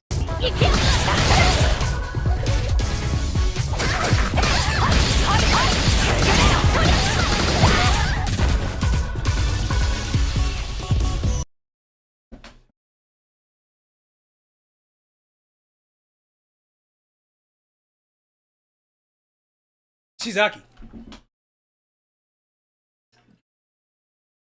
This is just Aki. So for context, Aki's entire game plan revolves around poisoning the enemy. And what poison does, in addition to just slowly sapping the opponent's health, what its main purpose is that it debuffs, it makes it so that when Aki uses specific moves when the enemy is poisoned, it leads to combo follow-ups. So your goal is Aki is to kind of like get the opponent poisoned, and then put him in a position where you use your combo extension that was granted to you by getting the enemy poisoned to put them in a corner, and then just kind of lock them down there, get them in burned out, and then just fuck them up. But the idea of like, oh yeah, I landed this move, which now grants me access to combo follow-ups the next time I hit you, it's the same style of character. Although I guess in this sense, Yasmin is clearly more offensive focused, while Aki is more neutral focused. But it's the same idea. I hit you with this move. Now, the next time I hit you with this move as a gamble for the next time I hit you with the move to really fuck you up. It's okay. It's just Aki again. Alright. Aki, but with a fucking... Or Aki... If Aki was a Vortex character, basically. Deloitte, too big. Forward moving, knife attack, good for starting combos from normal moves. That's the flurry, right?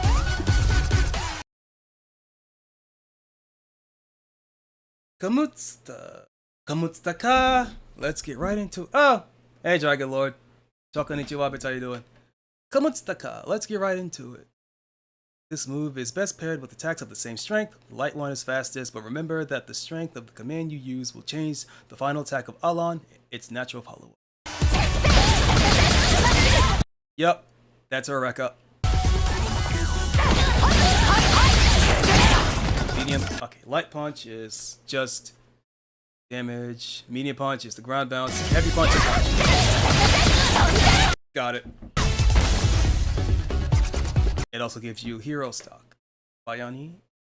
Aelon connects. I go into Bayani mode, and my Karambit will glow blue. Bayani mode powers up my next Aelon, so I can stop the opponent from hitting me back or make my combos even cooler. Yep. Make your moves plus on block, and give or gives you combo extensions. Yep.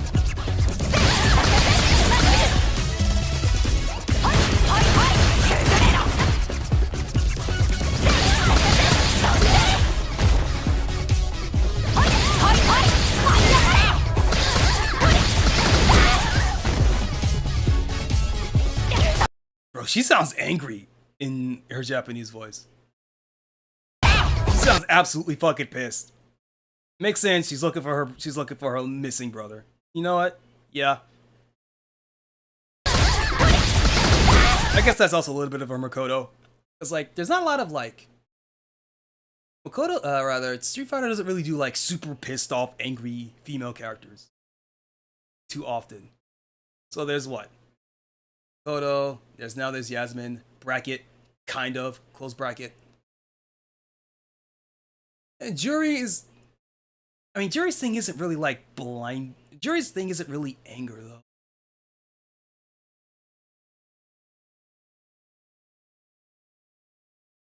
There's the Capra, yeah. Who else? Off the top of my head, I can't really think of anyone else. Oh, right, shit. I forgot to mention. Which is kind of funny because I had Nikali on screen earlier. The way that... You know what? I'll save that for after the video. Because there's the other thing I want to talk about the Sagat stage.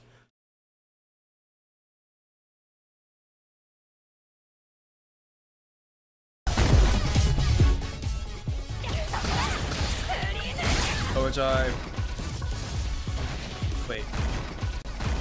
Wait. Overdrive, like the light version, this one has a speed to combo from light attacks. More importantly, it powers up A-line into a slicing attack sharp enough to cut through Lechon. Sure. So there's the follow-up.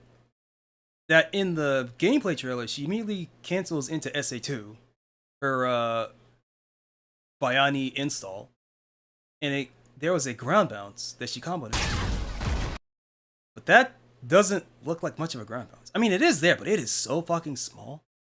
So I guess one of these things was like, if you land this, you have the opportunity to commit to the SA2 install and combo after it, and if you don't, then there's no other way to do it. Like, you can't do no drive, rush, follow-up. You have to use bar to combo from this. Okay, I see.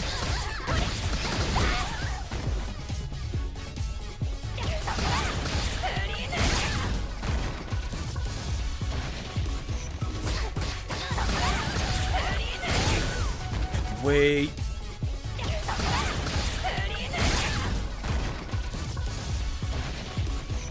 Cross jab, sand jab. Okay, that's just okay. Yep. Jab, jab, jab. Jab, jab, jab. Rekka. You can even cancel overdrive, A-line, and super arts. My Lola always said when it was time to go all out, this was the move for the job. And it looks like you can cancel every single hit too. That's pretty cool. You can cancel. It seems you can cancel every hit of the Rekka. Yep, the Street Fighter V Nash Super, right there. Talim ing hangin. Forward sleeping knife attack, good for closing the gap. Yeah, that's her Tatsu, basically. That's a Tatsu.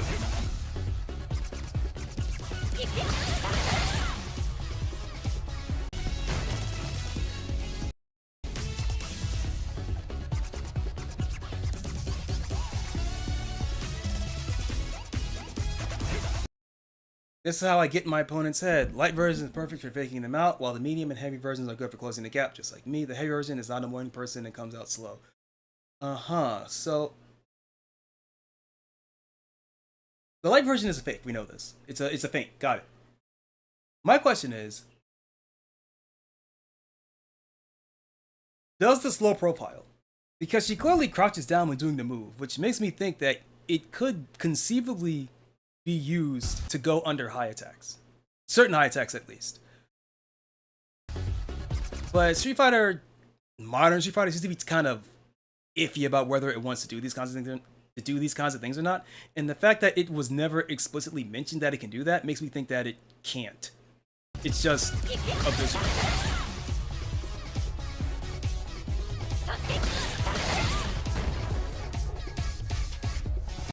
The medium version can't be countered when it's blocked, and blocking the heavy one even lets me attack first. Yup, safe on block and plus on block. This makes the move perfect for when your opponent is sitting there boxed up like a cute turtle.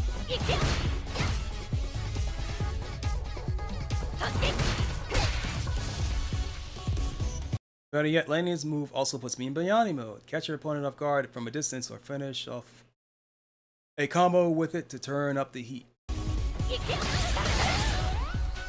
Yep, sacrifice damage for your install.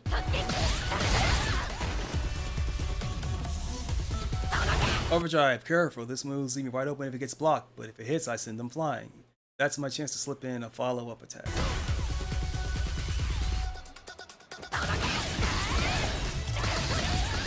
Oh, that's a good launch. Langi. Leaps to the. Okay, that's her command jump. Alley-oop. This leaping attack bridges any distance, bringing you face to face with your foe. Just remember that the button you use determines how far I jump. Yeah. Is it straightforward where it's just distance? Just distance. Stronger attack means stronger distance. Yup. Got it. Follow-up number 1 is called Gulag, an attack that swipes at an opponent like an eagle's talons. Your opponent can't counter any attack if they block, and you can start a combo with a light attack if it connects. That's so fucking meaty, dude. Because you would think, logically, that the attacking part of this move is when she claps her feet together like this. Like, this is the attack. But it's not. Like, it's all the way, it's still active all the way down here. This move is so fucking meaty. Holy shit. Yasmin is going to be able to get some fucked Oki from this move, dude.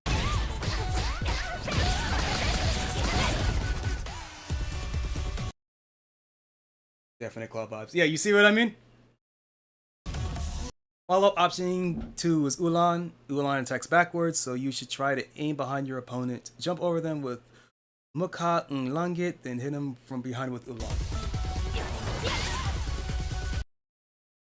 Wait a minute, I thought this was a dedicated cross-up move. Why did that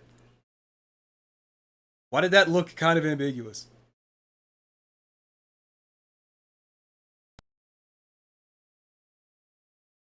I mean, it's right off. Okay, so it has a hitbox not only to the side but also below. So that hitbox is more vertical than I was expecting.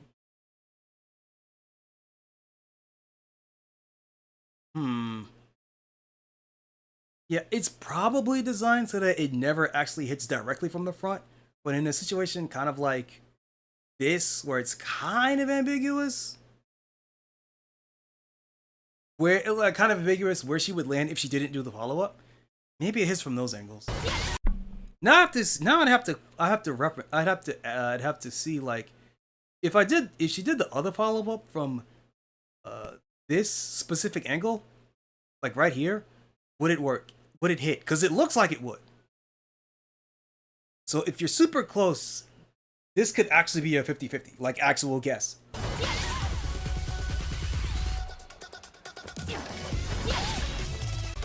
Hold up. I'm trying to see, like, because this was like light and kind of like, let's see. You know, that's yeah. It seems that she could follow up from that, even from that high up.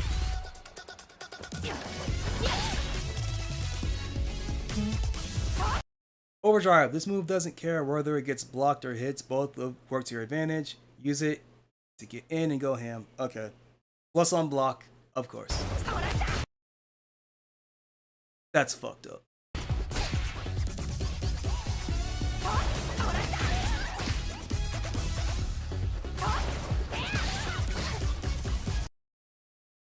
Oh, okay. Lipad Ngagila. Fix into the air, unleashing a flurry of hits when it connects. Useful for countering an opponent's jumping attack or part of a combo. Yep, that's DP. Normal, it's a normal DP. No gimmicks. This move is perfect when hitting opponent in the air. Let loose when you see their feet leave the ground, and boom. Next time, not think twice about jumping. Not bad for any combos either.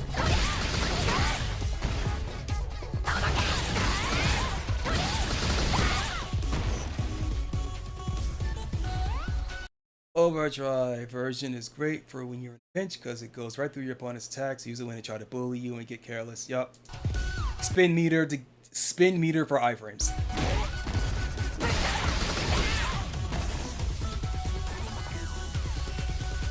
Angil Salikran. Hurl a projectile that loops around like a balloon. Okay, so my question is, does the strength of the button determine where the boomerang goes? I'm going to assume yes.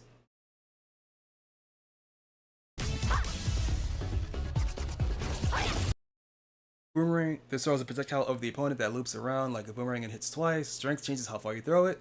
Make sure you get the right angle, otherwise all it'll do is cut grass.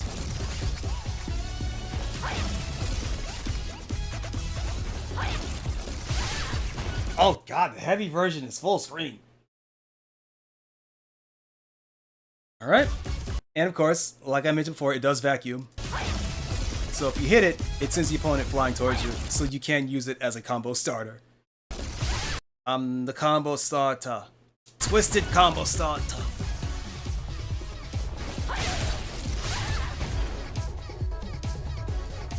Oh, even the normal version actually hits on the way up. I'm going to assume, for the sake of my sanity, that this is like even on hit. Like maybe slightly plus, but not enough to get a combo from. You have to burn bar for that. That makes more sense. And the second hit will always launch. Let's see. It's a little slow to throw, but if it hits, you can pummel it with a combo. If it's blocked, you can use that open to give him the old mix-up.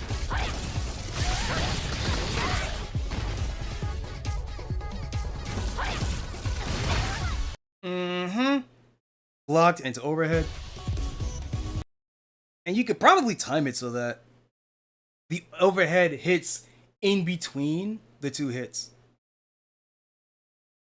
Asha. Why'd I say it like that?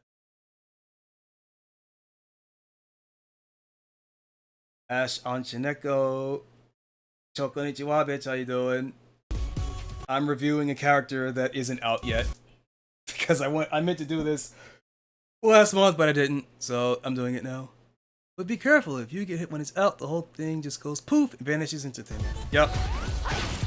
Modern game design philosophy, you cannot have a character with a projectile like this and not have it disappear on hit when they get hit. Back in the day, that shit would still be coming at you and you just have to deal with this weird situation. I miss it, honestly. Overdrive. Overdrive version hits 3 times. It's good for offense and defense. Try it out when you've got some drive gauge to spare.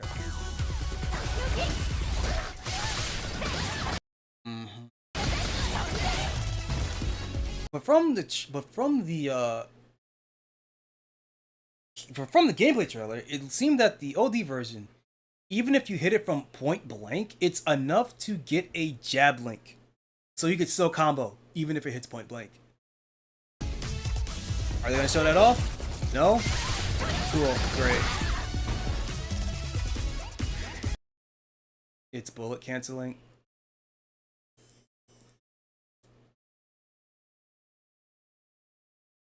You know what? Sure, you can have that. Iwa kalan gita.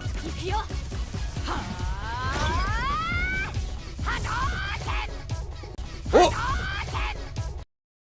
What did I say about her SA3 being Hadouken? And then she does it here. This has to do something. Because for like the last, I'd say like for the last 2 characters, every character has a taunt that does something. It might not be useful, but it's something. Obviously, the big ones are like, oh yeah, you can activate Shiniguma mode, or you can activate Dark Ingrid. But there's even minor stuff, like Marisa has a taunt where she just has armor. It just gives her armor. You can't do anything with it, but it's like, yeah, while she's taunting, she gets armor.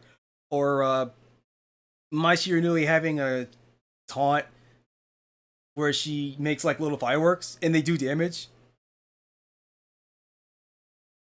Or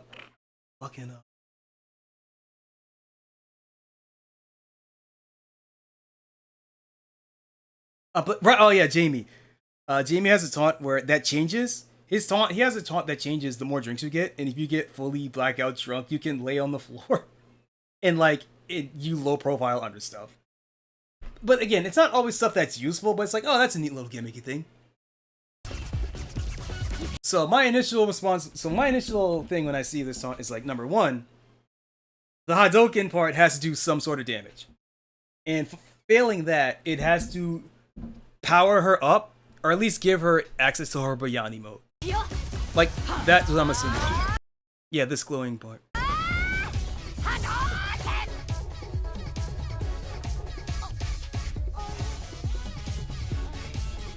No, it doesn't seem to. No, it doesn't. It doesn't power her up. I would have sworn that this would have at least activated, like, giving her a Bayani stock. So maybe it actually just does damage. Not a lot of damage, but something. Maybe it does like 1 point of damage, but causes like a wall bounce or some shit. Alright, anyway, Hiwa Kalangitan. Kick your opponent into the air, then slam them back to the ground. Has invincibility on startup. Useful. Oh, this is her level 1. Hadouken! She did technically do it though. She did do it.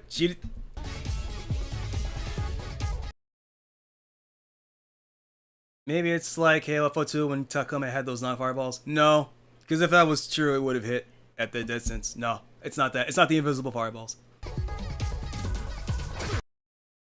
This move has invincibility, so it's great for making a comeback or sneaking in some damage at the end of a combo. Landing it will also put me in Bayani mode.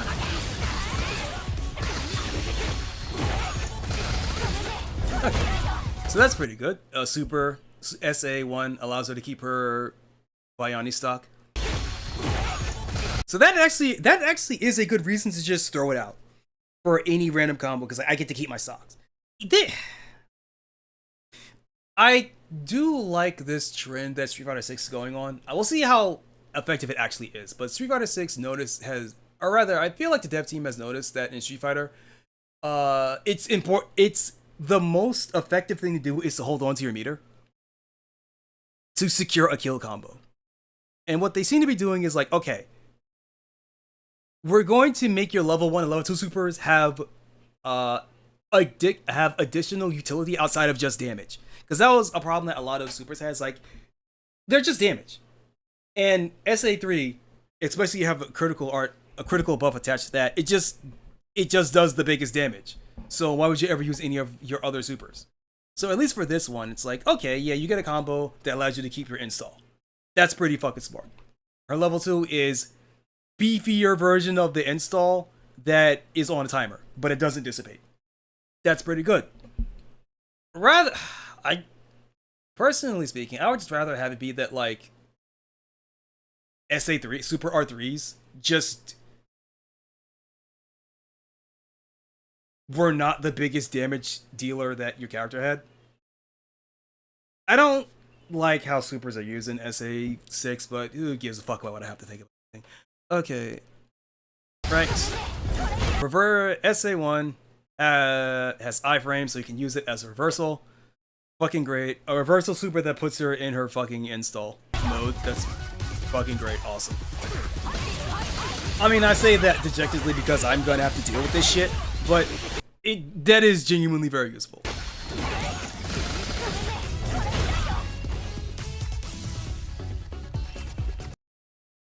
Nakata Gong Lakas, which is basically Bayani mode, but better. Gives her access to more moves. Focus your energy to strengthen your attack. Oh. Focus your energy to strengthen your attacks. For a set period of time, you can use boosted special moves without leaving Bayani mode. The question is, how long does it last? And also, does it drain faster if you use Bayani moves? Hopefully it doesn't, but we'll see. It took a while, but I learned how to sustain Bayani mode. This unlocks a new move, Liwanag, and makes other ones stronger. These use up the timer though, of course. So make sure you got a plan on lock. Is it all moves or just the exclusive moves? Oh! No, it's all of them. Okay. I would at least rather have it so that the only moves that drain the Bayani, that drain the timer, are moves that are the exclusive moves to this mode, which is like the Alon follow, the Rekka follow up, and the Nothing Personnel kit. Because the way Yasmin already exists, or rather the way her game plan is right now, the only way that you would not be in Bayani mode at all is like the start of the round. Because if you're smart, any combo that you do would be with a move that puts her in Bayani mode. So you're always gonna have she's always gonna have her Bayani mode, regardless of whether or not she's in her SA2 or not. If you play smart with the character. Canceling into this from a normal move is extra handy. Cancel after a hit, and the rest of your combo will be powered up. Cancel after being blocked, and you're still able to move before your opponent can. Neat, huh? Yeah, that's how an install super works.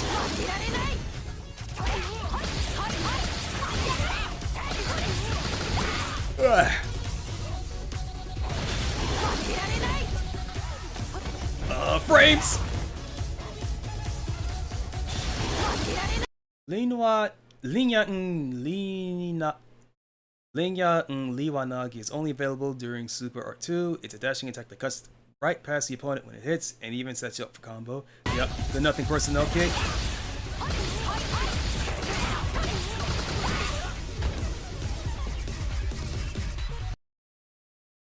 Pamumuk Kad Sampalita. Yep, her level 3. It's a big Hadoken. You can't fucking fool me, Capcom. Powerful attack to pulverize an opponent. Utilize its invincibility to launch a counterattack or use it as a combo finisher. Fucking hell, a character actively advocating for Wake Up Super.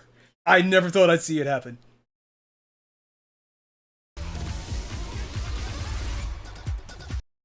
This is your secret weapon for big damage. You'll want to add this to a combo so you're sure it goes through, but its invincibility means that you can use it to get out of a pinch too.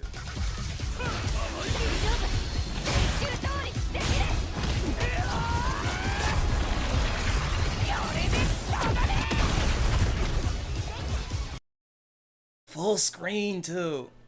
I mean, that's technically a bad thing for a character that wants to be up close. That's a... Alright, that's interesting. This... Okay. The text didn't change.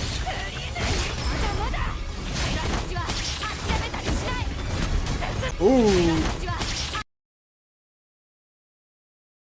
That's cool though. Did her eyes change color? Or is that just the effect? Or is that just the effect of the lighting? Or did her eyes actually change fucking color? Oh, they did?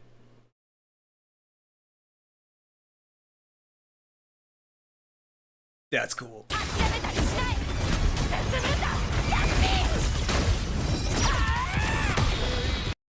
Also, I like to point out, her aura starts off with blue.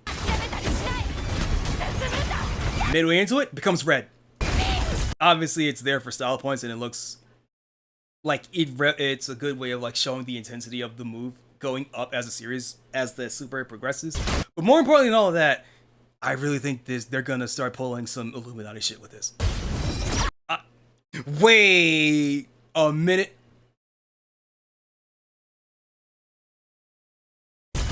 Oh, she creates a dome and then bursts out of it. Okay, that's cool as hell. That's fucking sick. That's fucking sweet. Wait a minute.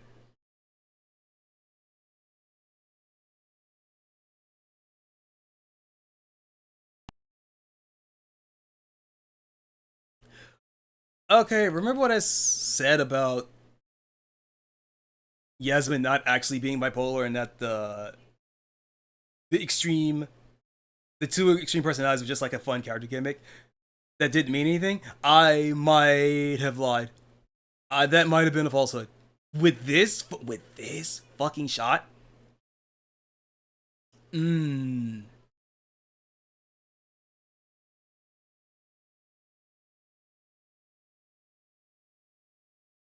Save this image real quick.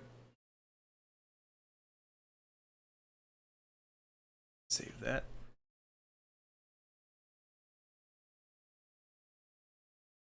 Open this up later. Save that for later. Okay. I'm going to pre-type this in.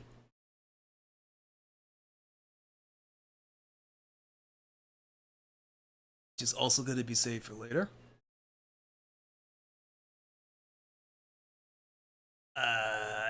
I'll look that up later. It's fine.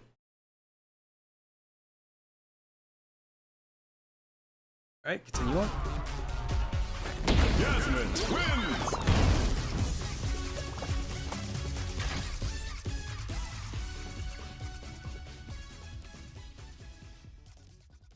Okay, so that's yes.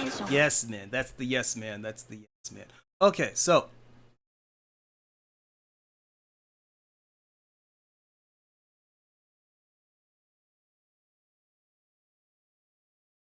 Is here. Okay, never mind. That's not gonna work. Open File Explorer.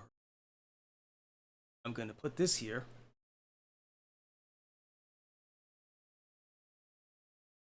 I'm just gonna put this right here.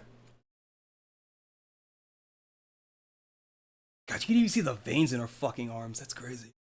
And then I'm going to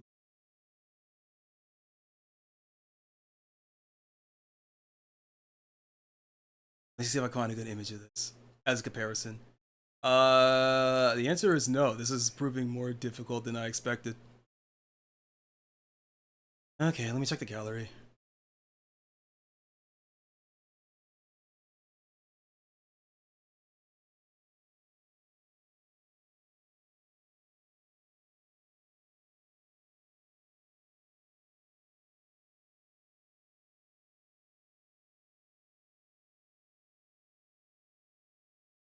This one's cool, but it's not what I want.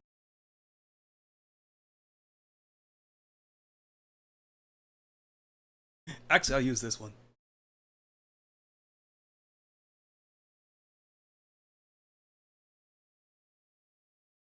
Okay, so now that we've seen Yasmin, you've heard Yasmin, I now want to give a comparison.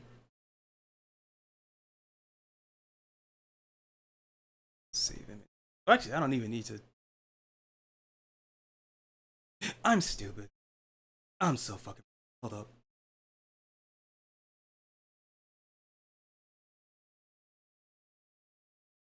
See, what I should have done is just put it right here. Bam.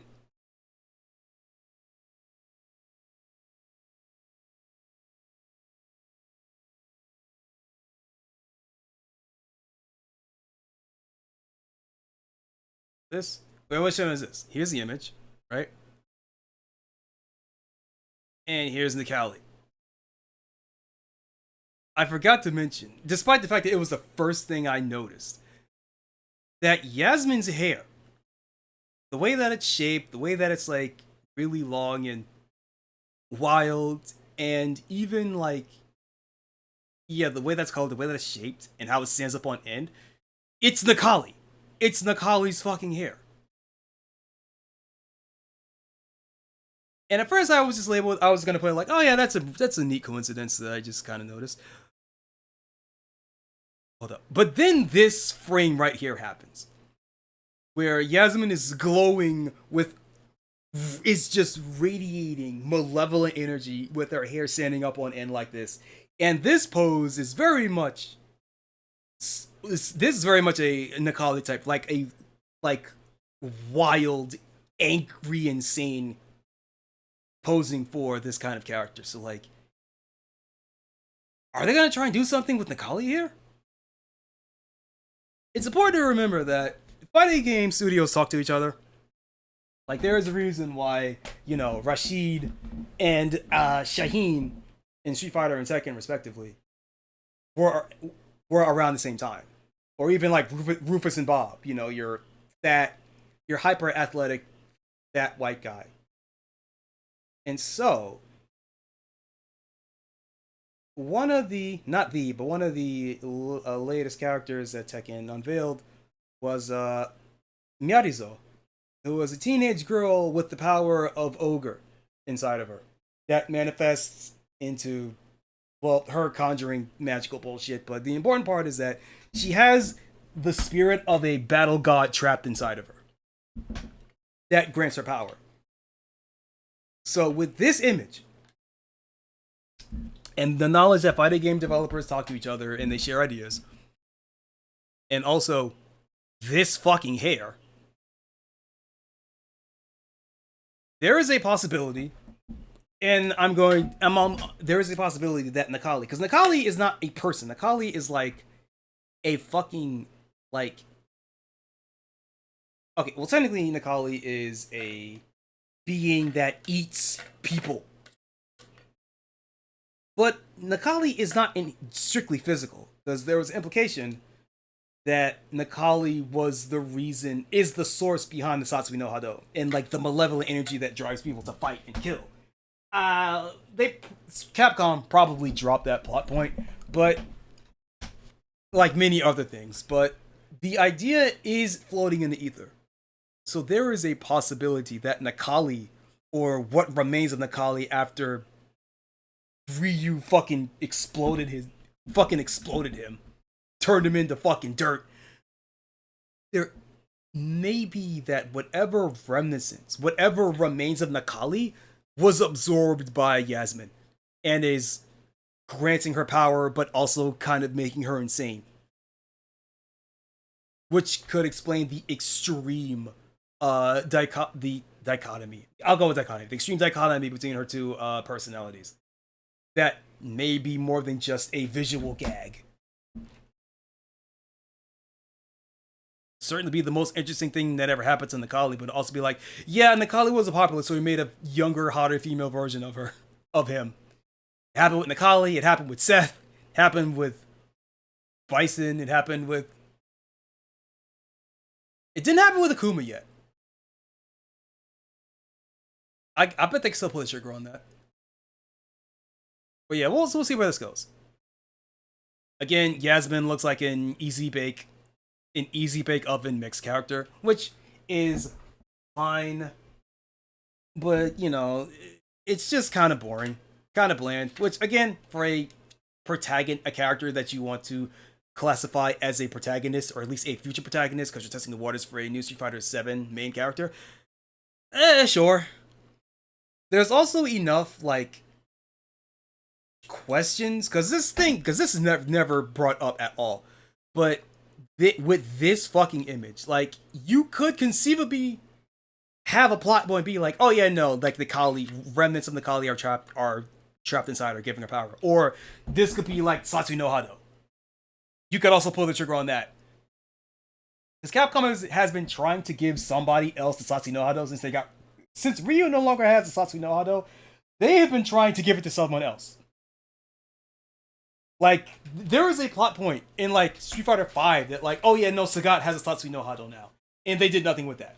I remember people talking about Ken after, you know, he lost his apes and his wife took the kids.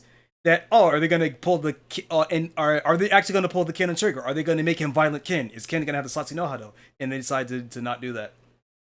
Despite the fact that Ken's entire story in the game is about whether or not he can bring it to kill somebody, which is the entire point of the Satsui no Hado, which is meant to foster and nurture those feelings in order for greater strength, but it costs you your humanity.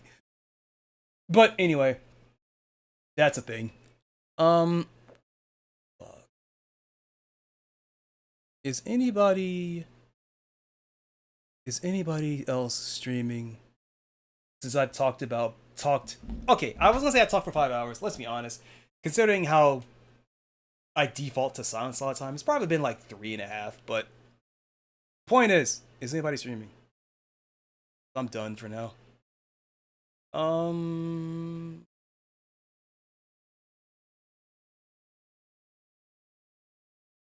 Elf is streaming. But is anybody else streaming? Nobody in my subscription is streaming, actually. Only Elf. Only Elf. Only Elf. Alright, well, fuck. I'm guessing I'm sending y'all to Glistener Elf.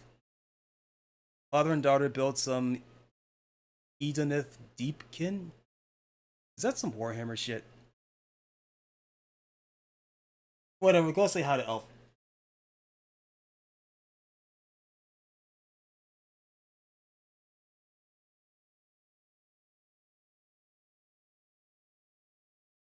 There it is.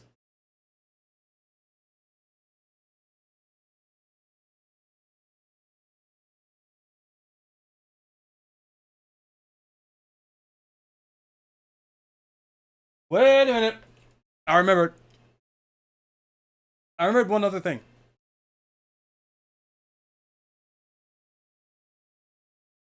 So if I go back to the character trailer.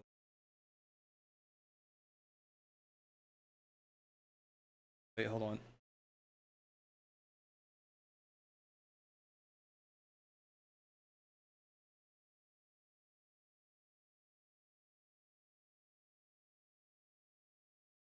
I mean, I guess I could just play it. Yeah, I played it. Oh, that's the wrong video. Yasmin wins. Ah, my throat's scratchy. Hey, what y'all hear?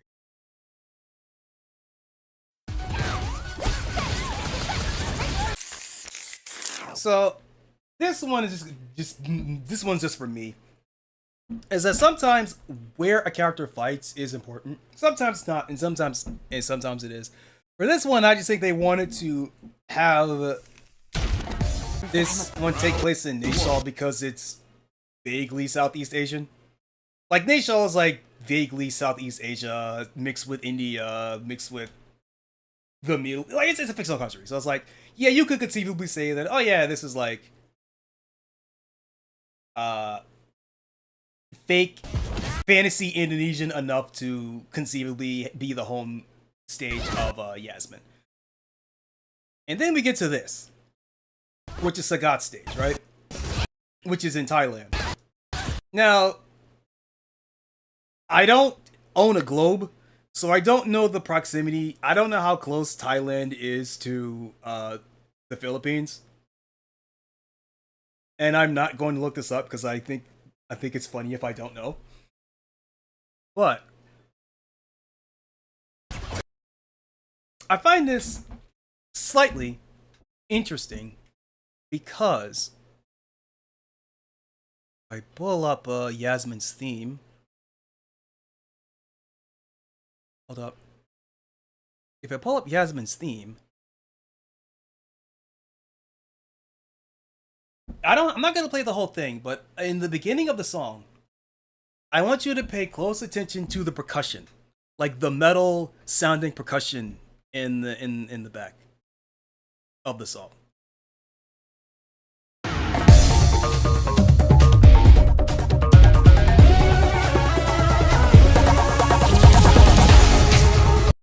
All right, play it again.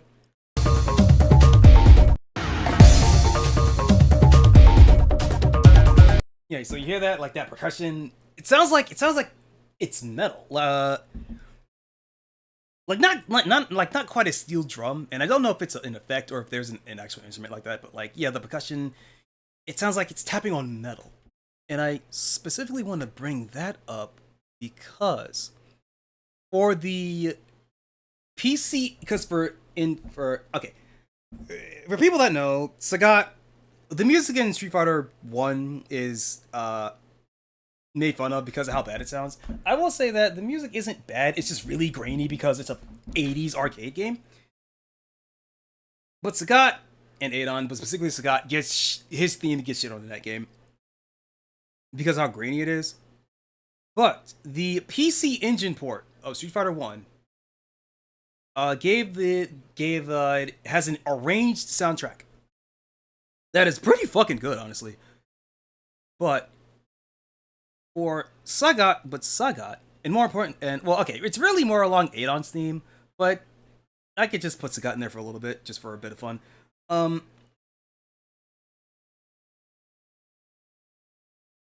there it is. Okay. Fighting Street. Fighting Street. Okay. Let me go to the here to the PRB screen, and I'm going to play a little bit of Adon's theme in this game, and I want you to see if you can point out. I mean, it's superficially similar enough, but it's just something that I kind of noticed that the specific tone of the percussion sounds like it could have been from Street Fighter One. Let's see this one right here.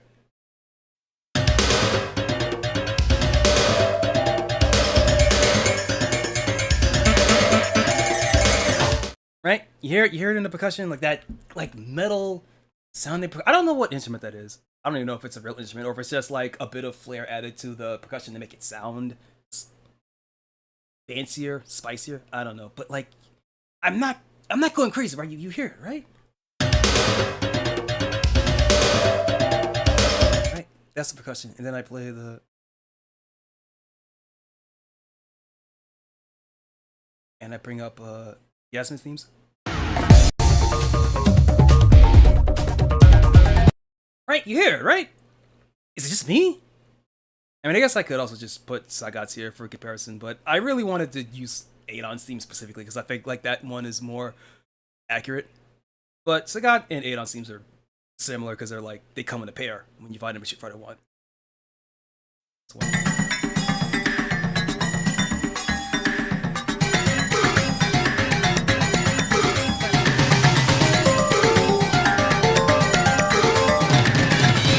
Right, you could like I don't know, maybe it's me, but I feel like there's a connecting thread here. I don't know if it means anything, but it's like, oh yeah, that like really like kind of teeny like metal percussion layer in the song just instantly reminded me of like Street Fighter 1, Adon, and Sagat themes. Again, I don't really know if it really means anything, but I just found it a neat coincidence that oh yeah, her theme reminds me of this element of Sagat's theme, and also she's in Sagat's stage in her trailer. So like whatever. Like it probably doesn't mean anything, but whatever. I'm in extreme.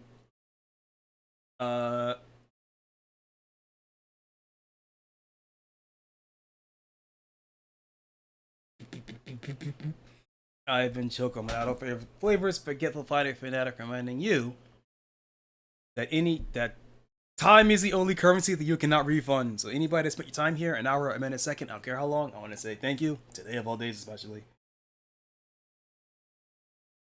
I'm going to say thank you and don't cash out too early. And I don't know, if you're an off guy, invest in some fucking deodorant. Jesus Christ. That's it. What song should I play? Actually, I'll play a Street Fighter 1 song since I'm already here. I'm playing Brody's theme. I love Brody's theme. Alright, I got you all later.